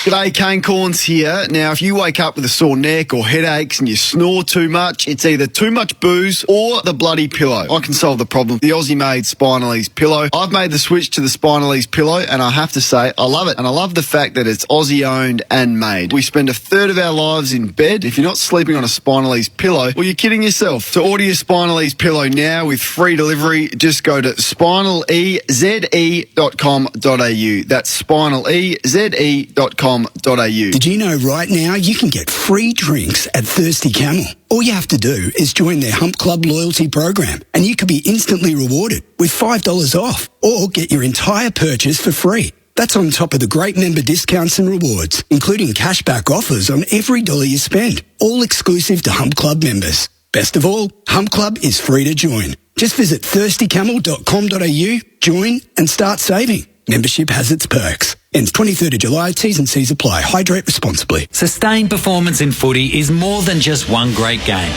It's about playing consistently, game after game, season after season. It's the same with your super. Because if you're with Host Plus, you're the super fund with a history of long-term top performance. Host Plus, we go with you. This is general advice only. Consider the relevant Host Plus PDS available at hostplus.com.au before deciding if Host Plus is appropriate for you. Past performance is not a reliable indicator of future performance. Hey, it's Jordan Lewis here. I was lucky enough to win 4 premierships, but I still remember my first game as a rookie. I needed all the advice I could get. So, if you're after an apprenticeship but need the same kind of expert help, you can't go past MEGT. MEGT is Australia's largest and only national apprenticeship network provider, making them your true local apprenticeship experts. With MEGT, a winning career could be yours. So check out their free job board today. Just go to MEGT.com.au or call 13MEGT. Experience heavy-duty performance with the all-new Navara Pro 4X, available now at Werribee, Western and Footscray Nissan. Featuring unparalleled off-roading capabilities, including a 3,500-kilogram maximum brake towing capacity, the Navara Pro 4X is ready for a weekend away or to be your workhorse. We have you covered in the West. Be quick, limited stock available. Experience a life without limits by booking in your test drive today at Western Nissan in Caroline Springs, Footscray Nissan and Werribee Nissan in Hoppers Crossing. Tell them Jono sent you. LMCT 8938 and 10856. Hi, I'm Dr. Nick Coatsworth, infectious diseases physician. Over 6 million Australians have taken the next step and received a COVID-19 vaccine. Thousands of GPs and vaccination clinics are currently providing services across the country. It's free, simple, and the best way to protect ourselves and our community from COVID-19. Remember, we're not safe until we're all safe. To find out when it's your turn, visit australia.gov.au. Authorised by the Australian Government, Canberra. Hello. Frank Walker from National Tiles. At National Tiles, we continue to permanently reduce our prices on Australia's most popular wall and floor tiles, like Stone Code, which we've crunched down to just $19.95 per metre every day of the year. You heard right. These ever-popular large format stone floor tiles down to $19.95 every day of the year. But only, yes, only at National Tiles. You're listening to AFL Nation for the Beaumont Tiles Trade Club. but it's straight into the path of Pickett, who puts it through from the quick response from the Tigers. So from the contest, Quaynor had it. He just tried to deflect it away from the corridor, and it was straight into the path of Marlon Pickett, who scores his first goal of the afternoon. AFL Nation highlights for McDonald's. Celebrate with the Mac family at Macca's. I'm loving it. They were the highlights from the third term, and at three-quarter time, Richmond 10-3-63, leading Collingwood 6-7-40. Three of those highlights thanks to McDonald's. Celebrate with the McFamily at Macca's. I'm loving it. Checking our goal kickers so far for the Tigers. Lynch has two. Baker with two singles to Martin, Rewald, Castagna, Collier, Dawkins, Bolton and Pickett. For the Pies, 2 goals to Elliott, singles to Pendlebury, Cameron, Thomas and Myercheck. Michael Barlow, Adam Cooney with us on AFL Nation this afternoon as we turn for home. Boys, who's going to claim this one? Well, the Tigers obviously in the box seat, and you'd imagine they have enough maturity and class to prevail. 20-point lead at three-quarter time. But again, Collingwood they come in the last quarter as they did last week. They'll take the game on. They'll look to overlap run. They'll be less cautious with ball in hand in terms of just finding a mark and chipping. So they'll give themselves a chance. Just when they pull the trigger on that, we'll wait and see. Still lead the inside 50 count, Collingwood, but it's been a game of wasted opportunity with ball in there, and also kicking in front of goal has been wasteful. And I'm pleased to report the Seagulls have invaded the MCG as well. Opening bounce for tyre power. Selected Cooper four-wheel drive tyres, $100 off. The attack forward from the Pies cut off. Thought those short stringy things across the top of the MCG meant to stop that. Yeah, they're not working as a couple of them fly straight in front of our broadcast box. Better shut the window. Pendlebury to Noble to Adams to Main, all at half back. Oh, Main, nice little bit of candy to get around Arts. The sidestep effective, goes to Cameron, didn't complete the mark with Asprey bearing down. Pickett's tackle too high on Noble. He gets the free kick, centre wing. Members' side of the MCG, it was a floating ball forward, and Dylan Grimes, he just laps those ones up. Yeah, just kicked that one off the instep. Noble didn't give his forward Jamie Elliott any chance at the footy, just rushed it. Another poor entry inside 50. Grimes has to go down the line in the Lynch direction, had a couple to beat. Adams was appealing that he was being held, and it's rewarded. Centre wing on the logo. Adams goes inside 50. De Goey 2 to beat. Off hands Asprey. De Goey able to mop up after Asprey's handball went astray. Brown back to De Goey. The look away handball to Thomas. The look away handball to Elliott, who palmed it into the path of Adams, who gets it to Pendlebury, who almost got brought down. Fed the handball to the side bottom. His kick smothered. Brown at centre half forward now with ball in hand. Jeepers. It's just error aplenty, error after error after error, and we finally get a ball up at centre half forward for the Pies. Adam, describe that for me, please. Yeah, well, they had 3 or 4 opportunities to actually have a ping at goals. Pretty good pressure from Richmond inside 50, but just overuse of the ball and then handballing to players that are stationary. Another opportunity gone begging. Joel knocked it down. Bolton to short. Just a high hoping kick. Arts underneath it. In a battle with Madgen. Quaynor arrives for support. He's tackled going nowhere. Umpire says a high tackle. That was called from the non-officiating umpire. Had a good look at it from his angle. Quaynor with the free kick. They need a mark here to go. He got a hand to it. Off hands to short again. A high hoping clearing kick. This time goes down the throat of Martin. As Lynch in a bit of space at half forward. If he gets a kind bounce, he does. Roughhead arrives applying pressure. Lynch inside 50. Ball bouncing top of the goal square. Maynard and Rewald. Maynard wins out. Short ball to Roughhead, who will go further afield to Noble at half back. Had some good wins, Maynard v Rewalt. Jack got a shocking bounce on that occasion, but he's had some good victories. Been rock solid in defence today, Braden Maynard. Noble went short to Brown to Rushko to Elliott. Defensive side of the outer wing. Now hits up side bottom. Centre wing on the outer side of the MCG. Feeds it by hand back to Elliott. Under pressure, got the kick away, and it goes down the throat of Hoskin Elliott. Half forward flank, Southern stand side. Pies kicking to the punt road end in this final term. High ball. Cameron sits himself and finally clunks one. Been threatening all day to take a mark. A crucial mark at that. And he's been able to do it on a slight angle 20 metres out. Well, the ball was set up for him perfectly. He had the run, he had the sit, he had the jump. I was a bit iffy.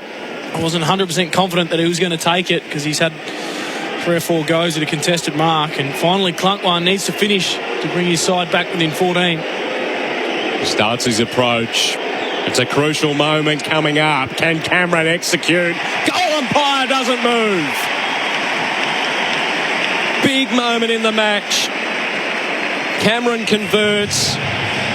He gets his second this afternoon. Pies move to 7-7-49. Tigers 10-3-63 on the Mate Internet and Mobile Service scoreboard. Award-winning Aussie service mobile plans from $20. We've gone 4 minutes in the final term. Thanks to Makita. Power through the season with Makita Power Garden. And that was a big moment for Bendix Brakes. Confidence stopping Bendix Brakes. It was Coxie and Darcy Cameron. Slotted that from 15 metres out, so that takes his metres gained up to a whopping 8 across 10 possessions. He was in the negatives there.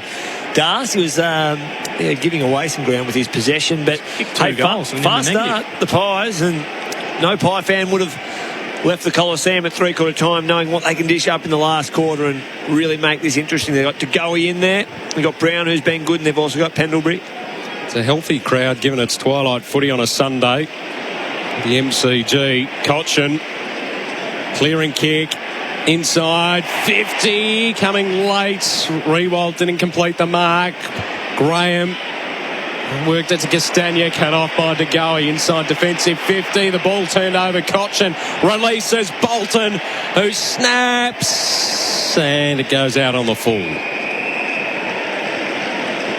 Free kick to go the way of the Pies, inside defensive 50. 10-3-63 plays 7-7-49 thanks to Mate Internet and Mobile. Short ball now to Maynard.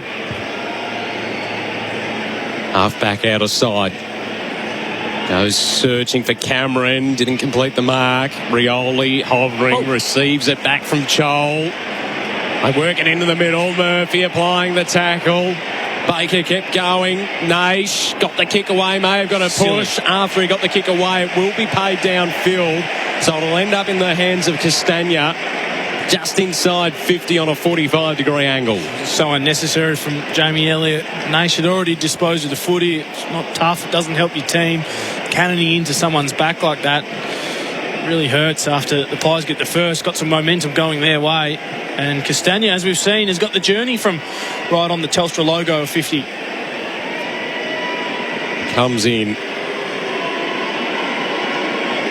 Slow and steady approach. 6.5 minutes into the final term. Castagna from outside 50 rides this one to the right-hand side. At the journey, not the accuracy.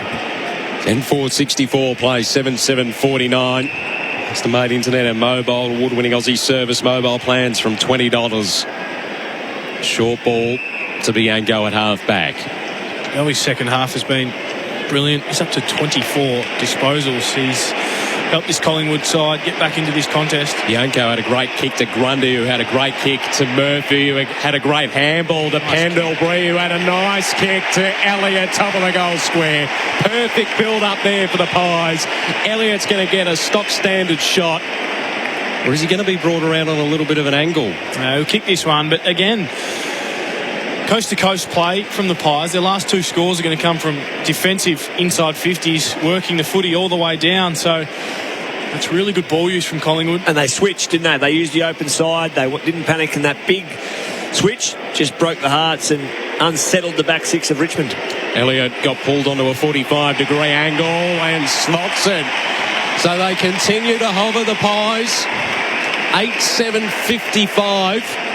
Plays 10-4-64 on the Mate Internet and Mobile Service scoreboard. Award-winning Aussie service mobile plans from just $20.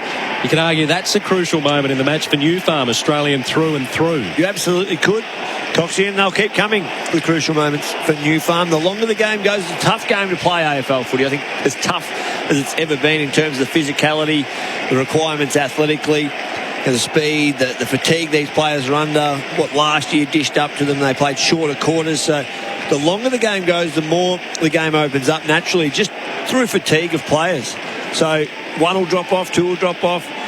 The latter stages of this quarter, 3, 4, 5, 6 players of each side are dropping off, which opens up holes, which will really be conducive to the way Collingwood move the football.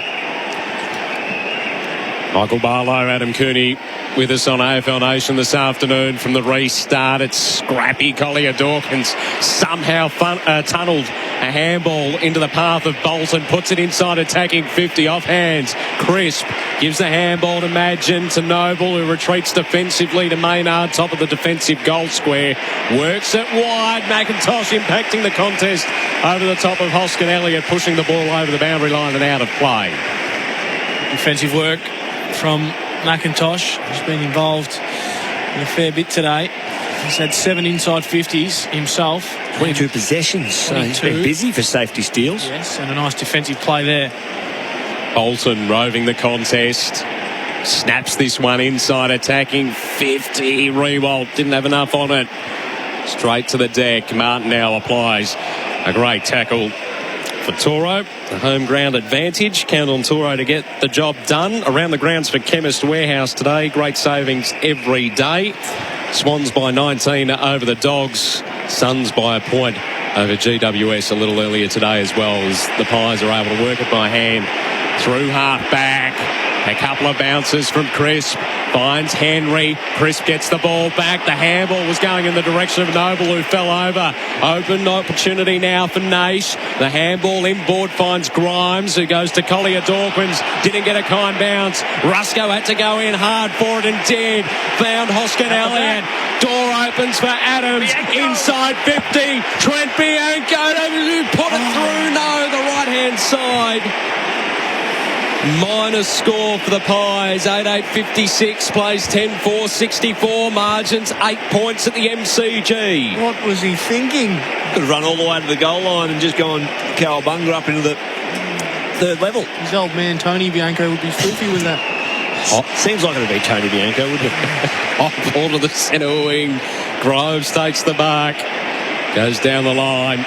Castagna takes it. No one on the mark, so called to play on. Goes to Rewald at half forward. Up against the boundary line. And the calling, you can hear the crowd. Lynch was out the back.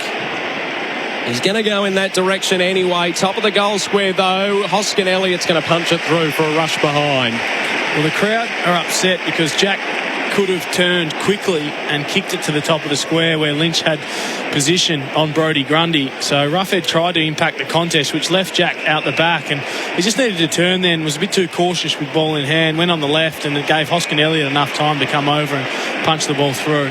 10-5-65 plays 8-8-56 thanks to Mate Internet and Mobile. Pies have worked it to half back. Henry goes in the Noble direction, was being confronted by Mansell, but still takes the mark.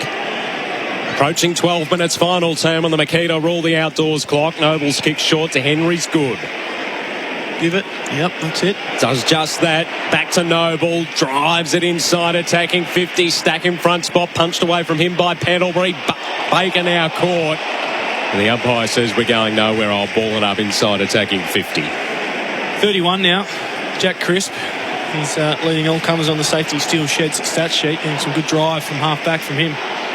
Ball padded into the path of Adams. The handball too hot for Pendlebury. The umpires picked out a high free kick, and it's going to go the way of Adams. He hasn't kicked the ball particularly well today, Taylor Adams. He's had 8 clearances, 27 disposals coming up. This is a genuine Bendix breaks big moment here. Confidence stopping Bendix breaks. None more beer. With the margin at 9 points in favour of the Tigers. The ball in the hands of Adams. 45-degree angle. Kicks from just inside the arc. Taylor Adams online. Gets the goal. Margin cut to 3 points at the MCG. 9-8-62 plays 10-5-65. That's all thanks to Mate Internet and Mobile, award-winning Aussie service. Mobile plans from $20. We're 13 minutes into the final term. Thanks to Makita. Power through the season with Makita Power Garden. Our experts this afternoon here on AFL Nation, Michael Barlow and Adam Cooney. Thanks to Car Sales, everything you ought to know. Oof. Yeah, he's been a team driver for a long time for the Pies. Missed a lot of footy with an injury earlier in the year. They love having him back at the source. He's a clearance king. He's had 9 tackles for safety steel sheds. So he's been in everything. And the longer the game goes, he just throws his body in. They're right for the picking here, yep, Mick, Richmond. Collingwood have all the momentum here, just 3 points the difference. It's theirs to lose from here, I reckon. So 3 points. Ooh, some inexperience in the Richmond centre bounce as well. 65 plays 62, and it started with Pickett going up in the ruck. Cameron applies the tackle. Ball going nowhere. Umpire was shaping. Let things go, and Brown emerges with it. Ball inside 50 again for the Pies. DeGoey in a whistle. Takes the mark over the top of Garthwaite and will line up slightly worse than a 45-degree angle, 35 metres out.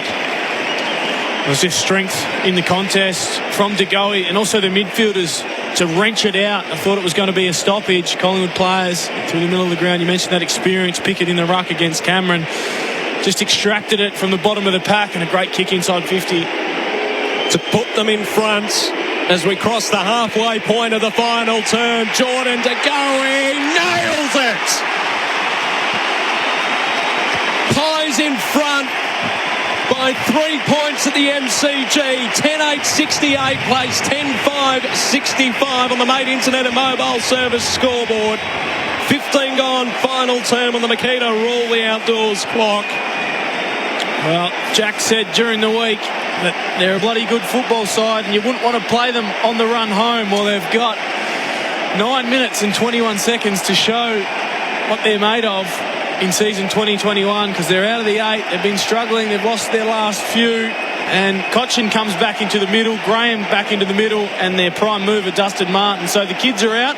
The experience is back in the middle. Huge centre clearance coming up here. We're still waiting for our Furphy unbelievable moment this afternoon as well. Furphy refreshing our unbelievable. Be an unbelievable result if the Pies, who have been threatening all afternoon, they haven't capitalised on the scoreboard until this final term. They now lead by 3 points in the middle.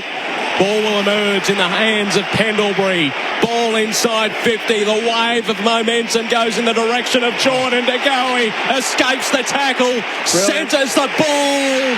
And Murphy takes the mark directly in front, 25 metres out.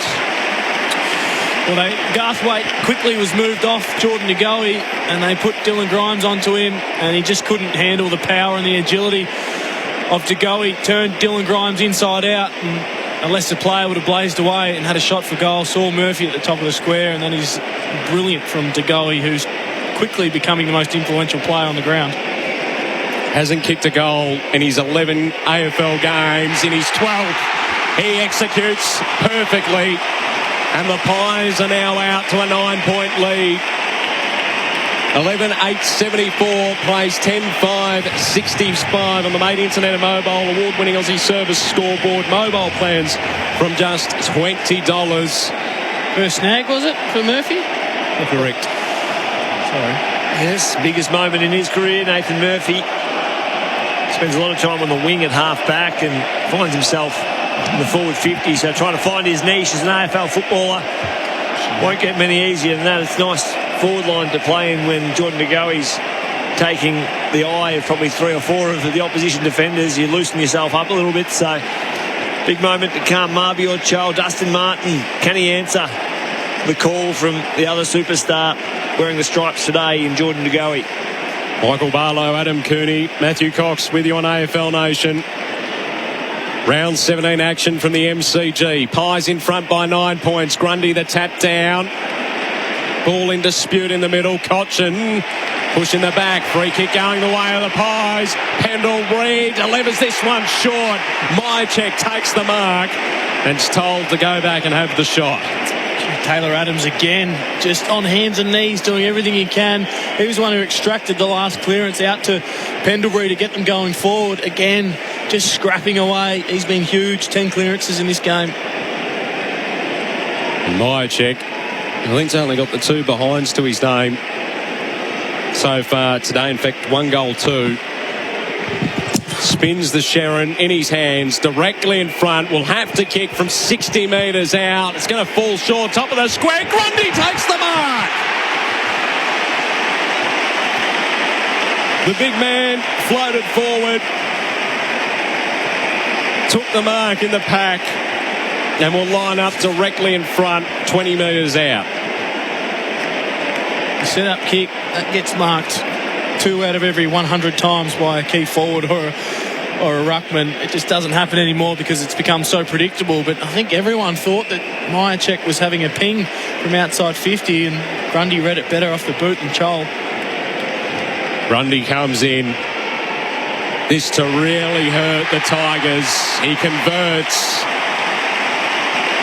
And now the Pies are starting to pull away. 12-8-80 plays 10-5-65 on the Made Internet and Mobile Service scoreboard. Approaching time on final term on the Makita Rule the Outdoors clock.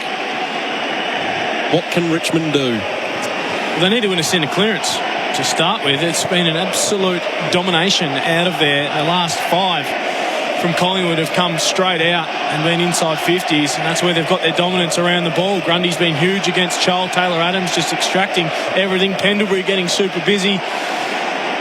So it's up to Richmond to win it out of the middle because they just cannot extract a centre clearance at all. So they've got Bolton, Cochin, Graham, Chol in there against Thomas, Pendlebury and Cal Brown. And just with a small little Collingwood chant as well, starting to echo around the MCG. Grundy and Chol engage in the middle. In dispute, Grundy follows it up. The handball cut off. Good play from Graham. Delivers it inside 50. Good fist though from Maynard. Everything going the Pies' way. Noble taken off the ball without it in hand. And the free kick. Advantage taken by Grundy in the end. He was caught in a little pickle. Madgen to Pendlebury to Brown. Goes with the underground handball trying to get it to Henry. Just needed to show a bit more poise there, Brodie Grundy. Hold the ball up. They won it back. A rare centre clearance in the last quarter for Richmond. They ended up, Johnny Noble did a good job. Just needed to hold it up, give the ball back to him and show some composure. Throw it in for Spitwater High Pressure Cleaners. Tools not toys. Aussie tough. Elliott roving the contest. Ball nearly Falcon Noble. Thomas mopping up. Feeds it back to Elliott. A burst of speed through the middle. Delivers it perfectly to Cameron. Oh, that's 50. Still inside the centre square. Not paid. So we go inside 50. Pickett did well in the contest and releases a kick long in the Lynch direction. Ruffhead got a fist to it but went to ground. Lynch mops up. Rusco on his hammer. He evades him, does Lynch. High ball in the Rewalt direction. Maynard impacted it. Rewalt enough in the contest to take the mark. Goes short to Madgen, who will work it to the broadcast side where he finds Noble. Still inside defensive 50. Short ball to Grundy. Half-back members side. 10-5-65 plays 12-8-80. Pies in front. We're into time on now in the final term. Grundy goes short to Crisp. Still inside defensive 50. 28-7 marks this quarter. Safety still sheds in the way of the Pies. Crisp's kick to the line is going to be knocked over and out of play after Myercheck failed to take the mark. So throw it in. Uncontested possession, 18-60. Yes, so they've just stacked it on this quarter in terms of possessing the ball. But it has been the trend the whole of the first 3 quarters. Richmond have been able to hang in. But now, it's starting to become too much for the Tigers. Ball into the path of Baker. They worked it to Koch, and it's a grubber kick to half forward. Madgen, he's put it into the worst hands possible. If you're a Pie, Martin pokes it short to Lynch, who takes the mark on a slight angle 40 metres out. And if we haven't already had a crucial moment in the match, well, this is a big one for Tom Lynch. He's kicked 2 goals already this afternoon. This is a big one coming up for New Farm, Australian through and through. Tom Lynch kicking to the city end.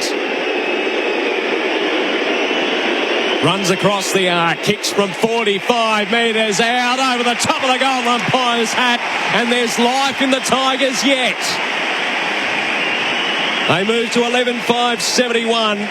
Collingwood 12,880 on the Mate Internet and Mobile Service scoreboard. 23 gone final term thanks to Makita. Ruled the outdoors. Adam Kearney, Michael Barlow with us this afternoon on AFL Nation.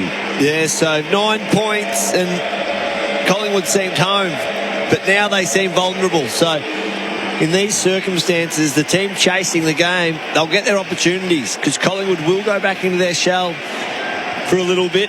Centre clearance will be so important. Can they find a mark and just take a couple of minutes off the clock, of which is all they need to put themselves in a really commanding position? So centre clearance, who is it? Bolton, Cochin, Baker for the Tigers, and Elliott, Brown and Adams for the Pies. Umpire thumps it into the turf. A good bounce to restart. Grundy just grabbed it out. Kicked it to centre half forward. Side bottom almost claimed the mark. Got tackled. Ball dispossessed. They work it free through Thomas to Grundy inside. 50. Desperate attempt from Cameron. Didn't complete the mark. Grimes mopping up. Better to short. Goes wide to the outer side. He finds Castagna, feeds the ball by hand to Pickett, tries to evade traffic, found some space for Baker to work in, ball to half forward, Roughhead punches it out of the grasp of Lynch. Tigers still in play though, they'll go forward again through Graham. Just out of the grasp of Rewald. It was knocked away from him by Maynard, and now the Pies are on the attack. Thomas short ball to Goey. Stops, props, 2 players on the outer side. He ignores Just hit one of them. Just hit one of them. Easy. Side bottom is the one he elected to go to, and Grimes was there to knock it away from him. Elliott mops up, tries to escape. 2 tackles, gets brought down, holding the ball. Free kick the way of the Tigers. Goey tried to outsmart himself there. He had 3 options. He could have just shifted it laterally and taken some time off the clock. He held up. It became the centre of attention, and the world got back for Richmond. Well done, Dylan Grimes. He'll go through the corridor here. It was a great tackle for Toro. Home ground advantage. Cameron takes the mark in the middle. Intercept the way of the Pies. From the Grimes kick, Cameron too far out to score, but he's in the corridor, goes in towards Goey. Garthwaite from behind brought it to ground. McIntosh mopping up for the Tigers. Will work it wide to Arts. Takes it on the half volley. Feeds it by hand to Asprey in his 150th. Goes long in search for Martin. Engaged with Quaynor. All fair. Adams ended up with a footy. Fed it to Noble. Works it to Madgen. Centre wing broadcast side. Goes down the line. It was too short of Thomas. Garthwaite couldn't get there either to impact. Ball to be thrown in half forward broadcast side for the Pies. And clearly the game's opening up under fatigue. Again, another missed opportunity. David Asprey had Liam Baker out running into grass. He could have run and gunned pretty much to half forward, but he blazed away to the 1-on-1 for Martin. 9 points the margin in favour of Collingwood.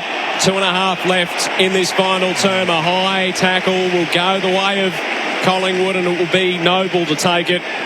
He's about 70 from home. So they're going to get plenty of numbers back here at Richmond for the long kick in. Handball goes to the outside to Madgen. Force a long one high. He looks very sore as Noble. Had to dish the handball off. Thomas roving the pack. Sneaks it through for a goal.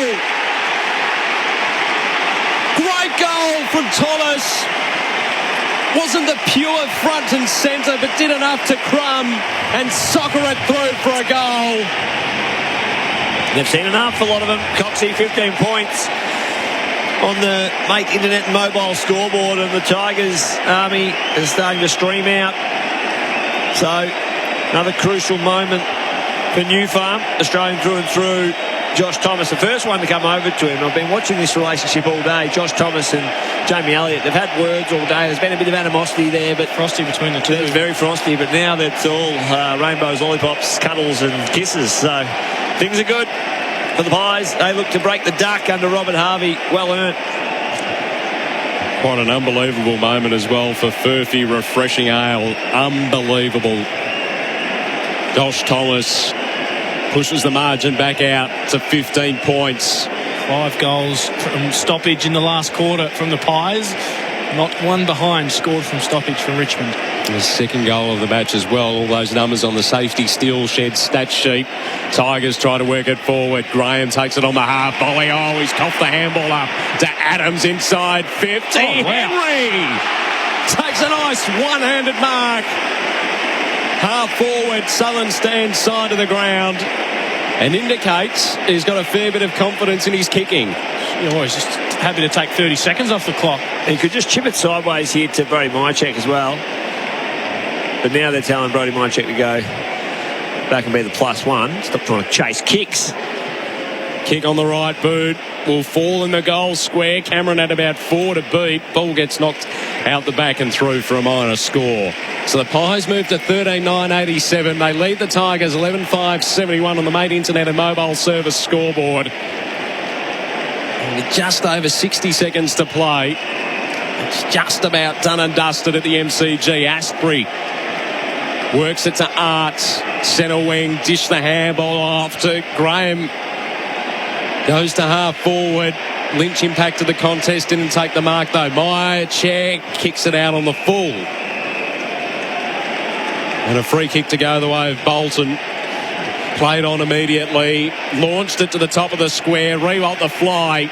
Came to the fall of the ball. Noble worked it by hand. They find Quain Orr, who puts it straight down the throat of Bolton, who will chip it into the corridor, but had too much on it for Naish. And Scott Pendlebury takes the mark in the harder defensive 50 for the Pies. Kicks it short to DeGoey, who's happy to soak up the clock now at centre half back. Great second half from Jordan DeGoey. He lit up for the Pies in the third and fourth term, as has Taylor Adams. Scott Pendlebury been brilliant through the middle of the ground in some sort of effort to get themselves back into this contest and win it.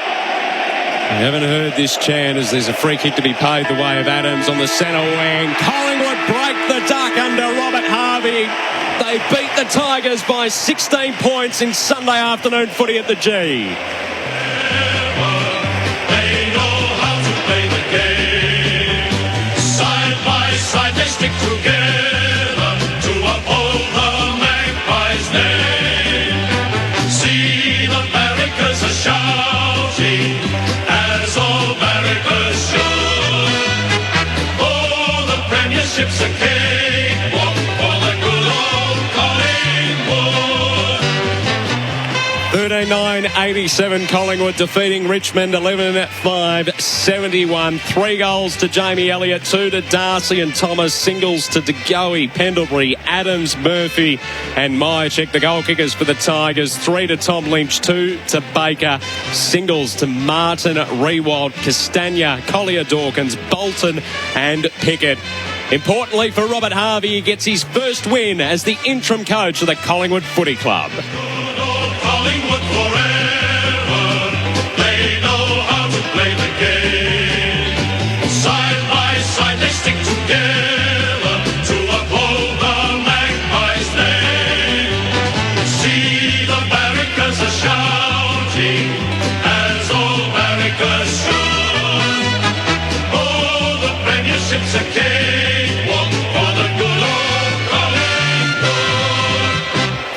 Collingwood by 16 points, and the question marks start to get bigger for the Tigers as well as we start to debrief this here on AFL Nation. Our post-game begins. Adam Cooney, Michael Barlow. How do we assess that one? Well, the Pies have done it again in terms of storming home and looking less than flattering or desirable for large parts of the match, but they give their fans something, don't they, in terms of something to believe. They would walk away last week from the performance against St Kilda thinking, why can't we play like that for at least 3 quarters, like they played in the last quarter? And today they probably shifted it up to 2.5 quarters and got a result against an underwhelming Richmond. So they stayed in the match, and it was weight of possession, wasn't it, Coons, in terms of uncontested marks. They dominated the clearances the longer the game went, and eventually that weight just told on the Richmond Tigers, and essentially Richmond had more passengers than Collingwood across the 4 quarters. Well, it was plus 24 in contested possession, plus 80 6 in uncontested possession. They were absolutely smacked out of centre bounce in the last quarter. Richmond, they just could not get the ball out of there, and it was the ease in which Collingwood were able to float through from centre bounce and get scores off the back of it, which was the reason why Richmond lost this game. Once they had the momentum, Collingwood, it is really hard to stop any team, but there was just too much for a Richmond side who have been to the well over the last 4 years, and it looks like it's starting to dry up. So where was it then for the first 3 quarters for Collingwood? They kept pushing, they kept grinding away, but they just couldn't convert on the scoreboard. Yeah. Is that purely what went wrong for the first 3 quarters? Well, I think, it's just that last entry inside forward 50. And probably like 2 to 3 seconds is an eternity in AFL football. And especially when they got the ball between 60 metres and 90 metres, they would turn and be very considered in what was next. And potentially they were overthinking a little bit. On the other hand, you see Richmond, when they get the ball past halfway, it's just automatic. What do? Turn. What have I got? Yeah, I've got an open player there. I'll kick it to him. I'll handball it to him, and away you go. So that last entry inside forward 50, which... Again, I called it early, Coons. So I was a bit ahead of the game in terms of fatigue. The fatigue opened the game right up for the Pies in the last quarter, and that last kick and the composure they had compared to Richmond entering forward 50 in the last quarter just it was the difference in the end. Yeah, Jagowi was huge, I thought, in the second half. Grundy got his hand to everything and started to work Marby or Chol over. Finished with 22 disposals. Certainly ran him into the ground. Taylor Adams on the bottom of every pack, extracting it. And then you get the ball to Scott Pendlebury on the outside and good things happen. Braden Maynard's job on Jack Riewoldt was superb, I thought. They got some good use out of their back half from Chris. Some good run and gun, and look, they had plenty of opportunities in the first half, as you mentioned. It was Mick. It was just that last kick inside 50 and the finishing work, which left a little bit to be desired, but they got it together and in the last quarter particularly, and they really dominated Richmond. So where to now for the Tigers? That is the big question, and that's the one that I think at the moment we're not going to have an answer for. And I think the thing that's hurt them the most is the fact that there was no VFL season last year, the Tigers, because the young kids that have had to step up to the plate now with so many injuries, particularly the key players in their defensive half of the ground, by not having that 1 or 2 years under the belt for some of this young talent coming through. They're not looking lost out there because they're very talented, but there's a gulf. That's a tremendous call, Coxie, in terms of a void of football for a side like Richmond, looking for the next wave to come through. And, you probably look at Collingwood and could argue the same thing, but there is something in that in terms of for Richmond, they've carried the burden or carried the mantle, not the burden at all, the mantle of being the team that's being hunted for 4 years. 3 out of 4 seasons they've won the premiership, and it's been carried by a lot, like Dustin Martin. He's a bit out of sorts for Dustin Martin and where he usually is at. Jack Riewoldt, Tom Lynch. So that just adds up, and the responsibility needs to be shifted. And the guys coming through are just tying their bootlaces up on that a little bit as we speak. We'll hopefully head down to the rooms in a moment to hear the song. Fair to suggest, given it's one of the old rivals for the Collingwood Footy Club, they'd be pretty happy to belt this one out. So we'll try and take you down to the rooms very shortly. They've only just departed the ground here at the MCG. So we'll begin our awards while we wait that. We'll start with the Furphy Unbelievable Moment for Furphy Refreshing Ale. Born in Geelong, unbelievable. Just near where Coons lives, Geelong. Unbelievable, isn't it? Furphy Refreshing Ale. What is it again? Batesford. Batesford. It's got a horror in it. It's good. It doesn't sound like the most aesthetic joint. You're not welcome down there. What did you say? Not unwelcome? You're very unwelcome. Well, my unbelievable moment for Furphy was Coons actually called it quite well. That last entry inside forward 50, just from a, inverted commas, set shot from outside 50, and it was popped to the top of the square, and it was really well read by Brodie Grundy from memory. Just launched and took it at the highest point, about 10 metres out directly in front, and caught the Richmond Tigers defenders napping, and that was a crucial time of the match, late in the game, and essentially opened the gates to the victory for Robert Harvey and his men on the evening. That's all thanks to Furphy Refreshing Ale. Born in Geelong, unbelievable. They tried to get Robert Harvey in the middle of the circle. He wouldn't be having any of that. No, he's walked straight out of it. onto the edge of the rooms. Line and length operator Robert Harvey. He's had the same haircut since the early 90s. Yes, too. Hasn't changed it up. Consistency. The MEGT Rookie of the Day, your local apprenticeship experts, as we hear a bit of the song.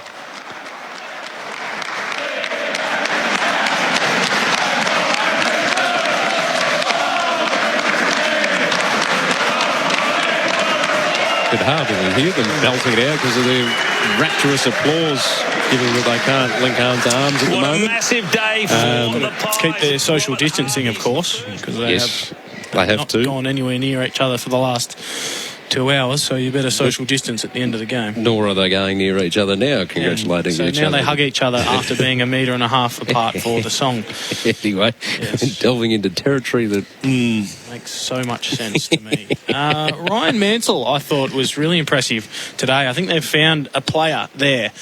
He was hard. He provided some really good contest work and some good rebound defending and running off. So I thought he was had a pretty good afternoon. Henry showed some spark and some glimpses of brilliance. Took a nice one-handed grab in the last quarter. And I think he might be a player too. He's one of those players that just finds pockets of space inside 50. But I think Mansell was pretty impressive today. And he's always happy to take it on too, from what we noticed from Henry. Even though he wasn't clunking, particularly in the first half, he was always willing to go at it. His dad Thierry said that he wants him to take the game on. Say that again? His dad Thierry said he wants him to take the game on. Now, Coxie, we've just got to validate. Kearns has worked, I think it's 16 days in a row. Yeah, this is uncharted. Yes. He's never done this before. And he's got tomorrow off? We've got tomorrow off. So what are you going to do? He needs the day off. So we've got 10 minutes left. I'm going just to get us through 10. Go home. Get us through 10. 84 beers, and I'm going to try and stay up for the Euros final. Right, that's the way to go about it. I need a vodka Red Bull to get me through. Drink responsibly, of course. Yeah. MEGT is supporting employers and apprentices for over 40 years. The goal of the game this afternoon for instant windscreens. Broken windscreen? Call instant windscreens 132 444. You can do the rest, Mick. No worries.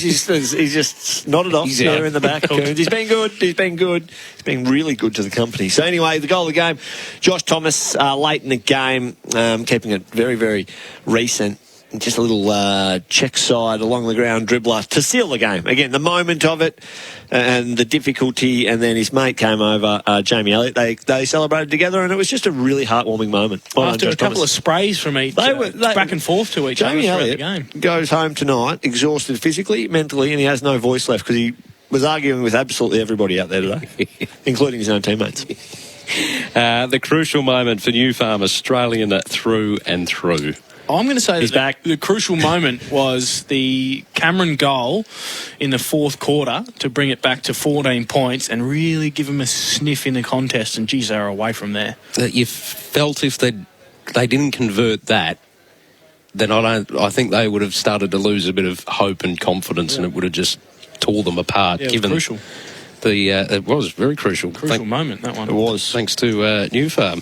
The tackle or tackler of the game for Toro, the home ground advantage. Count on Toro to get the job done. He does it every week, and he's a warrior, and he's a spiritual leader. He's not the captain of the football club, but I reckon he will be very, very soon. Taylor Adams for Collingwood was my Toro tackler of the game because he had double digits in the tackle statistic line. Are you going to put him in your votes, Taylor Adams? That means I'm doing the votes, does it? Correct. Just to look away. Just make sure you put him in there. That's people all I'm would saying. think that we are, we plan this a couple of days in advance, which we do talk, and we're quite adapted. We adapt to each other's lifestyles, but we 2 minutes out from doing the votes, we decide who does the votes. You can do them.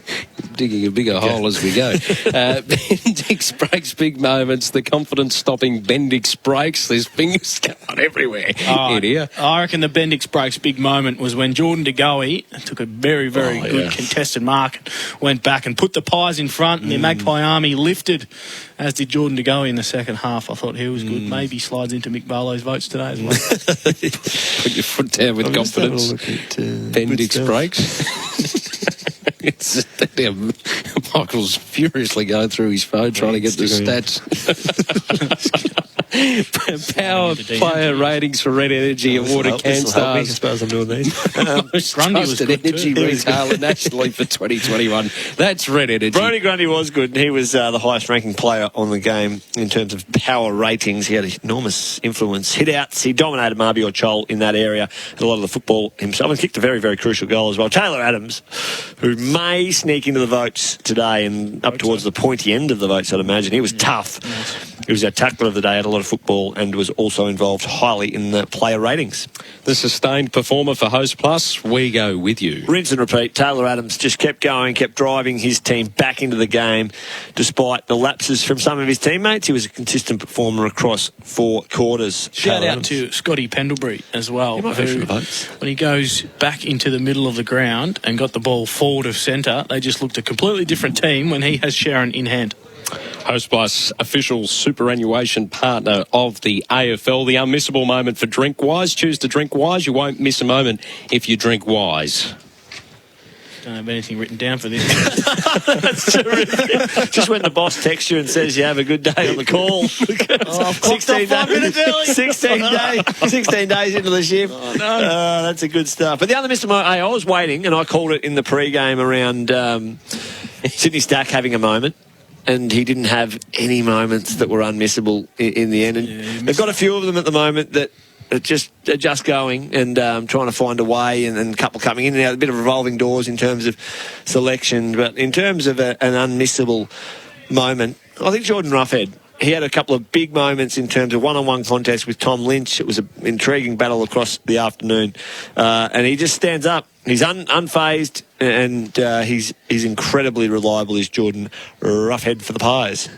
The injury wrap for Sudox Active Muscular and Joint Pain Relief Cream follow the directions for use. Will Kelly was subbed out of the match, we believe, with a quad issue. That's what's being reported on Twitter. So he went out of the game at half-time. Trey Rusco was activated as the sub. It's a clean, or relatively clean, bill of health for the Tigers, which is a positive given their current injury list concerns. Marby Chol did come off in the opening term, but played out the game quite strongly, so you'd think that there'd be nothing wrong with him, and it proved quite crucial because for the period of time that he was off the ground, their depth was being tested in the middle, with Pickett having to do most of the ruck work while he went missing.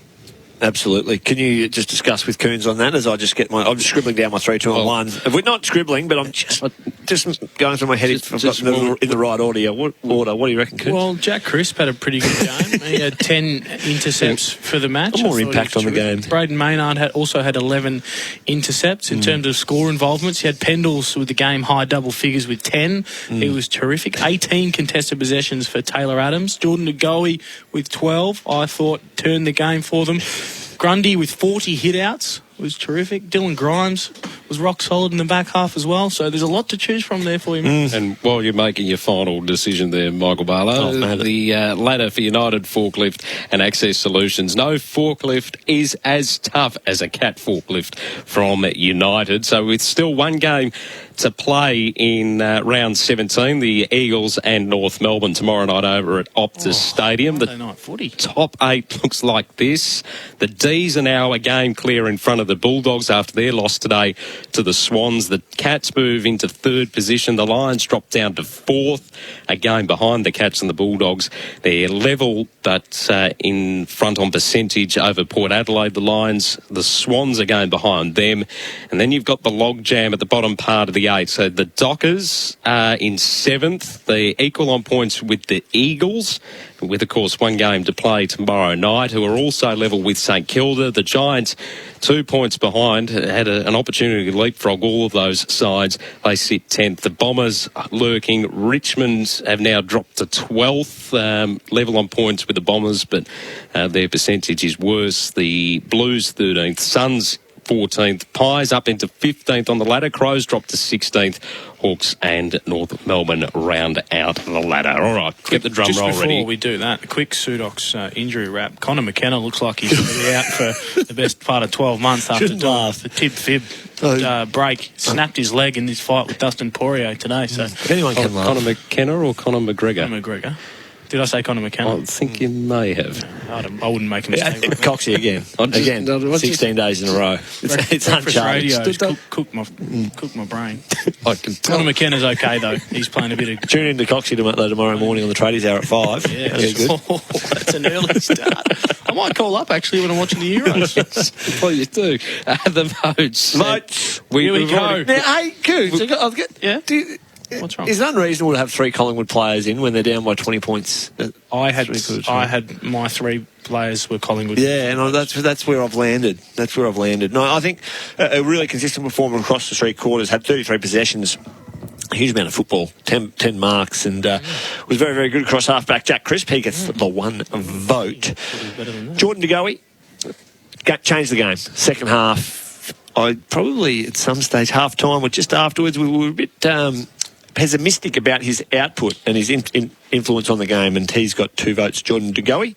And 3 votes, Taylor Adams. Huge performance, 31 possessions, 10 tackles, and a swag of clearances, 10 clearances also, so 3-2-1. Not bad. Thanks to Safety Steel Sheds, designed to save, built to last. Very impressive performance at short notice too, Michael Barlow, I'll just say. Pat on the back. Well done to you, Coons, for making it through after your big couple of weeks on Brecky Radio, and enjoy the day off tomorrow. Courage comes in all forms. It certainly does. Adam Kearney, Michael Barlow with us this afternoon here on AFL Nation. That's been the post-game show for Beaumont Tiles. Win tiling products for a year at iCanWin.com.au. It was the Pies this afternoon, 13-9-87, defeating the Tigers 11-5-71. Earlier today, the Swans defeated the Bulldogs. The Suns defeated the Giants up in Ballarat.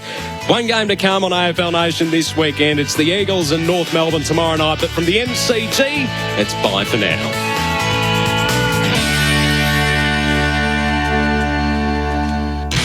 Oh, a good mark to Wilson.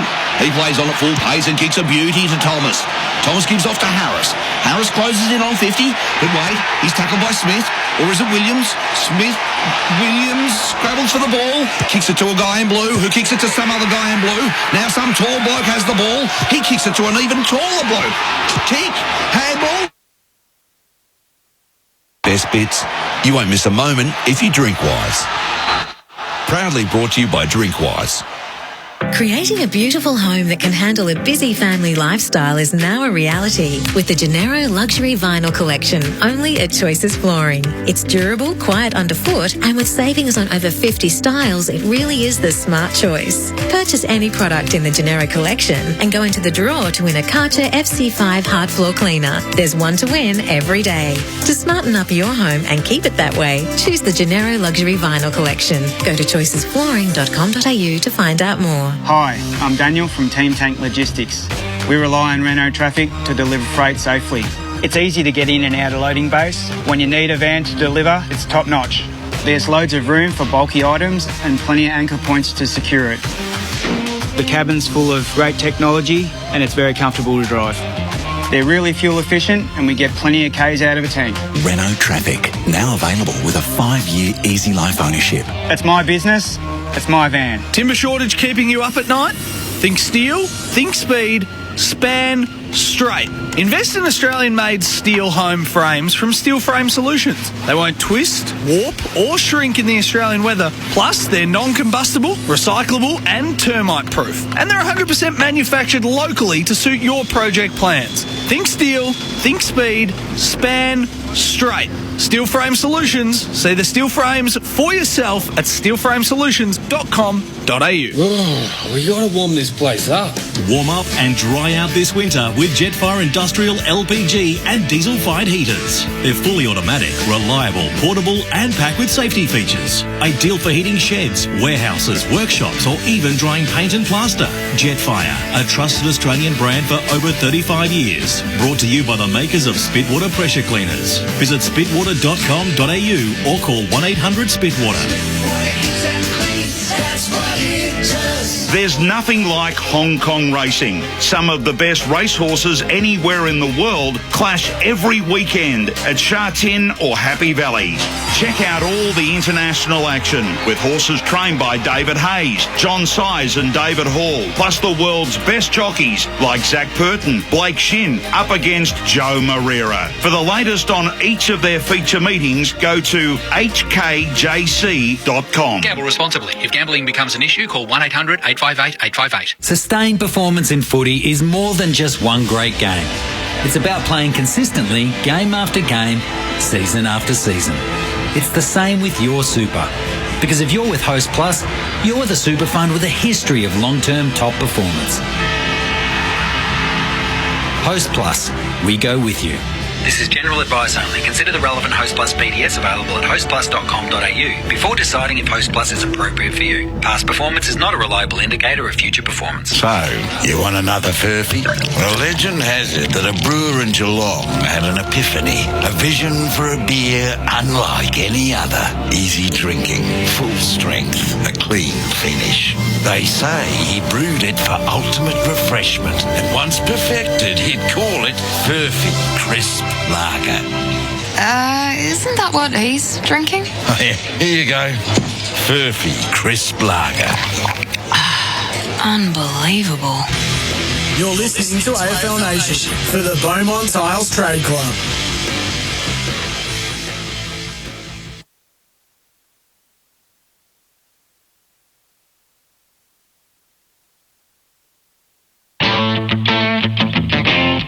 Live on SEN. Welcome to the SEN Roundup with Jordan Cornelis.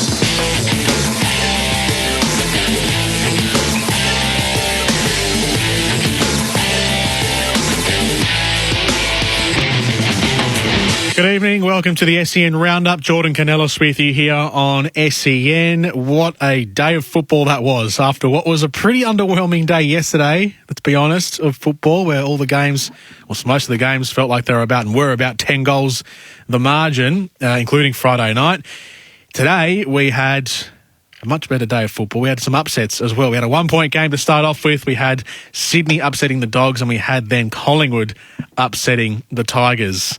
The results today: the Giants 9-10-64 lose to the Gold Coast Suns 10-5-65, a 1-point win for the Gold Coast Suns. The Western Bulldogs 8-12-60 lost to the Sydney Swans 11-13-79 at Marvel Stadium. The Swans 19-point winners against the top of the ladder Bulldogs coming into the round. They are not that anymore, but they were between last week and this weekend. And then just then, as you heard on AFL Nation, wonderfully called, of course, by Coxie, Coons and Barlow, 11-5-71, Richmond to Collingwood, 13-9-87, 16-point win, come from behind from Collingwood. And then one more game to come tomorrow, West Coast and North Melbourne. That's at 7:40pm Eastern Time over in Perth at Optus Stadium. So the ladder, as it looks at the end of round number 17 so far, with one game to go, on top of the matches from Saturday, where Fremantle had a 62-point win over Hawthorn, Geelong beat Carlton by 26, and St Kilda beat Brisbane by 32. Friday night, Essendon had a 63-point win over Adelaide, and Thursday, Melbourne had a 31-point win over Port. The ladder right now sees Melbourne on top. Again, standalone, 13-3 is their win-loss record, 52 points, a percentage of 100 and let's call it 130, rounded up. Western Bulldogs 12-4, the Cats 12-4, separated by a percentage of about 18%. Brisbane 11-5, Port Adelaide 11-5 in 4th and 5th position on the ladder, separated by about 9%. Sydney 10-6 now on the ladder on 40 points, so one game behind both Brisbane and Port Adelaide on 115%. Fremantle into 7th after their win against the Hawks yesterday, 8-8 on a percentage of 97.3. West Coast at 8-7. So on the same points as Fremantle, but have a game in hand with their match tomorrow, 95.3%. And then the bottom 10, St Kilda, 8-8 as well. They are 11% behind Fremantle. Sorry, as you can tell, I'm trying to do the maths in my head while looking at the ladder. The Giants are 10th, 7-8. and 1 with 1 draw. Essendon are 7 and 9. Richmond are 7 and 9 as well, and their percentage is inferior to the Bombers. So the Bombers on 103, the Tigers on 99. Carlton are 6 and 10 in 13th. Gold Coast are 6 and 10 in 14th. Collingwood are 5 and 11. Adelaide are 5 and 11, 15-16. Hawthorn in 17th on the ladder, 4 and 12, and North Melbourne 2 and 12. The Coleman Medal at the end of round 17. Oh, beg your pardon, 1 game to go. Harry Mackay had 2 goals yesterday against Geelong, so he's on 48 goals. Taylor Walker didn't play this week, so he's on 41 still. Josh Bruce kicked just the 1 goal today against the Swans, so he's on 40. Those are the 3 players 40 or above. The next best, Ben King, after he was scoreless earlier today against the Giants, so he stays on 38. Likewise, Tom Hawkins, he was goalless for the first time this season in a match yesterday against Carlton, so he's on 37. Jack Riewoldt, 36. Toby Green moves up to 35 with his 3 goals in a losing performance against the Suns today. And then Lance Franklin and Aaron Norton both on 33 as well. That's about the top 10-ish. There you go. That was your Sunday of football. You can give us a call, 1300 736 736. You can send us a text, 0433 98 11 16. Thanks to Temper, a mattress like no other. Coming up on the program, as we normally do on a Sunday night, we'll recap the round so far with Nick Negropontis. We'll chat to BP later on as well, Brett Phillips, to preview the Wimbledon men's final coming up between Novak Djokovic and Matteo Berrettini from Italy, and recap last night's extraordinary performance from Ash Barty to beat Karolina Pliskova to be the first Australian female to win, the first Australian woman to win or to make a final at Wimbledon since Yvonne Goolagong did it back in 1980. So 41-year drought broken by Ash Barty in an amazing performance. We'll do that later on with Brett Phillips on the program. Your calls, 1300 736 736, as I said. In the meantime, so the matches today, we had a 10-point or a 10-goal game yesterday, Hawthorn and Freo. We had 2 5-ish goal games. Geelong over the Blues and St Kilda's upset win over the Brisbane Lions. Isn't it funny how this week we were talking about, and rightly so, all of those really close matches, evenly billed matches heading in to this week. We had Port Adelaide and Melbourne on Thursday night, which turned out to be a pretty good game, and Melbourne got the win. That was not an upset, but I guess an important win for Melbourne, given they had been a little poor in the last month or so, just dropping a few results here and there, not looking as sharp as what they did in the first half of the season. But they get that win, and they especially get it away in Adelaide. Then we had the matches today, which were the Western Bulldogs and Sydney. We had Brisbane in their game at up on the Gold Coast against St Kilda. Knowing that these games would be important, and knowing that the results from the last couple of weeks had a few upsets over the last few weeks. Richmond's continual run of losses now. We had Melbourne's loss last week to the Giants, and a few of those results tied in to how the top 8 would play out. We knew that these games are becoming, especially when they play each other, become more and more important. Little did we know that these teams who are the lower ranked sides would go on and get the wins this week, and it's turned out to be that, and it's just caused more. Some may call it chaos, some may call it excitement. I'm of the latter. I reckon this is absolutely exciting that we've got teams like St Kilda now who have upset the Brisbane Lions, Sydney who have upset the Dogs, even Collingwood who have upset Richmond. It won't do much, obviously, for Collingwood's finals chance. They're well and truly out of it, but in terms of Richmond's top 8 hopes, puts a dent there. The Giants losing puts a dent into their top 8 hopes. And so now what we thought to be true about 2 months ago is completely the other way around, and we and it's just as we thought the top 8 was being slowly cemented in place. It's now been someone's taken a jackhammer to it, and it's all chipped up, and it's all over the place again. I mean, Fremantle are in the top 8 at the moment, and they still will be by the end of tomorrow. So regardless of West Coast's result tomorrow against the Roos, the Dockers will still be in the top 8. St Kilda are also level with Fremantle on points. And Richmond are a game behind. Essendon are a game behind. It just sets up what will be a phenomenal last third of the season of this AFL campaign. The games today, Richmond, so I called the Dogs and Sydney Swans game, and that was a masterful performance, really well coached by John Longmire. Sydney closed the game down. It wasn't exactly, I wouldn't call it negative football, where they were too defensive, because they did actually counter-attack and played fast most of the time on that Marvel Stadium ground, as we know Sydney to do now this season in particular. They're playing a much faster game style since Don Pike came into the coaching staff. But defensively, they also closed the Western Bulldogs up. They identified the strength area of the Western Bulldogs, which is that midfield, which is that ball movement, it's that handball game, and they were able to clog up Marvel Stadium and really prevent the Western Bulldogs from playing that style of game. Jamarra Ugle-Hagan made his debut today, the number 1 draft pick from the most recent draft, one of the longest waits we've had to have for a number 1 draft pick to make his debut. And we saw him play. He didn't do too much. He didn't do too badly either. It was first game, so you give him some slack. He'll start. There was a lot of marks that he could have taken, which he dropped, so he'll be clunking those in no time at all. And this isn't to criticise Jamarra Ugle-Hagan whatsoever, but you feel like the absence of Aaron Norton was a big, big thing for the Western Bulldogs. Those marks that Ugle-Hagan could have been taking but didn't, and again, we cut him some slack for being on his debut, but they would have been taken by Aaron Norton, and if they were, how much would that have changed the game? It was a 19-point game in the end, so it felt like a lot because the game was such a close match and a low-scoring match right throughout for Sydney. So 19 points, 28-point lead, I think, was the game high. In the grand scheme of things, not heaps, 19 points, but in the context of this match, that's a pretty wide margin. But you put an Aaron Norton in that front half and he clunks 2 or 3 of those marks and scores 2 or 3 goals, and the game gets closed up all of a sudden and the Western Bulldogs find themselves in the match.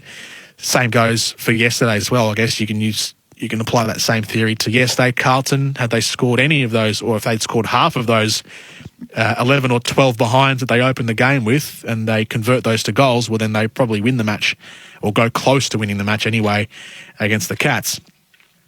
The Giants and the Suns earlier today. The Giants are just, I really want to like the Giants. I really want to like both the Giants and the Bombers, and I do, but I want to like them and also have faith in them at the same time, and I can't. If the Giants are losing to teams like the Hawks and like the Suns, but they're beating other sides in the top 8, it just, I don't have any faith in them that they can perform if they make finals. And as a result of today's result, how far back does that place the Giants? How far back does that place the Tigers in the pecking order? And how far forward does it put St Kilda? So St Kilda have got 3 wins in a row now. The Tigers have fallen to 4 losses in a row. I've got to get my little notepad out again to see my notes because I've only just come back from the ground. But Tigers, does it put a line through their season? Are Tigers fans still hopeful that, you are only a game out, so you get 1 or 2 games? There is an easier run home as well for Richmond, but they've already had an easy run of games in the last couple of matches and they haven't been able to secure those results. How far back does it put the Tigers in the running for the finals now? And if there is a team to make finals, who are you putting your faith in? Do you have faith in the Saints? Do you have faith in the Dockers, for example? So St Kilda have now won 3 games in a row. Richmond, that loss means they've lost, 4 games in a row, and they've lost 5 of their last 7 matches, which doesn't read at all good at all, does it? With Brisbane and Geelong coming up, and then an away trip to Fremantle, who are tough to beat over at Perth. 0433 98 11 16 if you have any thoughts on the day of footy so far. Tigers fans, Pies fans, give us a call. Dogs fans, give us a call. Dare I say it, Suns fans, give us a call here on the SEN Roundup this Sunday night. Jordan Canellis with you. We'll speak to Nick Negroponte shortly, and Brett Phillips not long after that here on SEN The Roundup. Drive with Bob Murphy and Auntie Ma. Going to be a big show later on this afternoon. Old Bobby Boy will be back in harness. We've got Pox and Rocks, obviously, which is the Monday staple. What else have we got? And Dermot. Yes, and of course, early Monday morning is the Euro final. We're going to speak to Michael Bridges. What state is he going to be in? If it is, in fact, going to go home for the first time, he will be completely... In fact, you won't answer his phone. All of that's coming up a bit later on this afternoon. Robot Building Supplies. Robots got it. Weekdays on SEN. Safety skill, Time to get real. Servicing all of Australia, Safety Steel is renowned for getting the job done no matter the size. Industrial, commercial, domestic and rural, Safety Steel helps local business move forward. Garages, carports, massive warehouses, barns, farm sheds, whatever your project or development, everything is designed with advanced engineering. Safety Steel, over 50 years and still going strong. Safety Steel. Time to get real. SafetySteel.com.au. Oh, we gotta warm this place up. Warm up and dry out this winter with Jetfire Industrial LPG and diesel-fired heaters. They're fully automatic, reliable, portable and packed with safety features. Ideal for heating sheds, warehouses, workshops or even drying paint and plaster. Jetfire, a trusted Australian brand for over 35 years. Brought to you by the makers of Spitwater Pressure Cleaners. Visit spitwater.com.au or call 1-800-SPITWATER.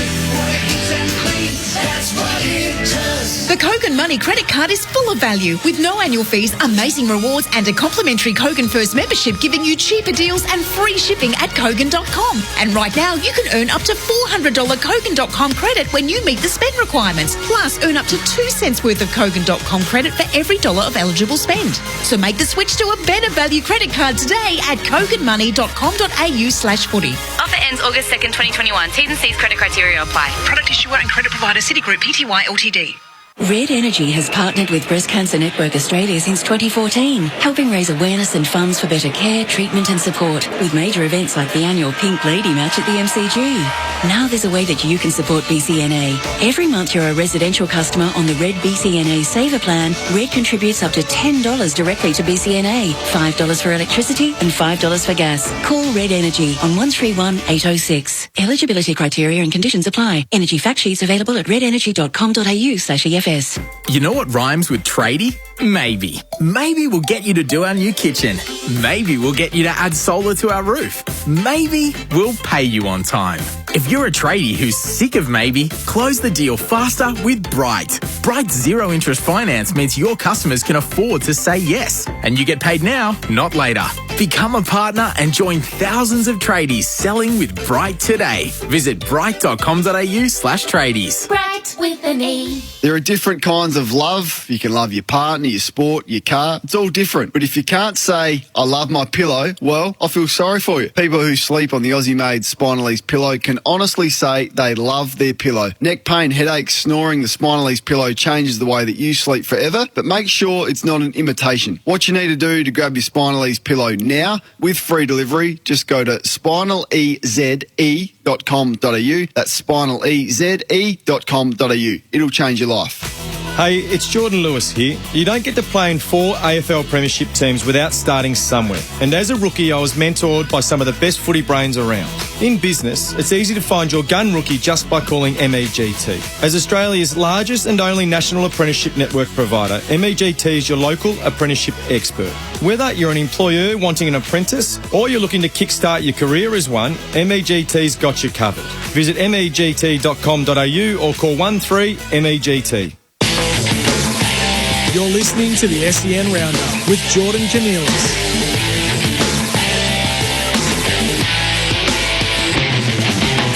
This is the SEN Roundup on your Sunday nights.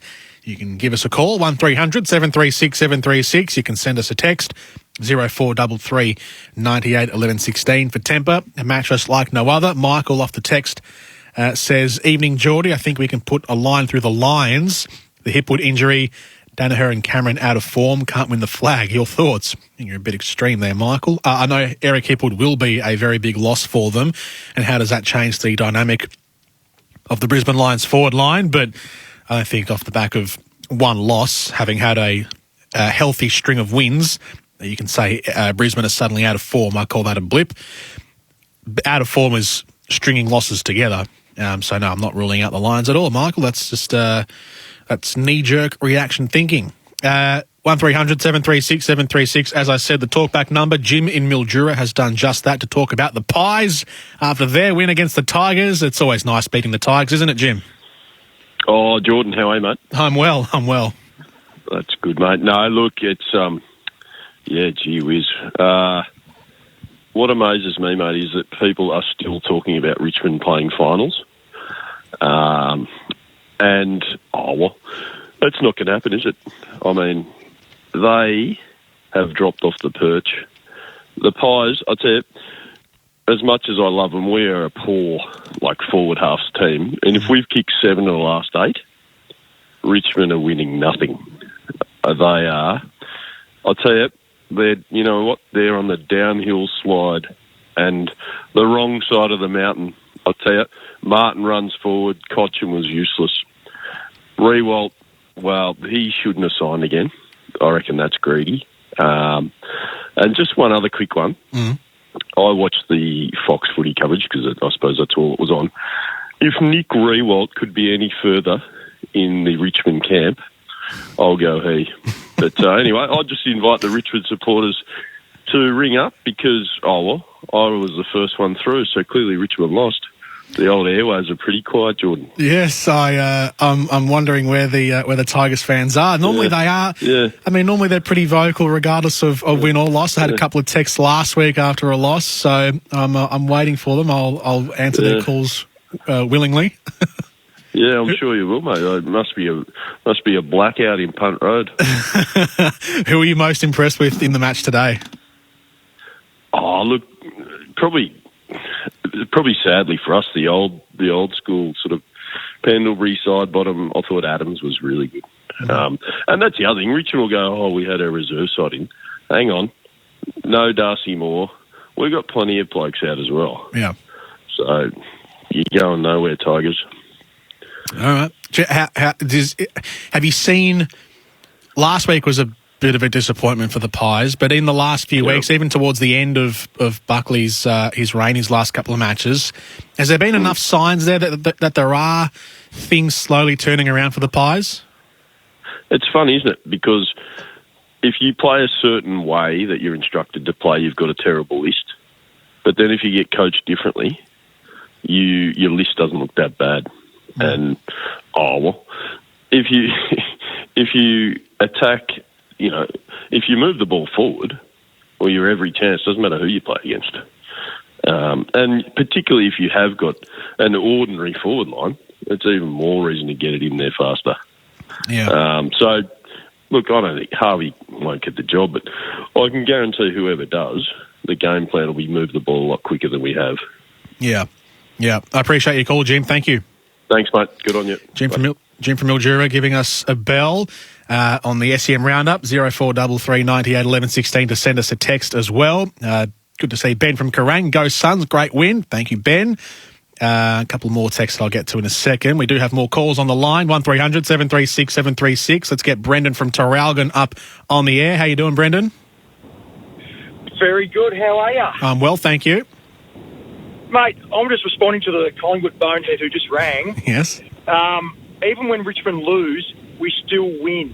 We've got 6 picks in the first 45 picks in the national draft coming up. So even if the ladder doesn't change, we get our first top 10 pick in a decade. We've got Geelong's first round pick. We've got St Kilda's first second round pick and other things. So I just don't think reality is setting on a few people that are dancing on our grave, because we've got the best chance to reload that we've had in years. So if you think Richmond supporters sitting there crying in their tea over a meaningless game, I don't think so, Tiger. Okay. We have got plenty of life left in us with the age profile of the list, and we get a really good chance with some valuable draft picks. So I wouldn't be dancing. I wouldn't be celebrating too much. And that 2018 preliminary ship is still very much prominent in their heads. We are rent-free in Collingwood supporters' heads. It's great. So I like the bite back. I respect it. Do you think this? Do you think that the turnaround can happen? How quickly could a turnaround happen, do you think, for the Tigers? No. The worst thing we could do is try and scrape into finals. Use the system to our advantage. We haven't had a top 10 pick for years. So you know what? If we've got some surgeries to happen, do it. Play the kid. Let's see what the kids have got from the VFL system. So, and this will probably also, unfortunately, timestamps a couple of careers, but that's okay because that happens to any champion team, and we've been a very good champion team over years. So, it's obviously going to it actually creates more opportunity than anything else and helps us reload for the next 5-6 years. So, yeah, it's never good to lose to Collingwood, but if you actually sit back and look at it, look at West Coast when they had a down year. 2 years later, they win a flag. Brendan, I guess as a Tigers fan, would you be how I don't know if annoyed is the word, but how sort of discontent maybe would you be if you don't make finals this year, having come off the back of 3 premierships? Not discontent, mate, because I'm very content with the rebuild that's happened under Damien Hardwick. How could you complain with 3 flags in 4 years? Yeah. So if this is the reset that we have to have with the draft hand we've got, which can allow us to get a Sarah over and a couple of others, then why not, mate? Yep, so you'd have to be very selfish or silly to not respect what has happened at Richmond over the last decade. It's been wonderful. Thank you, Brendan, for the call. Thank you, sir. Thank you, mate. Brendan from Traralgon. That was the answer I was looking for as well. Well done, Brendan. Avi from Melbourne on the line. How you doing? You good? How are you? Good, thank you. I just wanted to let you know, I heard before on the radio home that you guys are counting Collingwood out of making the top 8. I've just gone on the ladder predictor, and it is mathematically possible for us to make the 8. Oh, really? And seeing the form that we're going in, I reckon there's a pretty good chance. Okay. Who's your run home? I'll get my fixture out in front of me. Who's our run home? We have... we've got Essendon last round. You got Carlton up next. Carlton next. You got away to Port Adelaide. Yep. Win that. We're away to Port Adelaide. We've got West Coast in the G. We'll win that. Yep.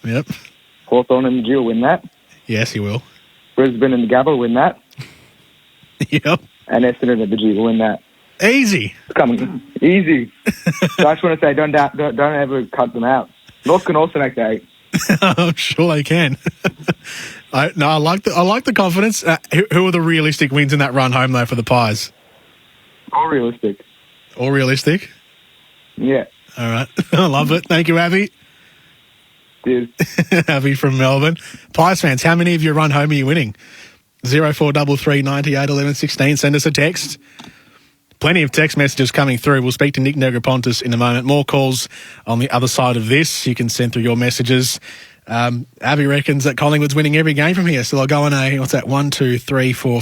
7-game winning streak, which will match Brisbane's winning streak from the middle of the season. There you go. 7-game winning streak coming up, Pies. Get ready for September. We'll take a break. We'll come back after this. We'll take more of your calls and read out more of your text messages, and we'll speak to Nick Negropontis as well from our website, sen.com.au here on The Roundup. We love chatting to our listeners, and we've already had so many great calls on SEN Breakfast in 2021. The Toyota Caller of the Year, where you could win a 2021 Toyota Hilux Rugged X valued at over $75,000. Richard from Mary Warren, he called us back in April. I used to play cricket with a guy that had 2 toupees. One was longer than the other one, and he'd wear a longer one for about 4 or 5 weeks, and then he'd wear the shorter one for a couple of weeks, make it look as though he had an haircut. The Caller of the Year, with thanks to Toyota, only on SEN Breakfast. Oh, what a feeling. Toyota. The legendary reliability of Toro mowers has made them best on ground at Real Madrid and St Andrews.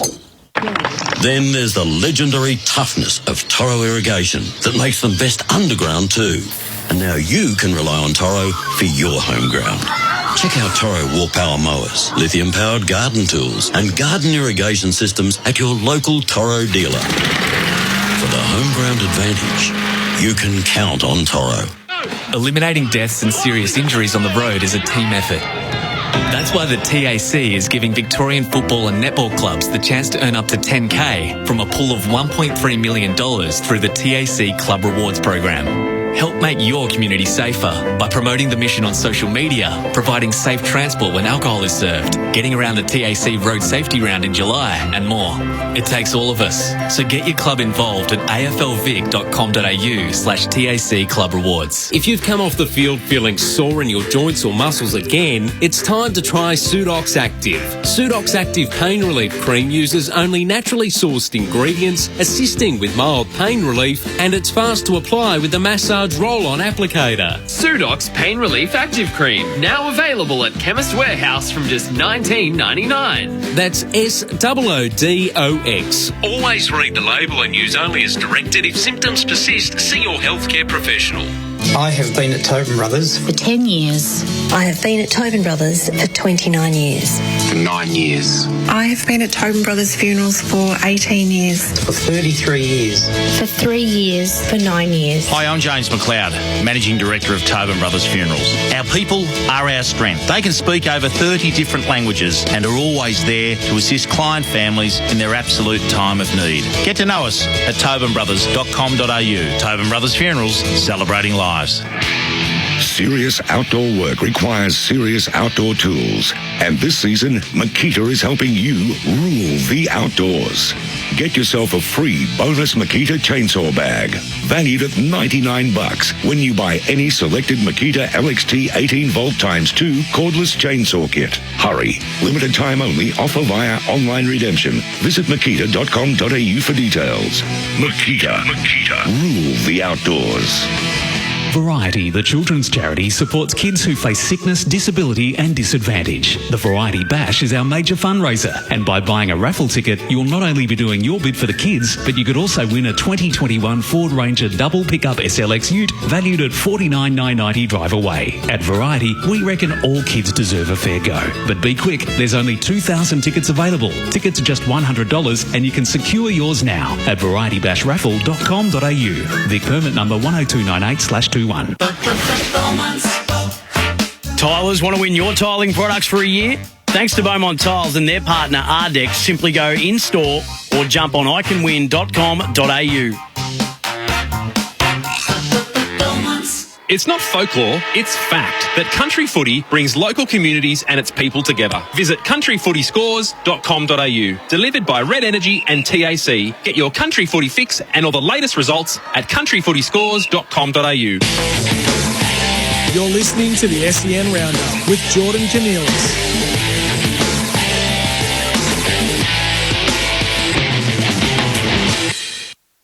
Welcome back to the SEN Roundup. Help me turn my mic on. There we go. The three matches from the day's play in footy. The Giants, 64, lost to the Suns, 65. 1 point win for the Suns. The Swans, 19-point winners over the Dogs, 60-79 at Marvel Stadium. So a good away win there for Sydney. Their away form has been pretty good this year, the Sydney Swans. And the Tigers, 11-5-71 to Collingwood, 13-9-87, 16-point win for the Pies. We'll speak to Nick Negropontis from the website in a moment, but we'll take your calls still here on the SEN Roundup. We'll begin with Daniel from Lang Warren wanting to chat about the Pies Richmond game. Daniel, welcome. Hey mate, how are you? I'm good, thank you. That's the way. Yeah, just wanted to look. I haven't been in much footy, and probably albeit we all haven't been in much footy. First game in a couple of years myself, but I just really was pleased to see just the way Harvey probably orchestrated that back sort of second half there. Mm-hmm. Murphy probably went to a wing and Main went down back, and it was just really impressive to see that structure hold up a lot better.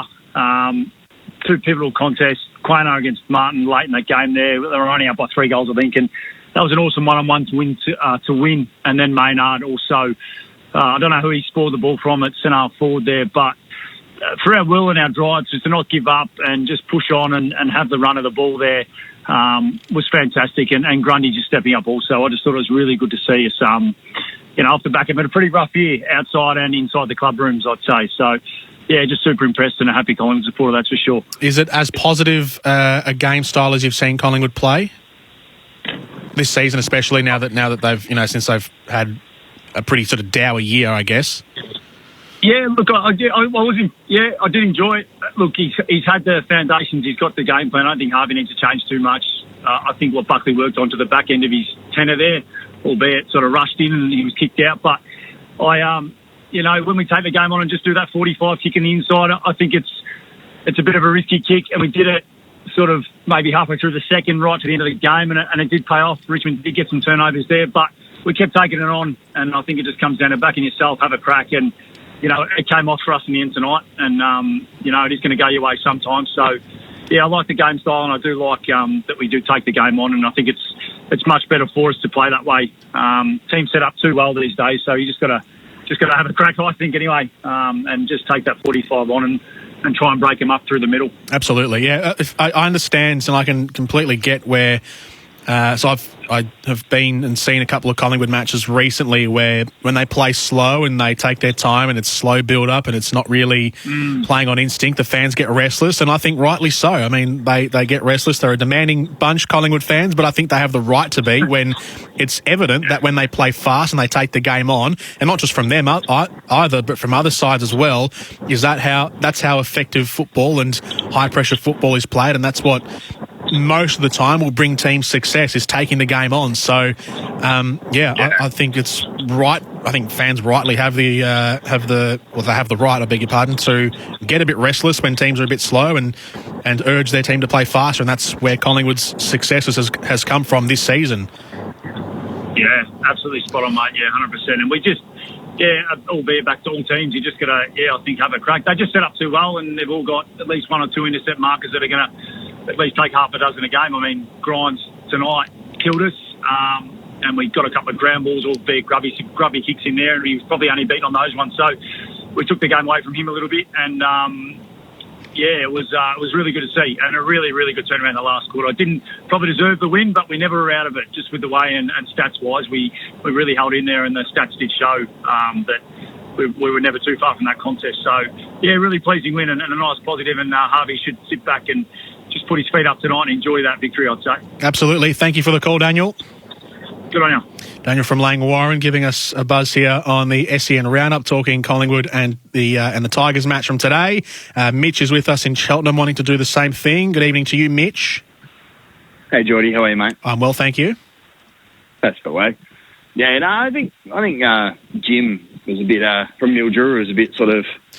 Thank you for the... not worrying about his own team, really. I think, about the call, sorry. Not worrying about to Nick Negropontis in just a moment. You can you give us your calls, 1300 736 736, or you can send us a text on 04 33 98 11 16. We'll continue to take your calls in just a few moments. Nick Negropontis is with us here from the SEN website, sen.com.au, where he's been covering a number of things, including footy and also basketball, which we'll chat about in a second. Nick Negropontis, good evening to you, Nick. Geordie, thanks for having me. Pretty language on a Sunday afternoon. Oh, I know. Just Tigers. I was expecting it fully. Tigers and Pies fans having their say. But firstly, what's been the story of the day for you from the footy world? Well, to me, it's obviously the Sydney Swans. I think they've once again proven their credentials in a game that matters. I mean, whenever you hear people talking about, who are the flag contenders, who's making up the numbers, you usually hear, well, Sydney are 5th or 6th. They'll finish 6th, and they'll probably get knocked out in the first or second week of finals. It's hard to argue that they're not a contender at this point. They in games that matter, they lost to the D's by 9. They beat the Dogs. They beat the Cats. They beat Brisbane. They just lost the Port. They smashed West Coast. They smashed Richmond. They beat St Kilda, and they beat Essendon. So, I mean, what would the general public like them to do? Yeah, there was from the handful of games that we had today. I mean, the Sydney Swans were impressive. Collingwood obviously have been turning things around. Let's start from the top, I guess, from the three matches today. The GWS Giants. How much I want to like the Giants, but I don't know if I can have faith in the Giants for just the results that they've had in the last couple of weeks. So they've lost to the Gold Coast Suns today, but they beat Melbourne last week. They lose to Hawthorn. They draw with North Melbourne, but they've beaten the West Coast Eagles this season in the last sort of 2 months. They've beaten some big teams, but they fall when they fall at the hurdles at the smallest hurdles, really. So for a team who at a certain point in the last sort of, I guess during the middle rung of the season, was saying they could be the team who slide into the top 8. I don't know if they would deserve to off the back of the losses they've had recently. No, if you look at the run home, they've pretty much cost themselves here. Yes, they're only 2 points out of the 8. Yes, they're still obviously a live shot, but when you draw with North Melbourne, you lose to Hawthorn, and then you lose to Gold Coast in a time where you could have won those games and put yourself comfortably in the top 8. They could be 7th by a game and a half right now, if not for those performances. They've shot themselves right in the foot, unfortunately, and it's put them in a pretty awkward situation because they've got a tough run home, tougher than teams like St Kilda, Essendon, and even Richmond, even though they've got a tough fortnight coming up. The Giants have a tough run home, and for them to make it from here, a lot's going to have to go their way. It's the same criticism that we've had of the Giants for their entire tenure under Leon Cameron.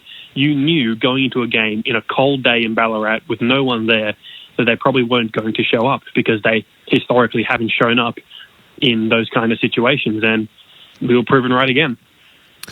How did the Gold Coast Suns win that game then? It's a great question. They clearly wanted it more. They've come under pretty fair criticism for where they're at and what's going on with the development of the Gold Coast Suns and the way they've built the team and the way that they've competed mostly in the second half of the year. But they've now come out. They were clearly the better team against Richmond. They should have beaten them by much more than 10 points. And now they've knocked off GWS. So they're clearly the finals reaper. They're going to cause a few upsets, it would seem, on the back half of the year. I know. They've got the Dogs next week, Melbourne the week after, and Brisbane the week after that. Any of those teams feeling a little nervous now? I'm going to say no. Same. But you never know. They have a percentage of 91 now. So they've not only won these games, they've been competitive. Percentage of 88. But still, it's a very competitive percentage for a team that's been smashed pretty heavily this year in the media. And they're actually getting wins now post the halfway mark of the season, which is rare. Well, I read somewhere, I haven't verified this, but I read somewhere that it's the first time they've won 2 games in a row post round 16 ever. Yeah, I think that's right. Because I know post round 15. Ever. I think the last post round 15 in the last 5 years, they've only won 2 matches, so this is now 3. But back to back games. Yeah, I think this it'd have to be one of the first times ever, I'd say. Well, there you go, and good on them. Like, I know people naturally root against the Gold Coast Suns because, they got a team before Tasmania, they got a team before Darwin.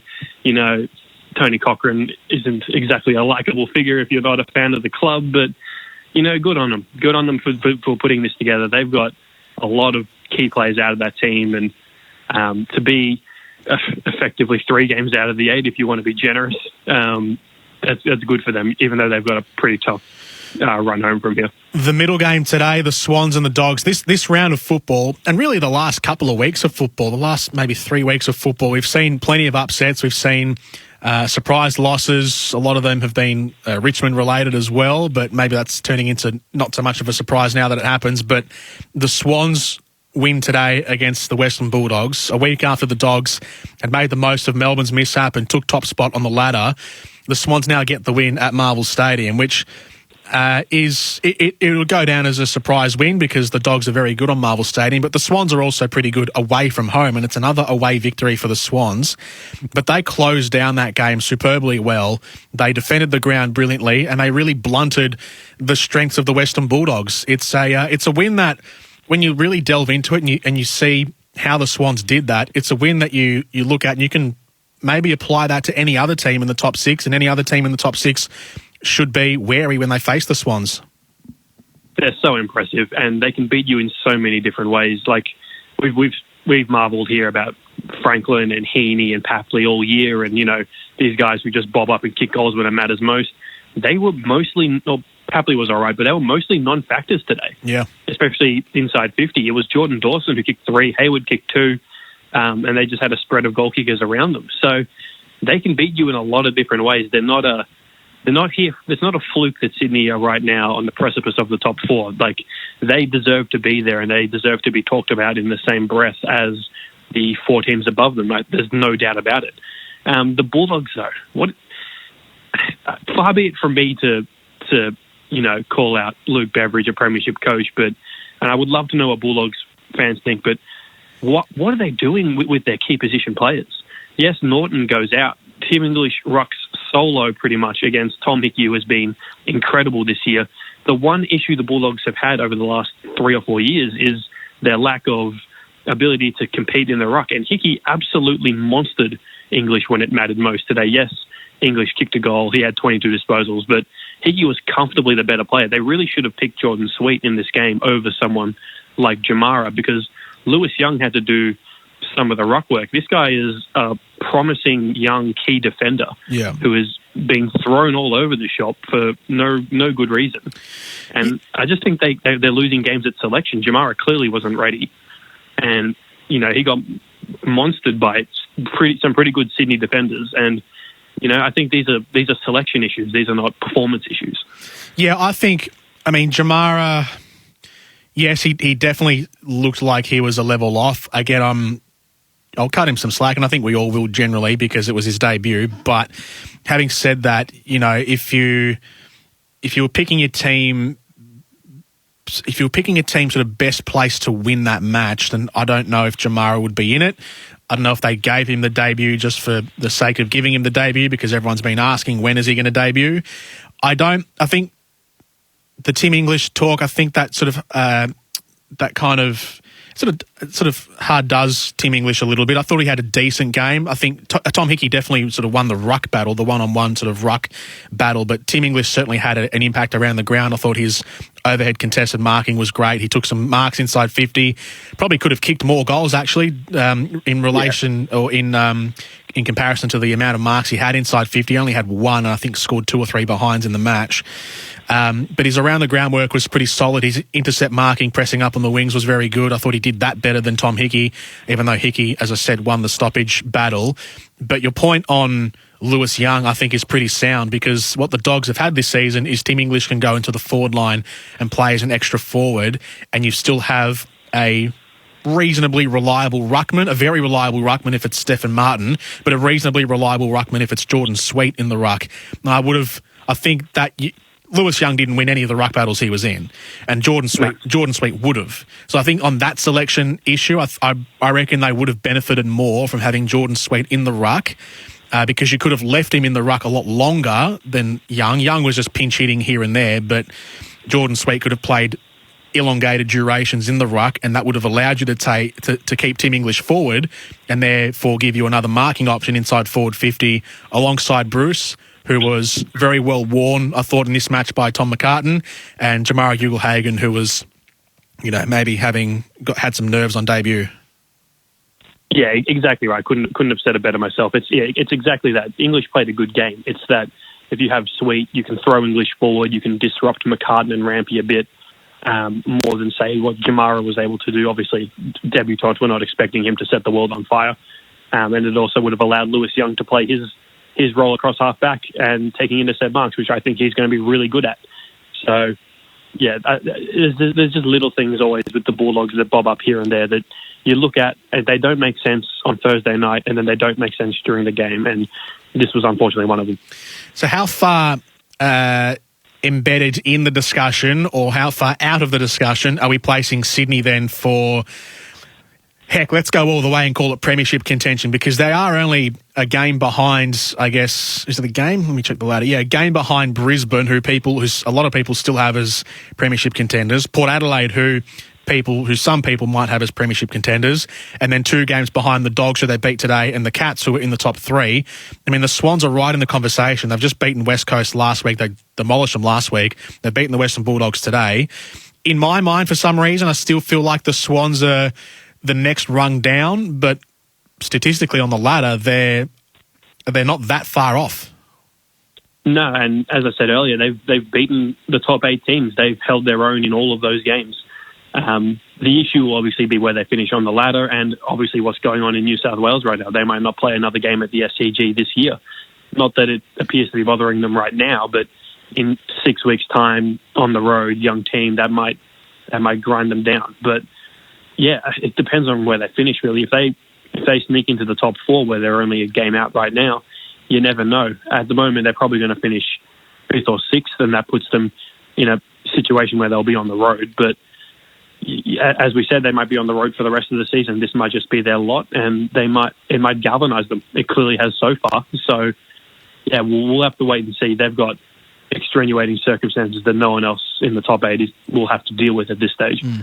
They are one of the better away teams in the league. They've won 4 away games, which is equal second with most of the other teams in the top half. So they've done well on that front. Yeah, I mean, what was it? Was it last year or the year before we were saying that Sydney was more of a threat on the road than they were at the SCG, where they were losing all these home games but winning away from home? And now they've gone up a level as a team. They're a better team this year, and they're just a good team no matter where they play. Richmond and the Pies today. So this is where a lot of the discussion has been coming in off the text, and I'll get to some of those text messages in a moment. But full disclosure, I was calling the Dogs game today, so I didn't get to see the Tigers and Pies game. I've only just sort of got back to the studio not that long before the show started, and I've seen some of the highlights and the stats and the bit of the report. How did the Tigers actually lose this match after being 5-ish goals up in the match? It's a great question. I was also pretty entrenched in the Dogs-Swans game and only really saw the last quarter, but if what the last quarter showed was Collingwood just took complete control of the midfield, whether it was Grundy in the ruck or whether it was Pendlebury winning the ball at ground level. Pendlebury got a nice free kick at a perfect moment as well out of the centre. They just got completely on top in the midfield, and it just snowballed. The goal, he kicked a pretty nice goal. Brody Mychek took a mark outside 50 and hit up a target inside 50. Everything, just all the little things that can change the momentum of a game swung, and Richmond had no answers. The reliable Tigers, who have closed out more close games than anyone over the last 4 years, had no answers. And it's a head scratcher, because you would have thought after last week the Tigers would have been, all out to bounce back after the Suns loss. And at three-quarter time, it looked like they were going to do it comfortably. And, if you were going to pick any team in the league to kick 7 goals in the last term, you would not pick Collingwood. You'd probably pick them 18th out of 18 teams to have a 7-goal quarter. And yet they did it, and they won the game. I don't mean to say this to sound sarcastic, even though I probably will, but who'd have thought that playing positive football would give you positive results? Isn't it just so refreshing, I guess, when you see a team, especially after the season Collingwood have had, when they play advancing football, where they move it quickly up the ground. And this isn't just for today's game, but really over the last sort of 5 or 6 weeks, in the games where they've played well and maybe lost, or played well and won. Regardless, they've played well because they play the ball quickly. They take the game on, they take their opportunities. Sometimes they mostly play on instinct when they do this, and it gives positive results. This is how teams should be playing in this current age of football. Geelong, who are a team who like to control the tempo of the game, and they play a little bit slowish and backwards and sideways, and they'll probe for a bit. Even West Coast can do it. They both have the ability still to take the game on and click through the gears quickly and play fast. And when Collingwood play fast, they get positive results. Who'd have thought? AFL coaches, they're there for a reason. They know what they're doing. But you summed it up pretty perfectly. Like, when Collingwood have played fast this year, they have looked like a good team. It is to use a pun, it is black and white. When they go fast, their forward line looks dangerous. When they can get the ball to Goey and Mychek at speed, they've got players at ground level who are really impressive. I like all of their young players. Poulter, I know he was omitted this week. Bianco, he looks like a good player. Yep. Names are escaping me at the moment. Isaac Quaynor had a few really nice moments with one-on-one with Dusty in that last quarter. They've got a lot of really nice, young, talented players, and I think Pies fans should, the media narrative is going to be the media narrative, and it's Collingwood, so there's going to be a lot of talk about them, but they've got a large crop of young players who are good. They've got a middle core who are good, and they've got aging veterans who are good. So they're going to have results like this, and they're going to pick up a few wins like this, and they're going to have a few games where they look lifeless and don't want to move the ball, and that's just going to be their lot for the rest of the year, it looks like. Yeah, the overarching narrative on Collingwood this season will be a negative one, just because of the expectation of the Pies, the destination, I guess, from point A last year to point B this year, from being in finals to now finishing, or let's say we suppose they finished bottom 4 or around about that. So that's clearly going to be the overarching narrative, and then adding to that, that's on field, and then adding the off field stuff as well with Buckley, with Maguire, with the the Do Better report from the start of the season, like there's a lot that's gone wrong this year. But when you look at this last sort of month in isolation, they haven't won every single game, but they've actually played decent football, as we've been saying. So I think we need to also highlight that and maybe celebrate that a little bit and hope that Collingwood can focus on that heading into the future. Last night's match, St Kilda and Brisbane, was a bolt from the blue, really, from the Saints. We haven't really seen St Kilda be able to stack goals like that, like they did in the second half last night. This season has been, as we know, it's been a rollercoaster season. It's been a frustrating one for St Kilda fans, but they've won 3 games in a row now, and the way that they were able to pile on the goals, especially against a quality team like Brisbane, it's been a rare sight for Saints fans this season, but they did it last night, and they got a 32-point win away from it. They did, and their record when Rowan Marshall and Paddy Ryder both play is pretty phenomenal. I'm trying to find it here, but I think there's something like 14-6 when they both play, and their record when either one or the other or both are missing. Yeah, here it is. So with Ryder and Marshall, they're 14-6 since the start of 2020. When one or both are missing, they're 5-10. So clearly they are the core of the team, whether it's the forward structure, the ruck structure, combination of both, the flow-on effect with Max King. They are such a better team with these two in there. And, well, no one else wants to finish 8th. So will it be St Kilda? I guess that's the question. Their midfield has been really impressive as well. Luke Dunstan is in really good form. He's never really had an issue finding the ball. It's his disposal, his defensive running, his speed that have been talked about. Brad Crouch has quietly been pretty good for most of this year since he's been back in. Zach Jones is an underrated player in that team, and he adds a lot to that midfield. So, yeah, St Kilda they've turned things around, and they are as good a chance to finish 8th as anyone right now because, all of the results went their way this week, and it sees them 9th on the ladder on percentage. Unless North Melbourne beat West Coast by 100 points, they'll finish outside of the 8 this weekend, but anything is possible for St Kilda going forward. They're what you could argue they're the 7th best team in the competition right now because you'd take them over West Coast on form and you're probably taking them over Fremantle on form. I want to talk about a few extra sporting topics with you, Ponce. Firstly, basketball today. In the lead up to the Olympic Games, the Boomers played Argentina, who are a pretty solid basketball nation, and with some big stars in their team, and the Boomers got the win, but it was a last minute win, really, led by Paddy Mills. Tell us the story of Australia's match against Argentina ahead of the basketball at the Olympics. This is a big win. I mean, it's a warm-up game, but these are warm-up games where teams are going all out, and maybe with the exception of the US, where they never really have to go all out, even though they lost to Nigeria today. Argentina were the runner-ups in the 2019 FIBA World Cup. They were really, really good in that tournament. They were the second-best team. And this Australian lineup that is really still in development mode and trying to work itself out beat them. And they beat them with a 3-point Paddy Mill buzzer beater, yes, but they were the better team across the day. If it wasn't for 40-plus-year-old Scola for Argentina just absolutely dominating and throwing the clock back 5 years, the Australians would have won comfortably. This is such a fascinating Boomers